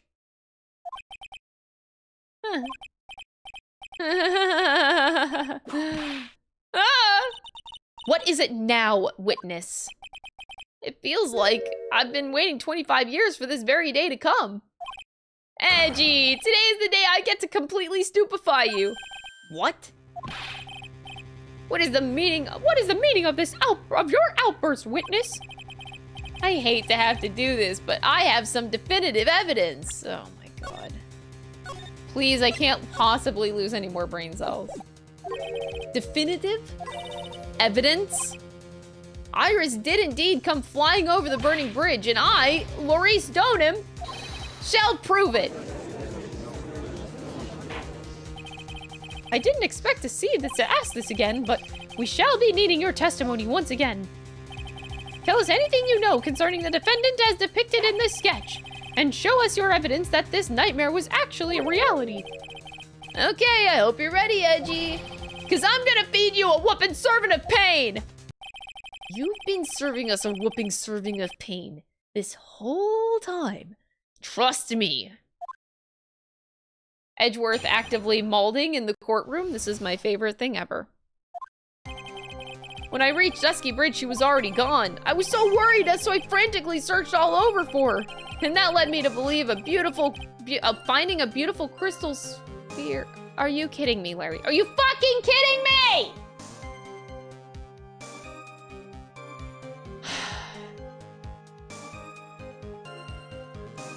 I'm gonna kill him. I'm gonna kill him. I'm just... Oh my god. This is probably exactly what Miles is thinking right now. I'm just gonna fucking kill him.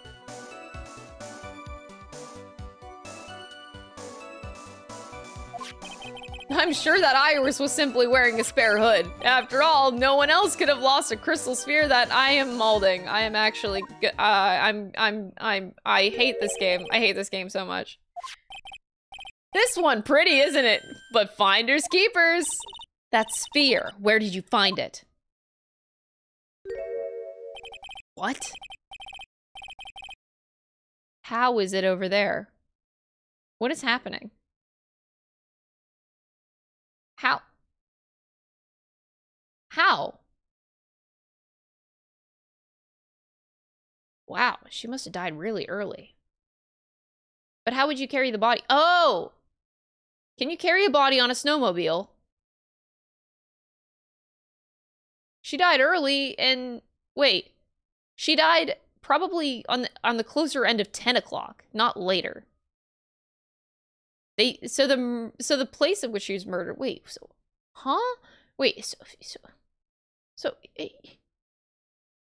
so she's murdered over there. Did she find it?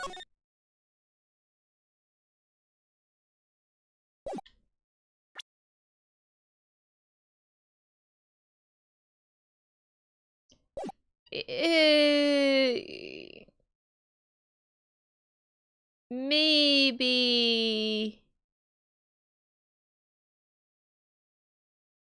Maybe...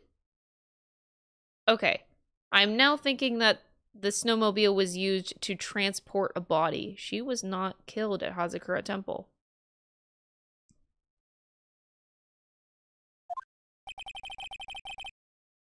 And it was half buried in the snow?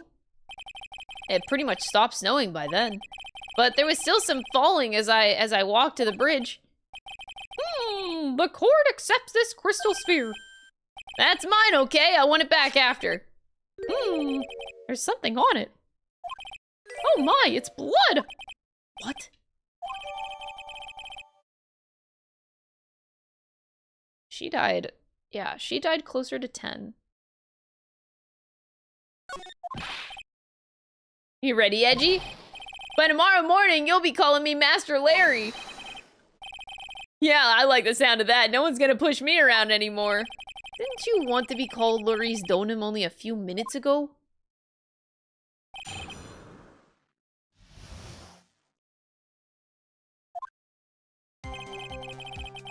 We still gotta press everything. We already know what to say, but we're still gonna press everything. So, you went to the burning bridge? That's right, to meet Iris. She actually flew to get me, and the least I could do was meet her halfway. But the defendant was not at the bridge when you got there, you say. I guess she went back to Hazakura Temple. She's a girl, after all. She must have wanted to look her best. It must be lovely to live in a fantasy land of Larry's mind. Actually, it's so depressing that I can't even work up the energy to point. So what did you do next? So you searched all over for her? She was flying pretty high, you know. I thought maybe she slipped on her landing and got hurt. Hey, it was more than possible. Also, when I headed out to the shack the first time, I was snacking on a banana. I was pretty sure I threw the peel away somewhere around there, so you know. Can one guy really be this stupid? So, did you find any signs of her so-called landing? I don't really remember. I kept falling over myself and kind of lost it for a while there. You fell over yourself? Yeah, the snow was deep and there was even a banana peel out there. Oh my god. Yup. There's stupid, and then there's Larry Butz.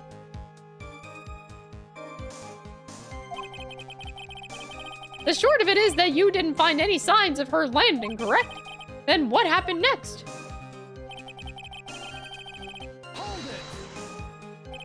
Half buried. He was sitting in the snow with a little gathered on top of it. It was very hard to spot, actually. I mean, it was dark out, too. I'm impressed you did well to find it. No matter what you may think when you look at me, I'm a pro, a genius security guard. I used a pen light I borrowed from my company to help in my search, and it sparkled real brightly as if it was saying, "Here I am" to me. It does indeed look very much like the crystal sphere on Iris's hood. But need I remind you that she was not wearing her hood that night?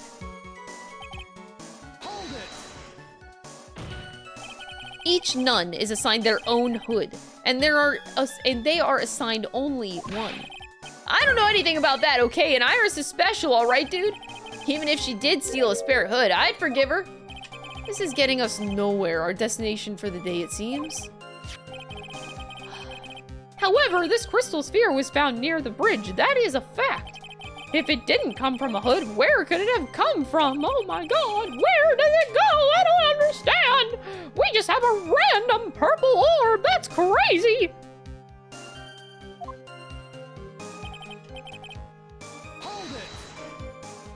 Let me confirm this one last time, Larry. The reasons you thought that this was Iris are the hood and this crystal sphere, correct? That's right, my gut is never wrong. I met that old Bikini the next morning, and her crystal sphere was still there, safe and sound. Indeed. She was wearing it in the very room earlier today. This case isn't going to end without a fight. Exposing the obvious contradictions in this testimony would be easy, but I fear that all that awaits us are further mysteries.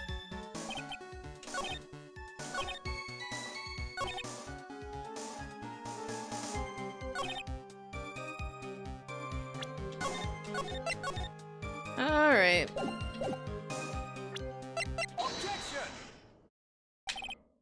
Larry, that night, there was someone who lost a crystal sphere. There was? Who? Who was this stupid idiot? Miss Elise Donim, the mentor to a stupid idiot. The victim. I have a photo of her here. And on the end of her staff, you can see a familiar-looking crystal sphere. Hey! That's my photograph! Give it back! Ouch! A crystal sphere like that is quite easy to find. I have one just like that, just like it on my brooch. They look nothing alike. In any case, please take a look at this. This is the victim's staff found at the scene of the crime. The crystal sphere, it's gone! Oh, boy! What?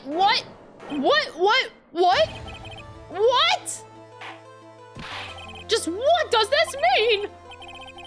If anyone jumped or flew across the bridge that night, it certainly was not Iris after all.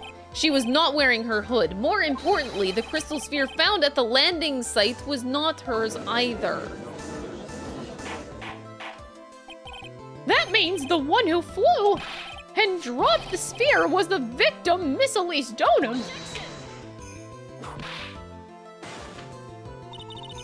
A fool alongside another fool, on a fool's errand to reach a foolish conclusion. First of all, this sketch, which I prefer to call a scribble, is ridiculous. People cannot fly, thus it is rejected. You can't do that! I saw it with my own 2 eyes! And this crystal sphere, this is nothing more than a red herring. You honestly believe that? There's literally blood on it, you fucking dumbass. Give it some thought, and I'm sure you'll realize it as well, Mr. Edgeworth. Elise Donham was in her room on the night of the murder. There was no reason for her to go to Dusky Bridge. Therefore, this sphere cannot be related to the case. That is all. Miss Franziska von Karma?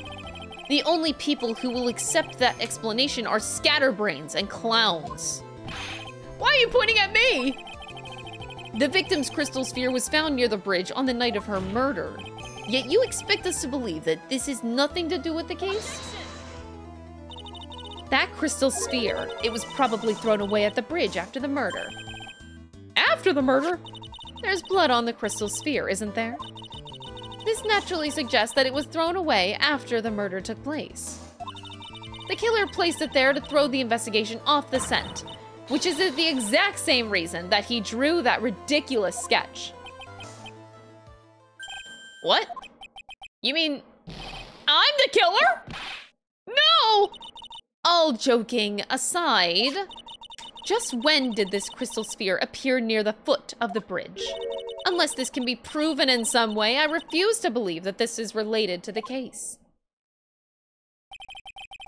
She doesn't make a valid point. He said it was buried in a little bit of snow, meaning that it fell over, I would say like 10-15, like, you know, at the tail end of the snowfall. But whatever. There's no evidence that that Elise Donham left Hazakura Temple that night. Oh, well, yeah, we also don't have that. But, you know, it's okay.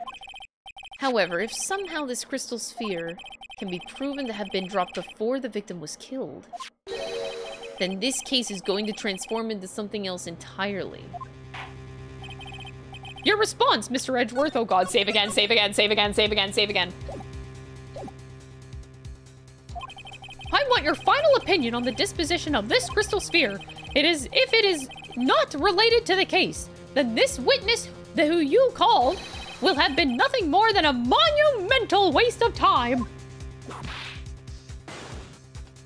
Prepare yourself for some very appropriate punishment, Miles Edgeworth. Can I prove it? Can I prove that the crystal sphere was dropped before the murder took place? Okay, let me actually think about that. What does it specifically say? Found half covered in snow. I think I can, I think it's valid based off of that sentence alone. Half covered in snow.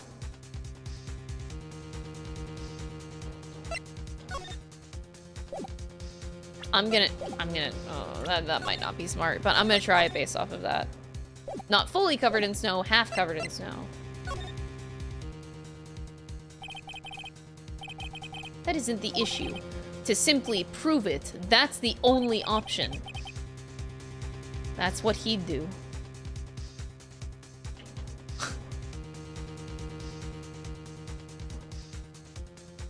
Again, Miles Edgeworth is way too reflective of a man. Oh my god.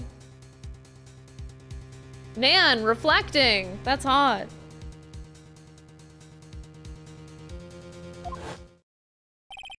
That's the way Phoenix Wright would do this. Your Honor, allow me to prove something to you. I will prove that this crystal sphere is a vital link to solving this case. You will do what? Who said that? Half covered means it was almost Christmas. I hate this. Half covered in snow does not mean it was fully covered in snow, Your Honor. It was almost Christmas, which means it wasn't actually Christmas. Thank you. Thank you for that. You know what? You're so right. That look in your eyes. You remind me of Phoenix Wright when he is cornered. Man, Miles and Phoenix. Oh boy! That should come as no surprise. Because right now I am Phoenix Wright and I am indeed cornered.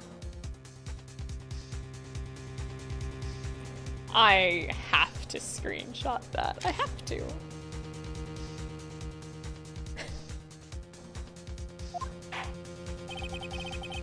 I order you to present your evidence, Mr. Edgeworth. Wait, what? In this photo? Evidence that proves that the crystal sphere was indeed dropped before this murder. It has to be the weather. Your response, Miss Von Karma? Birds of a feather flock together. Are you familiar with this phrase? Miles Edgeworth. I think one such bird is calling for its fellow now. Go, go, Edgy, do it, prove it, win, win, win! His cheering. It's as though I'm listening to an ominous cause of ravens. So, Mr. Edgeworth, what will you do from here? One more chance, Your Honor. I can't turn back after coming all this way. The time of the murder and when the crystal sphere was dropped. I need to find proof that the latter happened first.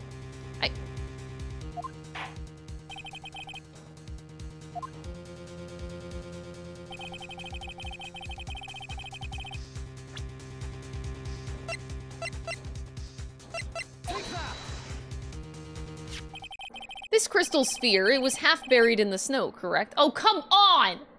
That's what I was trying to say! Come on! That's right, if it hadn't stopped snowing, then it would have been game over. The snow would have totally covered it. That's all I needed to hear from you, Larry.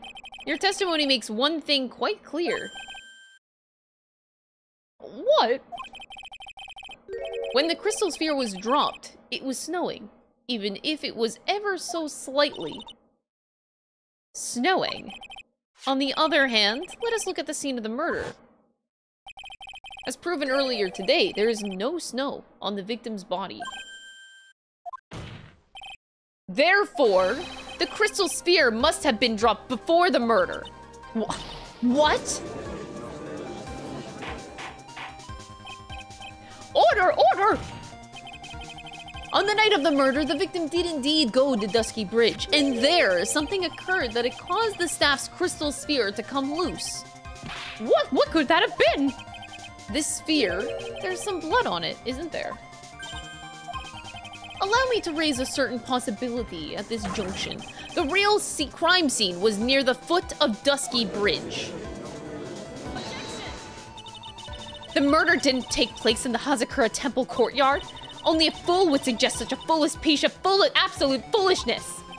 Just who is the fool? And which part is so foolish, Miss Von Karma? Woo! Have you been paying any attention this whole time, Miles Edgeworth? The sister saw everything. She saw the victim being killed by the defendant in the Hazakura Temple courtyard. That's not exactly true, now is it? To put it more precisely, what she saw was the murder weapon being removed from the victim's body. That's the same thing! No, it isn't. You said it yourself. Very little blood is actually lost at the moment of the blood's insertion. If you want to talk about when the most blood would be lost from a body, that would be when the blade is removed. If that statement is the truth, then Dusky Bridge could very easily be the scene of the murder. The murder weapon was not removed, thus there was no bleeding. You are forgetting one vital thing, Miles Edgeworth. At least Donem's body was found in Hazakura Temple. On foot, it takes 15 minutes to travel from Dusky Bridge to Hazakura Temple. You mean to suggest someone carried the body all that way? Oh, sweetie. Oh, sweetie. I've made it this far. The only place to take this is to the end. I just need to prove that my version of the events is also perfectly plausible. If the defense is ready, the court would like to have an explanation. Please show us the method by which the victim's body was carried to the temple. Hold it! Take that!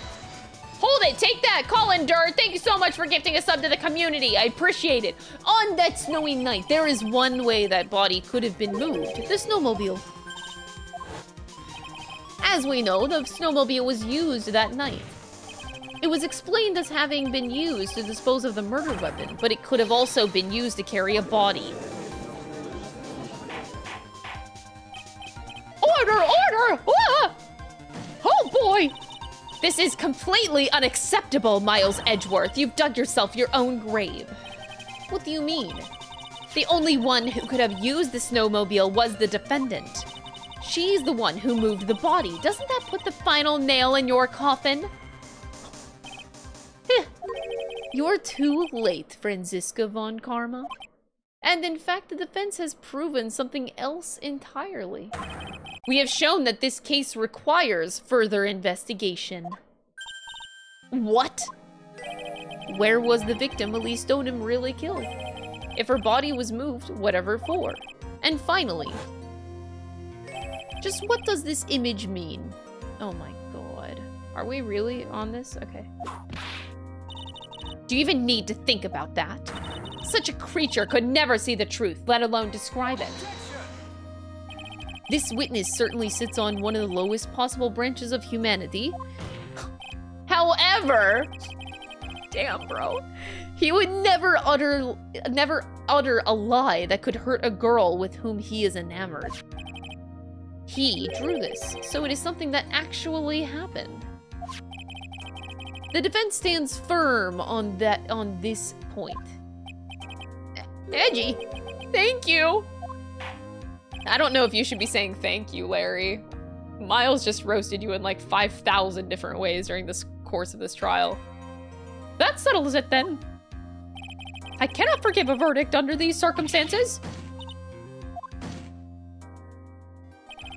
Right. Oh. Sorry, I have to.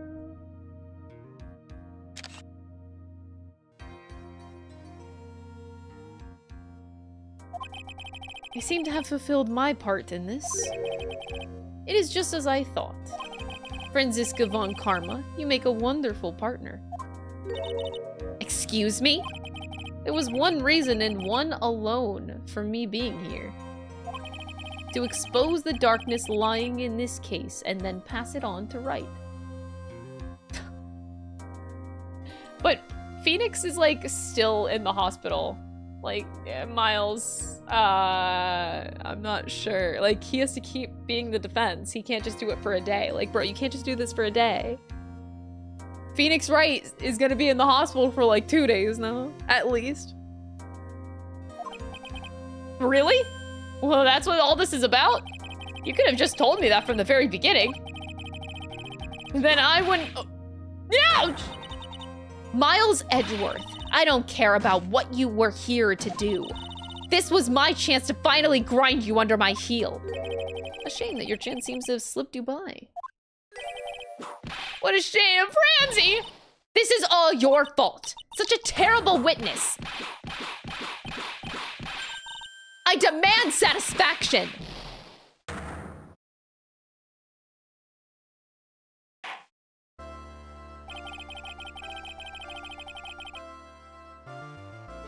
I cannot believe that the witness's testimony relates to the actual event. However, there has to be some sort of answer for the questions it raises. Have his words here today been the truth or lies? Next time we gather in this courtroom, those are the matters that shall be addressed. I am counting on thorough investigations by both the defense and the prosecution. And with this, the rest is up to you, right? Is it really? No. Don't just stop. No. Court is now adjourned.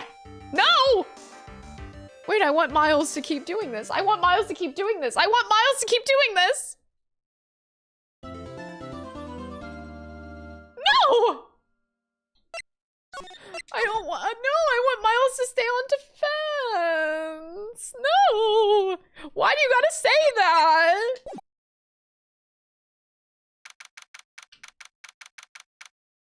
No. He's staying at Hottie Clinic? Of course he is. There's no other hospital in this fucking game. I'm still up at this hour reading through the trial record of a certain case. It's the first case my mentor Mia Fey had ever handled in a court of law. The horrifying truth that I refuse to accept is holding me hostage here within its pages. Yeah, Dahlia Hawthorne. What I've read, I don't want to believe. What is written here? This isn't the Dahlia that I knew. Oh, Phoenix, come on. Are you kidding me? After falling into Eagle River, I was somehow miraculously saved. But I ended up catching a cold that seemed to knock me around the world and back.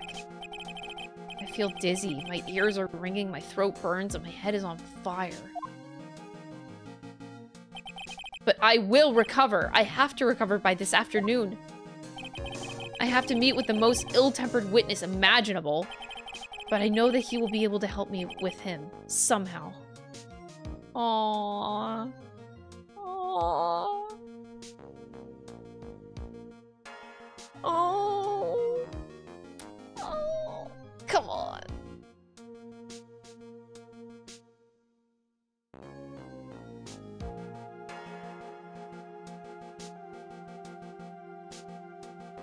Man, I love this game so much. Ugh.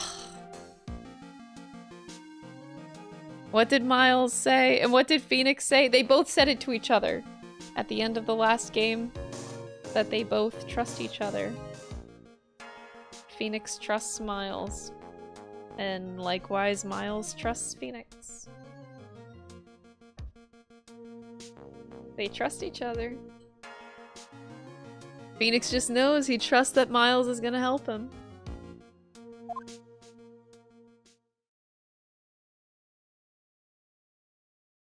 I cannot stop smiling.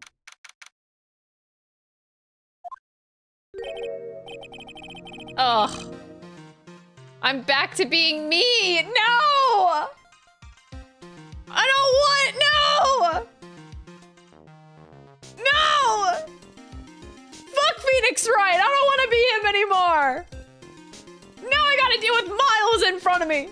Not POV! No, ah, come on. Bring Miles back into first person mode. Man! But on the bright side, hey, at least I have Miles helping me out, so it's not like he's leaving. He's gonna help me. Right, are you sure you're well enough to be doing this? You still look a little green in the face. What, are you gonna take care of me? That'd be cute.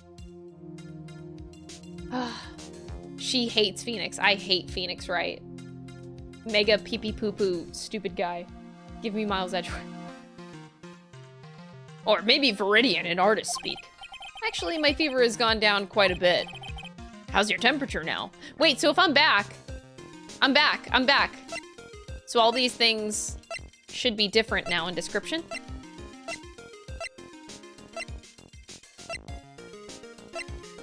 Nope, still the same.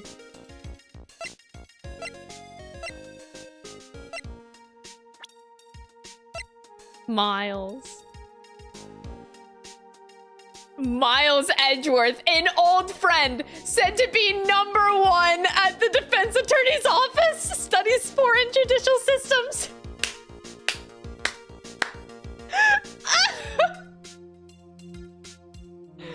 Oh, god damn it. Said to be #1 at the district attorney's office. Oh, that's amazing. I like that. So he actually was studying foreign judicial affairs. That's amazing. God, what a fucking nerd. What a fucking nerd. Okay, so these all changed, no? Larry Butz saw an unbelievable sight at Heavenly Hall the night of the crime.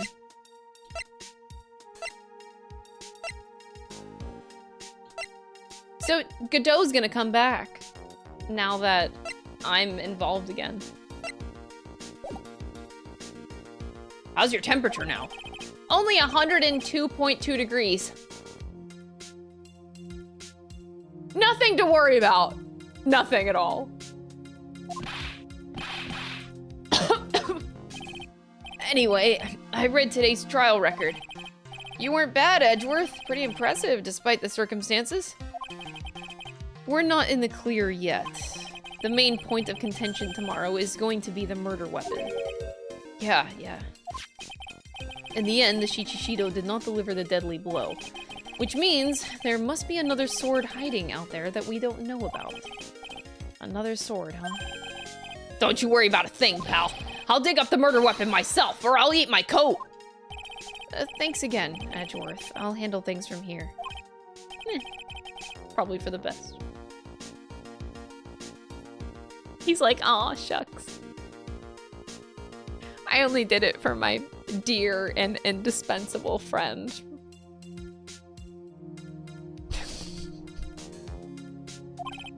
Actually, I was thinking about paying the old precinct a little visit. There's something I want to look into. He's gonna look into his first case, is he not? His first case. Ever, as a prosecutor. You better go check that, buddy. You better go check that. Our client's background, naturally. You mean Iris, sir? I have the feeling that we've met somewhere before. All I want is confirmation, one way or the other. And since I probably won't be getting that from you... I mean, just ask me. Just maybe I'll talk. Okay, look. Okay, here, Miles. We're gonna have a talk right now. Okay, Miles Edgeworth.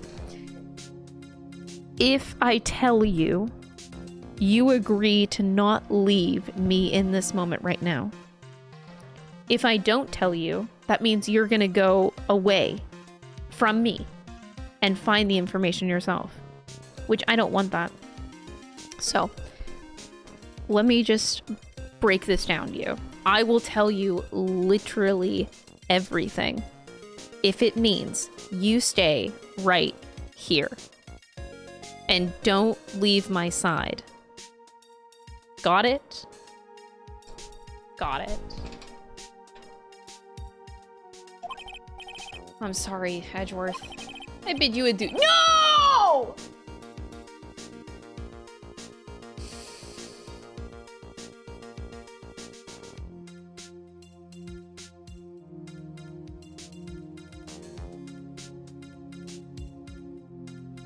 Phoenix! Say something!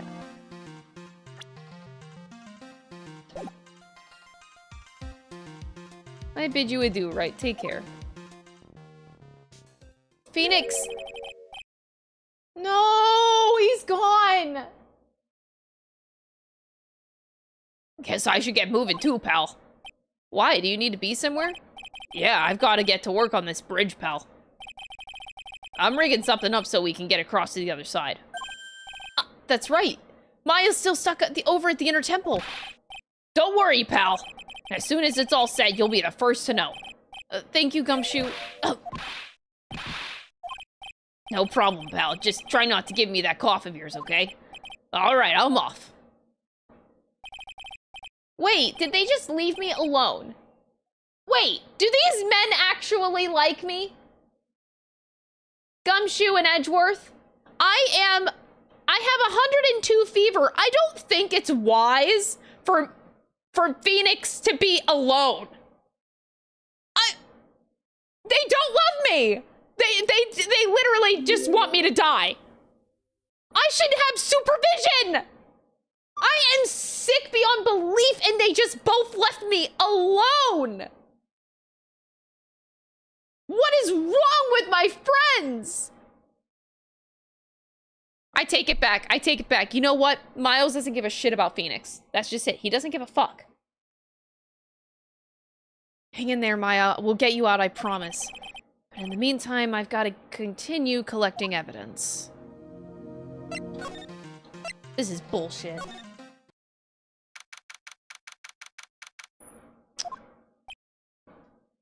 Looks like no one's here. Larry! Laurice! I was sure he'd be hiding here. Guess I'll try again later.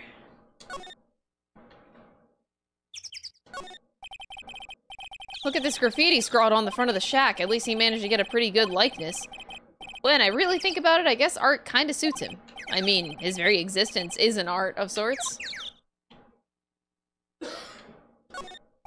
That stuff is really ruining the beautiful atmosphere around here. It's so inappropriate. Like Sister Bikini in a bikini. Ugh.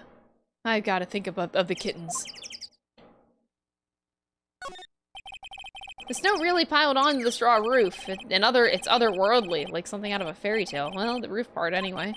The sign says Heavenly Hall. I guess it's pretty fitting. If you spent a night in this little freezing shack, you'd probably find yourself at the pearly gates by morning.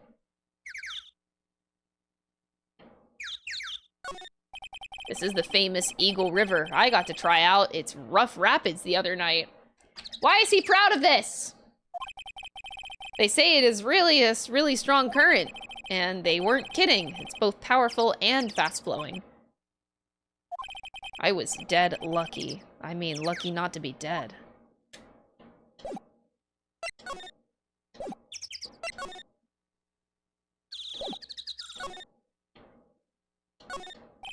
That's Dusky Bridge up there. It's amazing how clearly you can see it from so far away. Larry supposedly saw everything through the shack's window. Not much light gets down here, so it must be pitch black at night. But this area was probably illuminated that night because of the burning bridge above.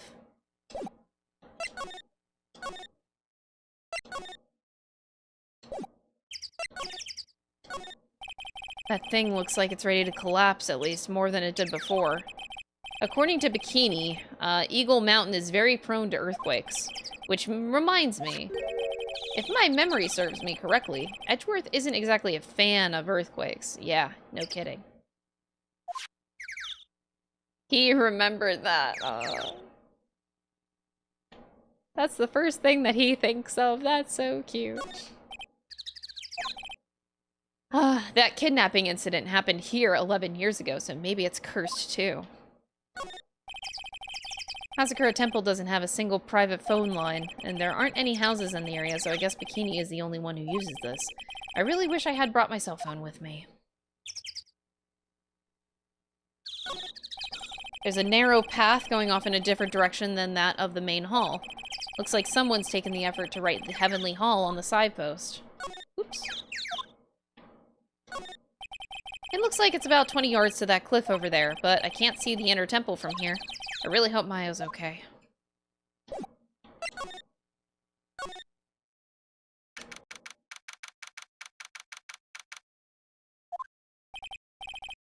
Come on, please, it's for art's sake, I swear! Oh, there's only one guy I know who could be this persistent and high-strung. I'm talking about the heroine here, the heroine of my book. I'll make you famous. Enough. A fool's fool fools who foolishly accepts the foolishness of a fool's fool.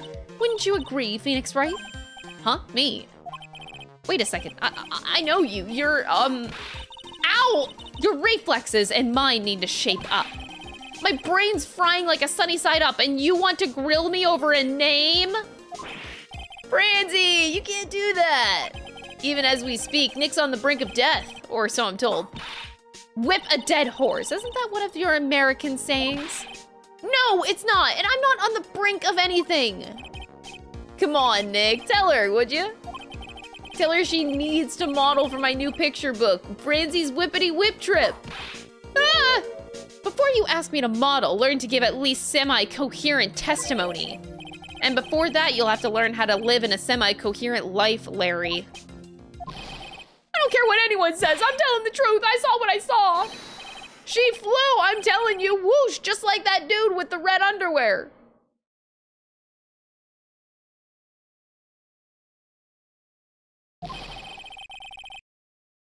Don't think I'm gonna forgive you guys when you come crawling back to apologize. Off he goes. It's amazing how little has changed with you in the past year, Phoenix, right? Oh god, freaking... Hi, how do you feel about Miles Edgeworth? About this. I refuse to help you, Phoenix, right? Should have known better than to try. But it's Miles. Have you been in Germany all this time? That's right. Extending my perfect win record, naturally. Oh, joy. Sounds like she hasn't changed a bit. Has it really been a year since we first met? I'm Franziska von Karma, the prodigy. I see. I gave up a promising career in Germany and came to this country for one sole reason, revenge. Franziska was born and raised in Germany and became a prosecutor at the age of 13. Her father was a legendary prosecutor, Manfred von Karma. He had a perfect win record for 40 long years, but now he's gone from this world. Wait, what? He's just in jail. Don't tell me you still hold a grudge against me. Because of what happened to your father? Phoenix, right? You will fall before me. This I promise. But it will be for my sake, not my father's. Are we clear? Yes, Crystal. In truth, I was shocked. I came back to America with the intention of defeating you. Instead, it was my little brother who was leading the defense. Little brother? Sorry? Little? Edgeworth, come to think of it. Edgeworth was pulled into being a prosecutor by Manfred von Karma as well. Miles Edgeworth told me something very interesting, you know. He said this case has a special significance to you. Because it does. And that's precisely why I am here. Your personal involvement will make crushing you into teensy-weensy pieces all the better. It's probably the fever, but she's so openly hostile that it's almost kind of cute. Phoenix? Ow! No smirking! No whipping the sick! That foolish fool doing such a foolish favor for such a foolishly foolish fool. Edgeworth.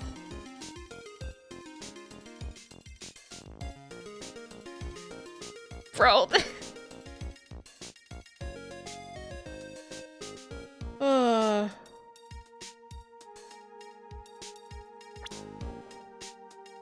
That is a hard thing to digest. Phoenix, the lengths that this man went to save your life, man. Well, not save your life. He did that in the last game, but right now he's just doing it for the morality. Like he saw how Phoenix was shaken up and how much this random chick affected him and he just wanted to help. Like that's just fucking oof. Edgeworth is a special man. Make no mistake, Phoenix Wright. I came here for one thing, and one thing only, to pulverize you. It's not like I thought you were here to bring me some cold killer X, you know? Ooh. I went over the whole case file on the flight over. You read the whole thing. Yes, every last word of every last sentence of every last paragraph. All the ridiculous things that you did made it a very interesting read, you know. Attempting to cross a burning bridge, did you even consider the dangers? No. The only thought I had in my mind was I have to get across. A fool who doesn't think is more foolish than a fool who foolishly thinks. Gumshoe said that he'd let me know once the bridge was repaired. Maya, she's gotta be okay. I just know it. Plus, I need to ask her about what really happened at the Inner Temple that night. Are you gonna talk at all? Okay, I don't think she's gonna talk at all. Okay, that's great. Anyway, so about the snowmobile. I'd love to know what that thing was used for on the night of the crime. Still thinking small, I see, Phoenix, right? Or perhaps not at all. That's why you will never defeat me. Sorry to burst your bubble, but I don't recall ever losing to you. It's time for us to settle this once and for all with the one final showdown. Looks like she mentally blocked out my victories from her memory. Yikes. You can see the main hall from here. I wonder how the head nun is holding up. Oh wow, is that an inkling of human kindness I sense? Ow! Do you enjoy causing other people pain with that sharp tongue of yours? It's nothing compared to the pain you caused with that leathery whip of yours. This is one impressive gate. Compared to the grandeur of the main gate at the Von Karma estate, it's but a pet door. It really looks idyllic with all that snow on it, don't you think? All that snow? Don't make me laugh. This is but a light dusting where I'm from. Don't make things up just because you think I'll never get to see it for myself.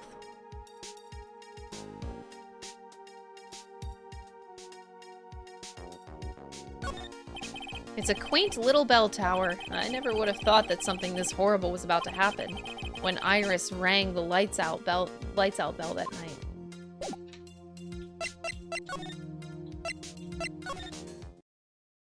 Pearls is still missing. My worry is that, like, Pearls or Maya is fucking dead. That's what I'm worried about right now.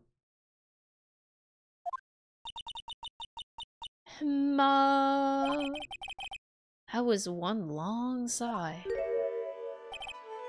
Sister Bikini? My! I didn't know you were here. How you doing? You don't have to pretend to be in a good mood for my sake. I suppose I've made a terrible mess of things, haven't I? I let Mystic Elise die, and then there's Iris as well. Mystic Elise, now that I think about it. There's an acolyte stuck at the inner temple, and that poor little girl has gone missing too. That little girl. Wait, you don't mean Pearls, do you? Yes, I'm afraid I do. She hasn't been since the morning after the incident. Pearls, she's missing? Why didn't anyone tell me about this?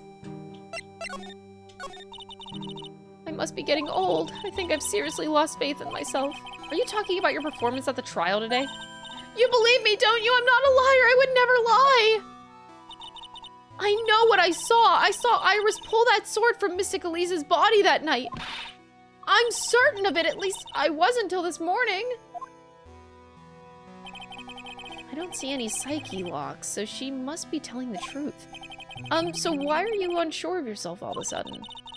You know that artist who testified after me? I saw Iris flying, her white hood fluttering. I felt like I might start flying myself.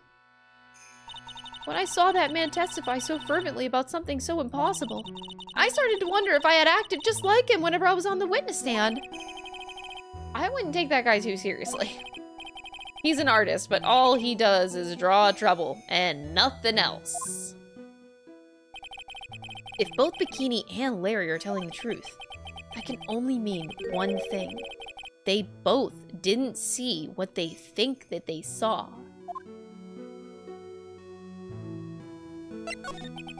On the night of the incident, you met Iris at the Inner Temple, is that correct? That's right. I'm sure it was Iris. But Iris claims that she was in her room in Hazakura Temple. I knew I shouldn't have come here back that night. But because you did, Maya is stuck all by herself at the Inner Temple. I'm so sorry.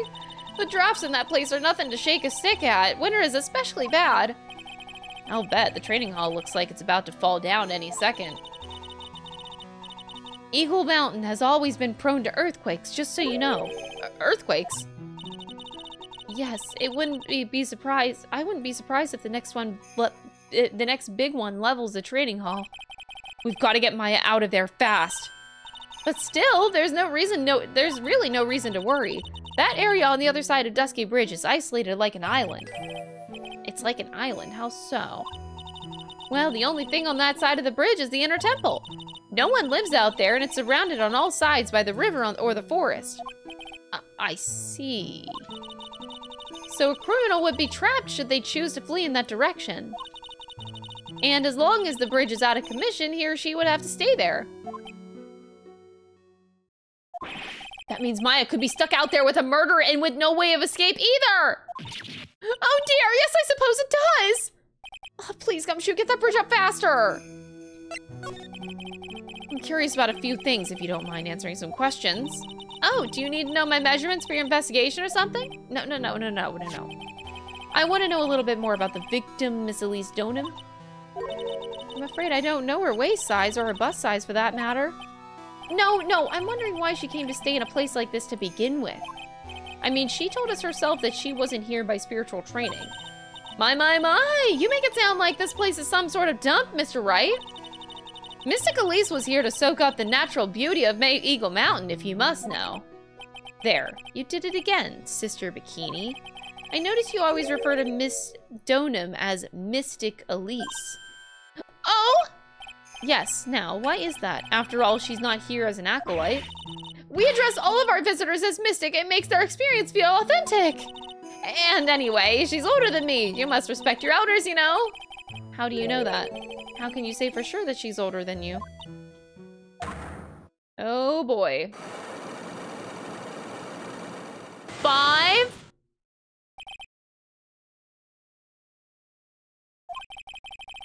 It seems Miss Elise Donham was no ordinary visitor after all. And there's Pearls. She was with Miss Donham on the evening of the murder, and now she's vanished. It's all gotta be connected somehow.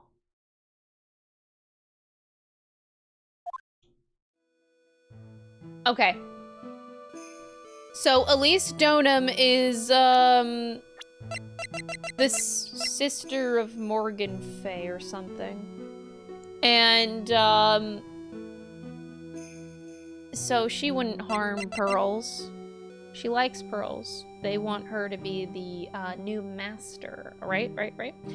So,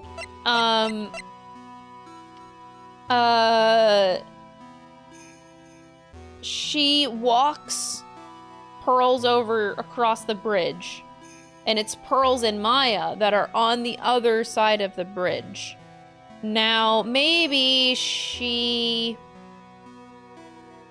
Can you force someone to spirit channel against their will? I'm like thinking, what if the intention was to leave Pearls and Maya together on the other side, abandoned, to either kill them both or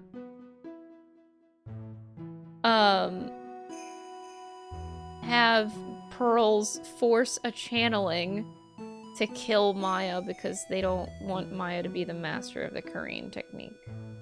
They want it to be Pearls, Morgan. It's the only explanation. Why did Pearls have to get mixed up in this mess? Please, Mr. Wright, I know you're worried, but try to keep it together. Oh man, my head's throbbing so bad it's killing me. Pearls, she was with Miss Donham on the night of the murder, remember? Yes, but I have a temple to run, you know. I was busy preparing for the training. I didn't see the little darling even once after we'd finished eating dinner. The murder, it didn't take place right in front of her innocent eyes, did it? Sorry about that. According to the detective, she hasn't turned up at her home either. Come on, keep calm. There's one place left where Pearls could be. She just has to be there. Come on, Gumshoe. Tell me you'll be done with her prayer soon. Yeah, they're both on the other side of the bridge. Okay. What do you have to say about Pearls, first of all? Oh dear, I wonder where on earth this little girl has wandered off to. She's nowhere near the main hall, that's for sure. First I lost Maya, and now Pearls. How much more pain is this case going to cause me? Ugh, not to mention this fever is giving me a killer migraine.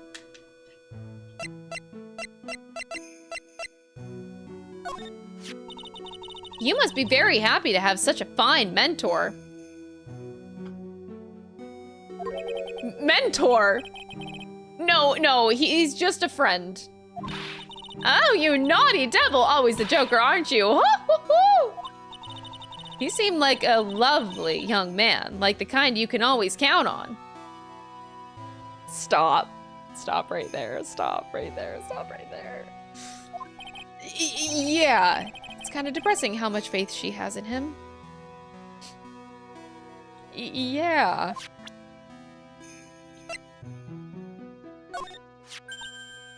You certainly have some unusual friends, don't you, Mr. Wright? Ho-ho! For friends, that fancy painter is one thing, but whipping the judge is just bad form. Well, do you think you could go drill that into her head for me, please? What a disgraceful young man! You finally see through him, huh?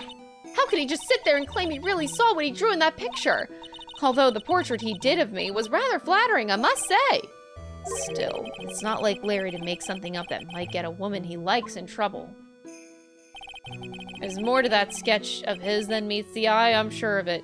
Are we really, like, not gonna look at this picture upside down ever? Like, come the fuck on!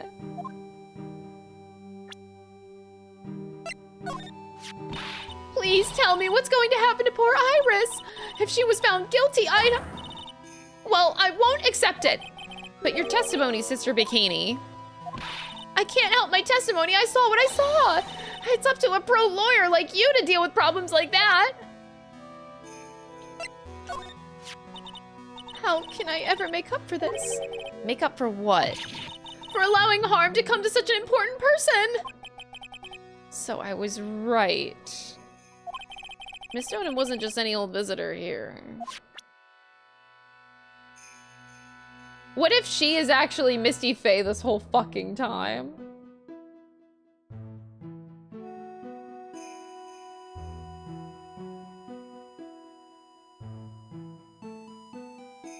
And Misty Faye just actually died.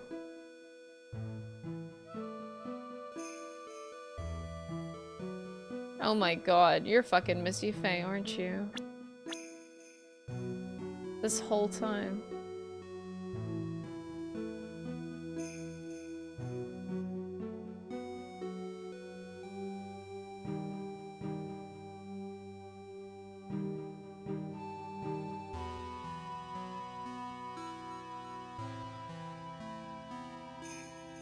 I'll keep thinking about this.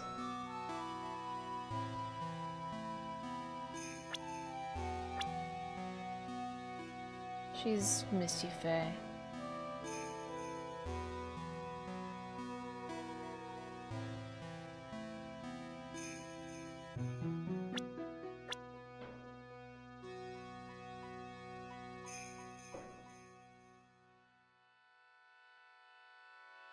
Oh boy.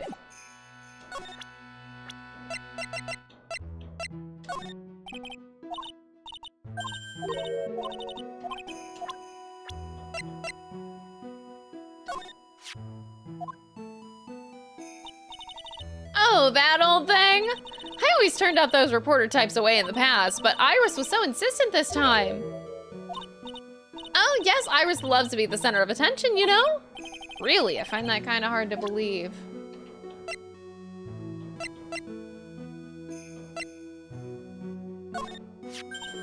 Well, that's a demon warding hood. Acolytes are highly susceptible to poison.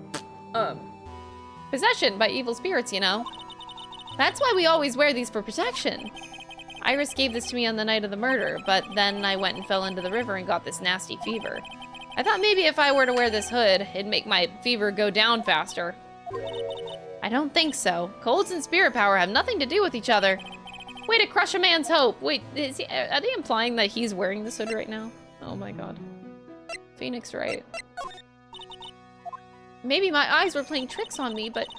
I mean, Iris could never do such a wicked thing. But they proved it in court today, didn't they? That this sword wasn't the murder weapon.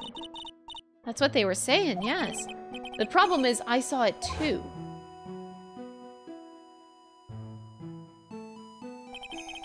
I'm sure that's what I saw. Was this blade stabbed into Miss Donham's body?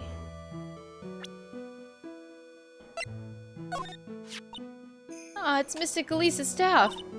The crystal sphere really is missing from it. But the sphere was found near Dusky Bridge, right? Yes, even though I'm sure Mystic Elise was in Hazakura Temple that entire evening.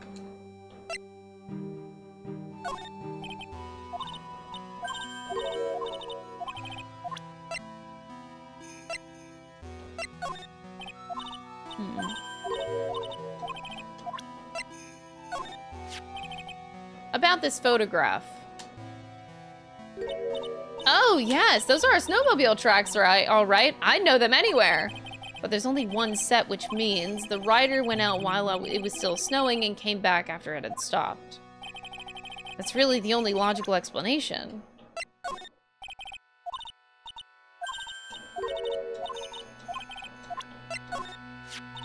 Honestly, it's like the end of the world. It's not a good thing, that's for sure. To think people have the gall to call this kind of scribbling by the name of art. Huh? If that's the sort of standard you need for the arts these days, I could be a pop diva. Sure, but what about the contents of the picture? What do you make of that? It's definitely the end of the world. Valid. This crystal sphere. It's not from a demon warding hood, but I would guess it serves a similar purpose. If it's not from a hood, then I guess it really is from Miss Donham's staff. Look at the blood on it. Oh, poor Mystic Elise.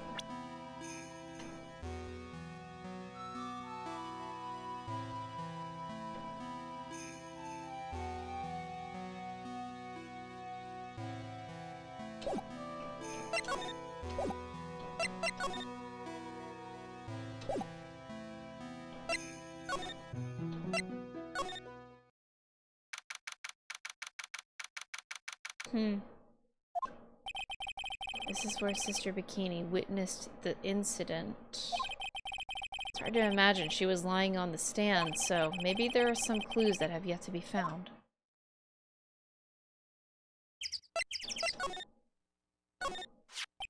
The Shichishido. It's there in Mistakami's right hand.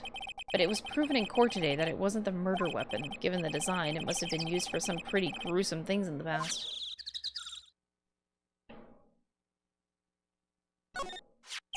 Miss Donham's staff. I definitely remember there being a crystal sphere attached to the staff. I guess Larry eventually found the sphere near the foot of Dusky Bridge, but what was it doing all the way out there?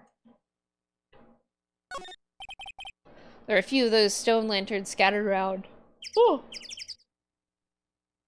In this courtyard, without the city glare to compete with, I imagine that it would be it would seem a lot brighter. I guess Sister Bikini must light them now since Iris can't be here.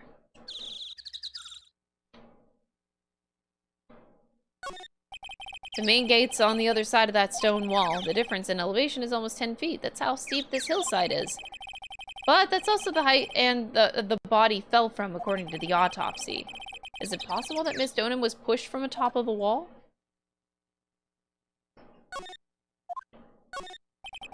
They get quite a bit of snow here on Eagle Mountain. Around here, skis aren't just for fun, they're tools for getting around.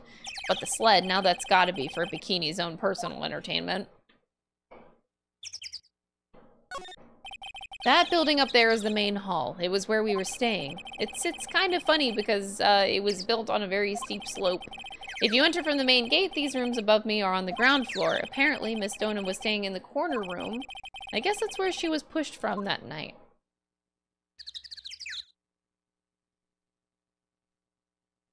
I'm supposed to find more information here. But there's nothing!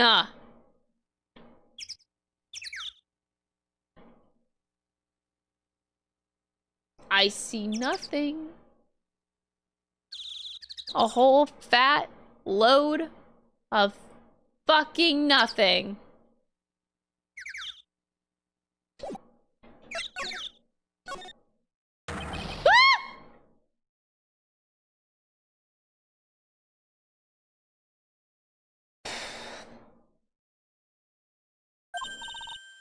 Hey! What was that jarring, inconsiderately loud yell? Ah, so this is where you've been, keeping nice and warm, I see. Detective, have you finished The bridge? Yeah, I did. I told you I'd let you know. Well, well, well, then I'll come with you and... Sorry, ma'am. No unauthorized entry. Access is restricted to people involved in the case. What was that? I'm involved, aren't I? Couldn't get much more involved than me. Well then. Ugh. It's been a while, Scruffy. It's... Karma! He's dead. Sister, please leave the investigation to me. My, well, you certainly seem to have everything under control. I'm on your side. I won't do anything that you don't want me to. As you work to pin the guilt on Iris. What are you daydreaming about, Phoenix, right? Ow, that hurts, you know. Silence. I, Franziska von Karma, will personally guide you through your investigation. So you will follow me. She's not seriously gonna follow me around, is she?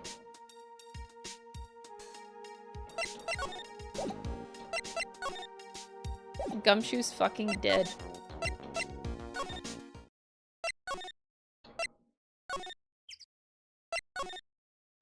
So, this is the bridge? And I have to cross that?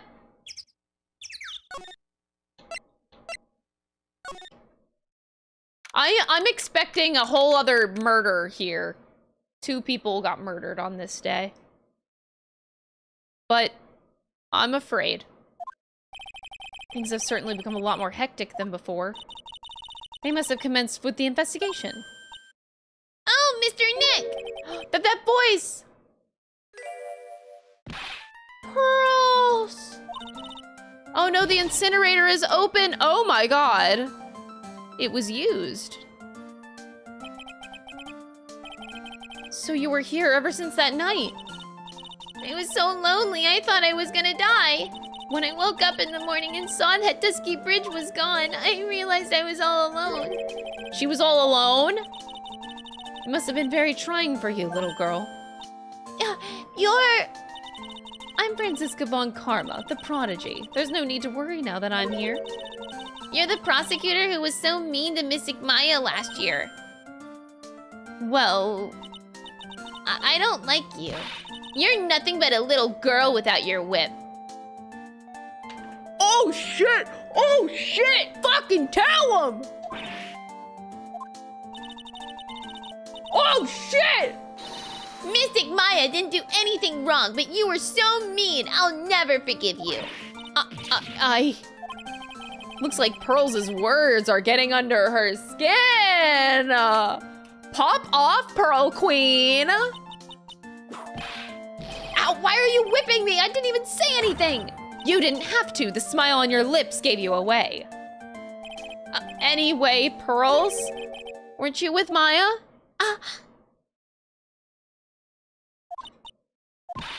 I'm sorry. It's all my fault. Huh? What are you talking about, Pearls? Mystic Maya! Hey, wait, Pearls, she just ran off. That was cruel, Phoenix, right? To think to make a little girl cry like that is inexcusable.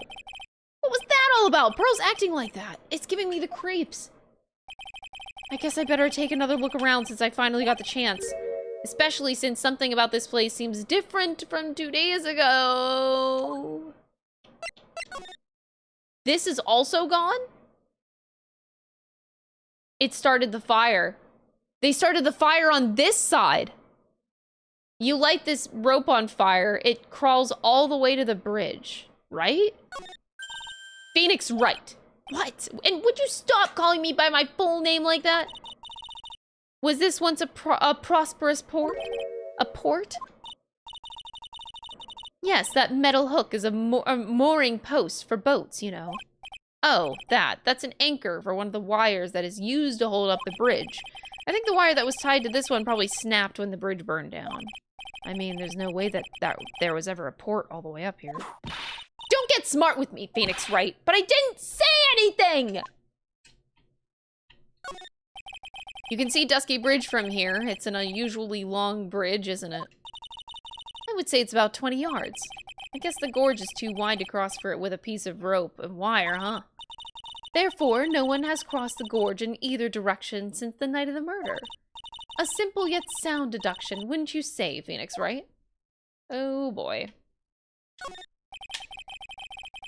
Look at all the Buddha statues lined up along this path. Phoenix, right. Do you think this is how many siblings the head nun has? Why don't you ask her the next time you see her? You know what? I think I will. And she'll probably slap you for prying into her private affairs. There's a weird smell coming from that incinerator. The door is also open, almost like it's begging me to look inside. Well, well, let's see what stunning clue is concealed in here, shall we? Huh? It's empty. How naive of you, Phoenix, right? But it's a bit strange, don't you think? Franziska von Karma? He called her by her full name. I seem to remember there was snow on this incinerator the first time that we saw it. In other words, someone's been using it to burn something recently. Listen, Phoenix, right? It's impertinent to call people by their full name. I was only copying you. The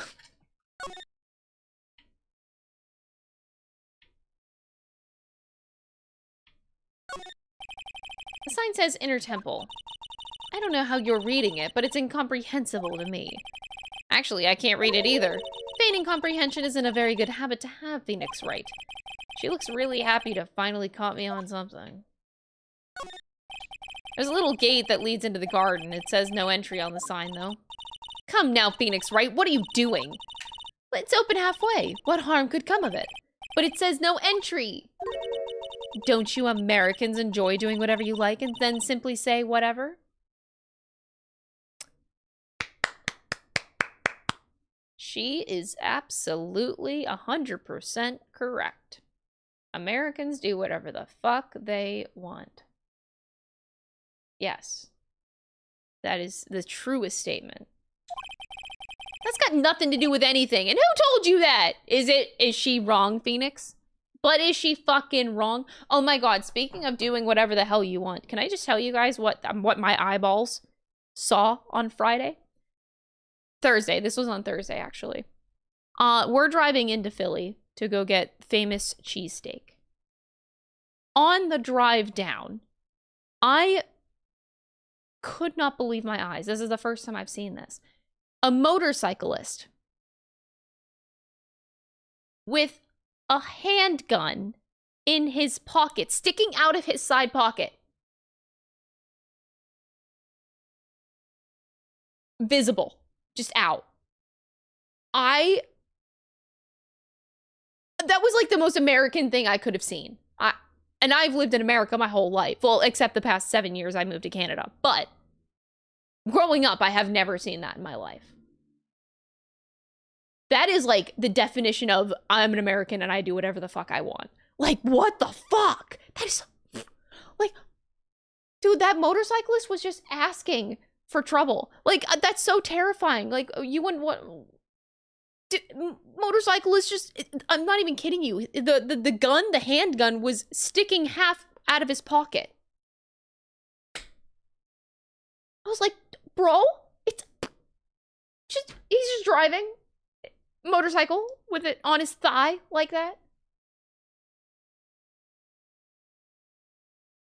I couldn't believe I saw that. No, it's not a holster. In his pants pocket. It was his pants pocket. Just the barrel sticking out. The whole handle is sticking out. It is not securely in that pocket. Like, I don't think I've visibly seen a handgun on anyone's person before in my life. Like, I know people carry them, but I have never actually seen that. That was something. America. That's America right there.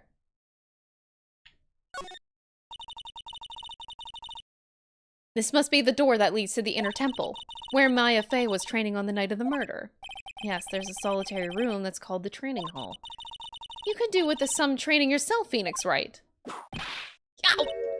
You're completely out of shape. I'm sick! I don't know how much more of this woman I can take. Phoenix is gonna, like, fucking pass out here. Miles, why did you leave me?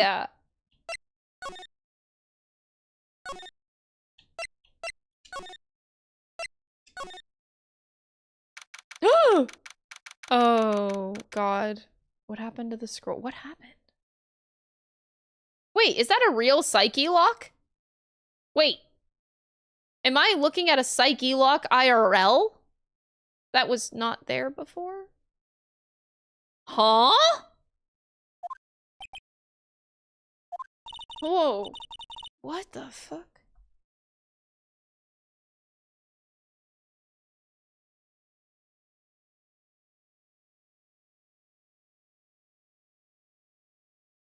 That's a real lock.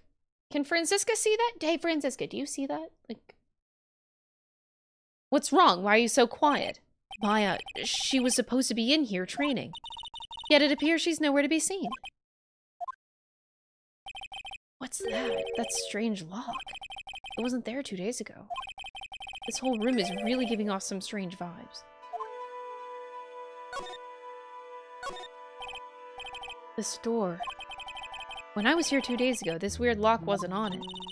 Those chains, it's almost as if they're guarding something inside that cavern. What the hell? So she can see them too. I've never seen a lock quite like this before. I have. I've seen locks and chains just like that. They look just like the ones that guard a person's secrets during a Psyche lock. I wonder if this lock is guarding something too. Dark secrets in a dark cavern. What do you think this yellowish poster is, Phoenix Wright? It's a scroll, not a poster. It's a picture of a woman who's actually... a woman? I don't see any woman on here. There's a different atmosphere in this room since the last time I was here. No, it's not different atmosphere. It's a different smell. It's gravy.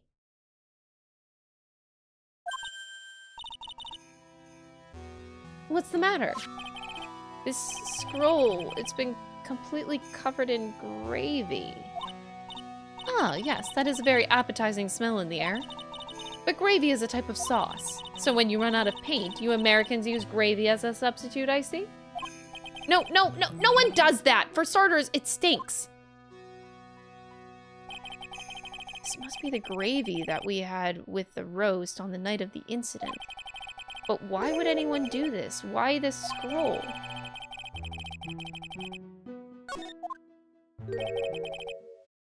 What took you so long? I thought even you'd manage to get here faster than this. Oh! I thought it was Maya! That... Okay, what? He's just here. Hi, are you a dead man? Am I talking to a ghost? Hello, hi. I'm talking to a ghost. I thought even you'd manage to get here faster than this, Mr. Trite. Prosecutor Godot, I didn't know you were here. Prosecutor? How come you didn't show up at the trial today? Huh. I could ask you the same question. Huh? But I had a cold, so I had something slightly more important than a common cold to deal with. The importance of which is something you have no hope of ever understanding. Enough! I believe I have the measure of you. You're the very worst kind of prosecutor. What could be more important than a trial? Who's the wild mare, Trite? This is Miss Von Karma. She was the acting prosecutor in your absence today. Huh. Well, I guess I owe you one then. But you can go on now, princess. It's time for the big boys to take the reins. Just who do you think you are? This case is mine. Hey, Philly. Know your role and shut your mouth. I can't stand women like you.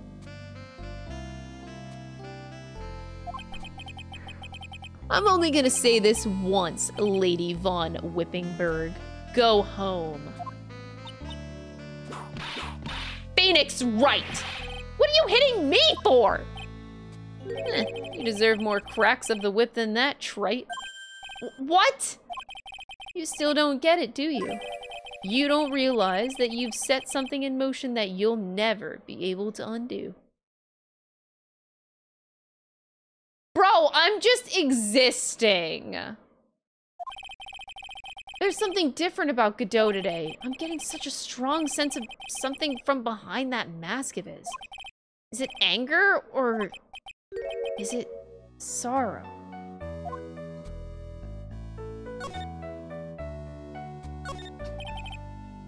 Look at those wafer-thin mattresses. I'm sorry, Phoenix Wright.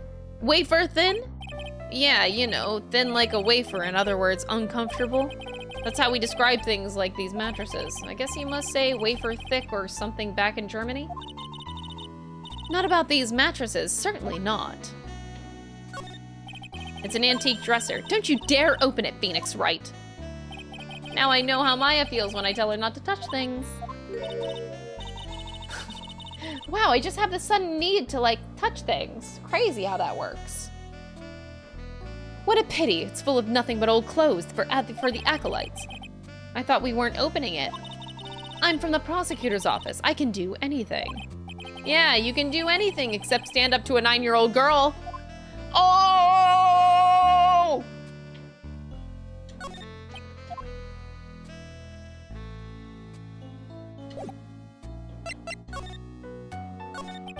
You had some important business and that's why you weren't in court, huh?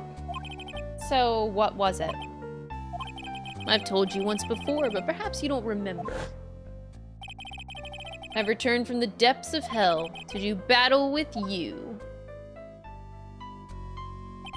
You see, trite, I've experienced something most have not. Death.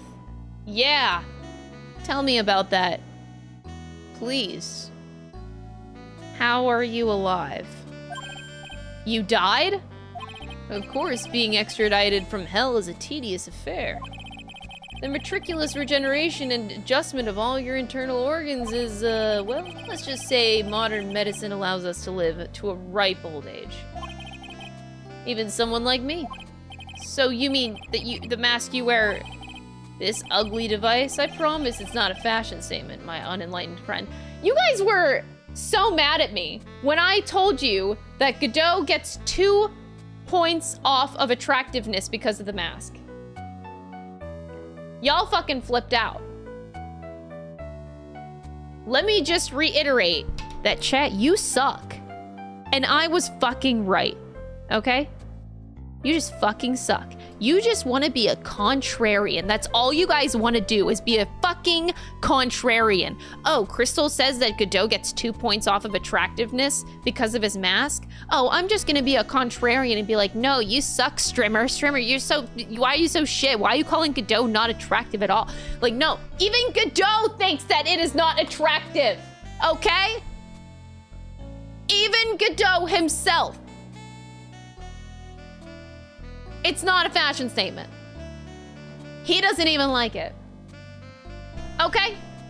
So y'all need to get up off my ass and just admit that the mask is not attractive, because you are definitely wrong. It's not. It looks like shit. Diego Armando was a 10 out of 10. Godot is an 8 out of 10 because what the fuck is this mask? End of story. That's it. Closed. You guys suck. Without this, I can't see your frequently dumbfounded face. I didn't know. My eyesight is pretty messed up. Even with these huge goggles on my head, I still can't see everything.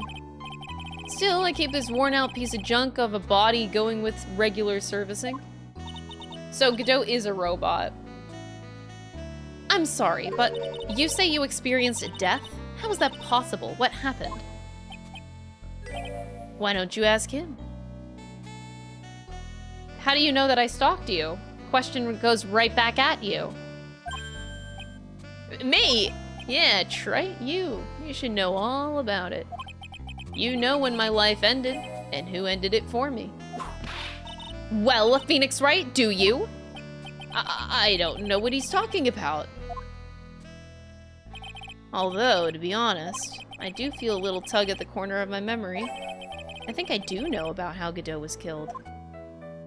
It will all become clear in due time. Isn't that right, Trite? Earlier you said that I've done something I can never undo. What did you mean by that? The inner temple here is on this side of Dusky Bridge, is on an isolated island. That's what Sister Bikini said too. And I wonder, Trite, do you know what the police are doing here today? What do you mean? They're searching. Searching for any trace of an acolyte who went missing. Missing?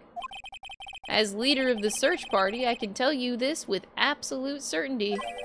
Maya Fey is not on this side of Dusky Bridge.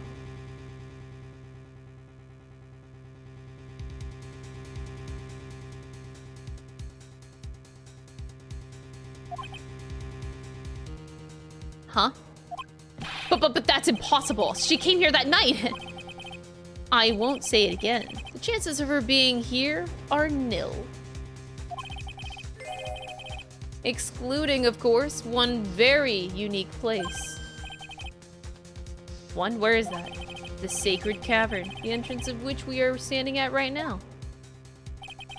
This is the only place that the search party has yet to explore. So they haven't searched that cavern yet. Beware, though, that the temperature inside frequently falls below freezing.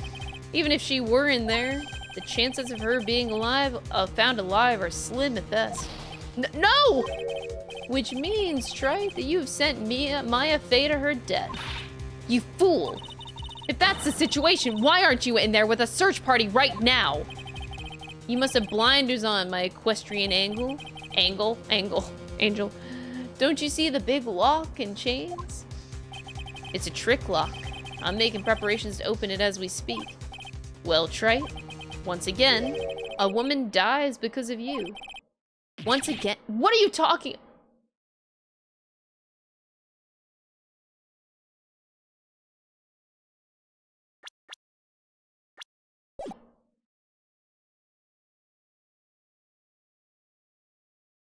Because...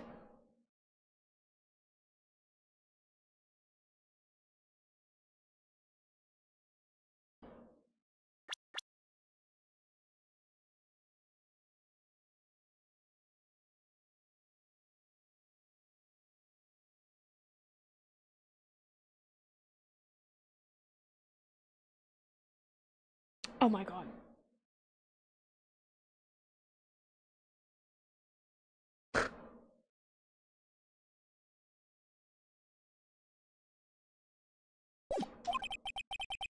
Don't tell me you've forgotten. It was only 2 years ago, after all, when the last unfortunate woman died because of you. And do you know who that was? It was Maya Fey's sister. That's right, Mia Fey. Mia, you killed her. He is... Oh my god, how do we talk to him? No, that's not how it was! It was 2 years ago. Mia Fey was pursuing someone, a man. But she bit off more than she can chew. She made a very dangerous enemy. Yeah, that's one case I'll never forget. But I got that guy, personally. Sure, Miss Fey's murderer was caught, but that won't bring her back. Well, no, but you were with her at the time. You and no one else. He is so mad. It was your responsibility. You should have protected her. You said Mia Fey was your teacher. Well then, I'd say you learned nothing, Trite. You robbed her of her life, and now you've let her sister suffer the same fate.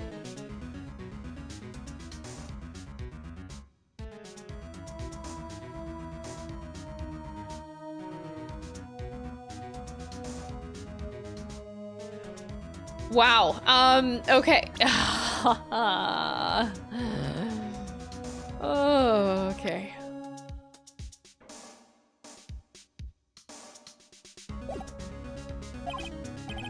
I haven't sentenced Maya to death. No!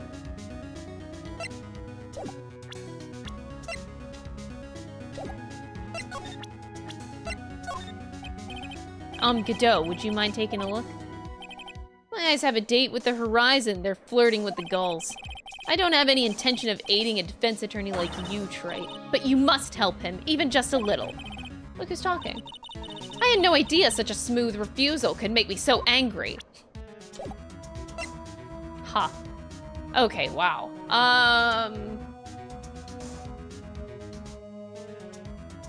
I don't know what to say. I had a hunch. That that's why he was mad at me. He was gonna blame me. But I am honestly really surprised at the extent to which he cares. I did not expect that. I don't even know what to say. I know that they were dating. Grossberg had the honor of telling me that they were dating. But I am shocked he cared that much.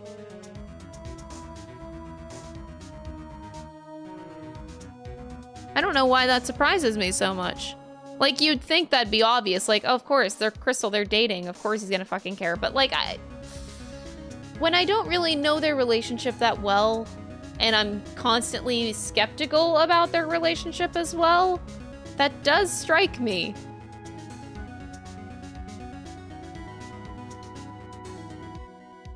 I'm honestly taken aback by that. What is this peculiar looking lock? Why don't we just break it open? It would be a simple matter of... I'm afraid we can't do that. This area has always been prone to earthquakes. The repeated tremors have weakened the foundations of the training hall. Any excessive force used to break the lock would... well, let's just say the inner temple, and the sacred cavern would be a thing of the past. Very well, then dare I suggest the obvious solution is opening it with a key? Sure, just show me where the keyhole is on this trick lock. There's no keyhole. That's right, an interesting puzzle, huh? The person who set this lock is the only one who can open it. Simple, the accused.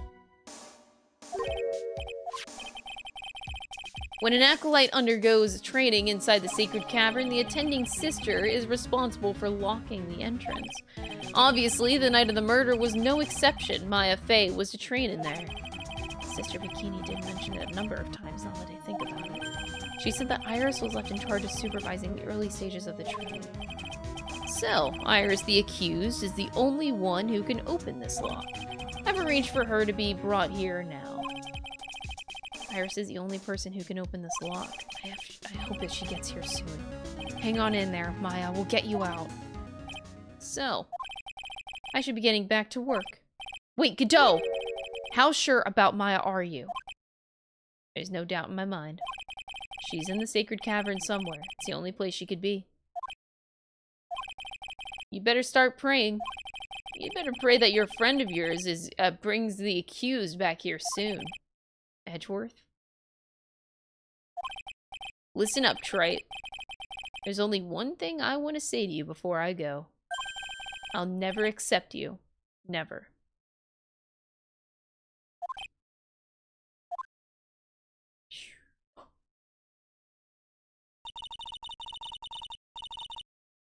Whew, okay.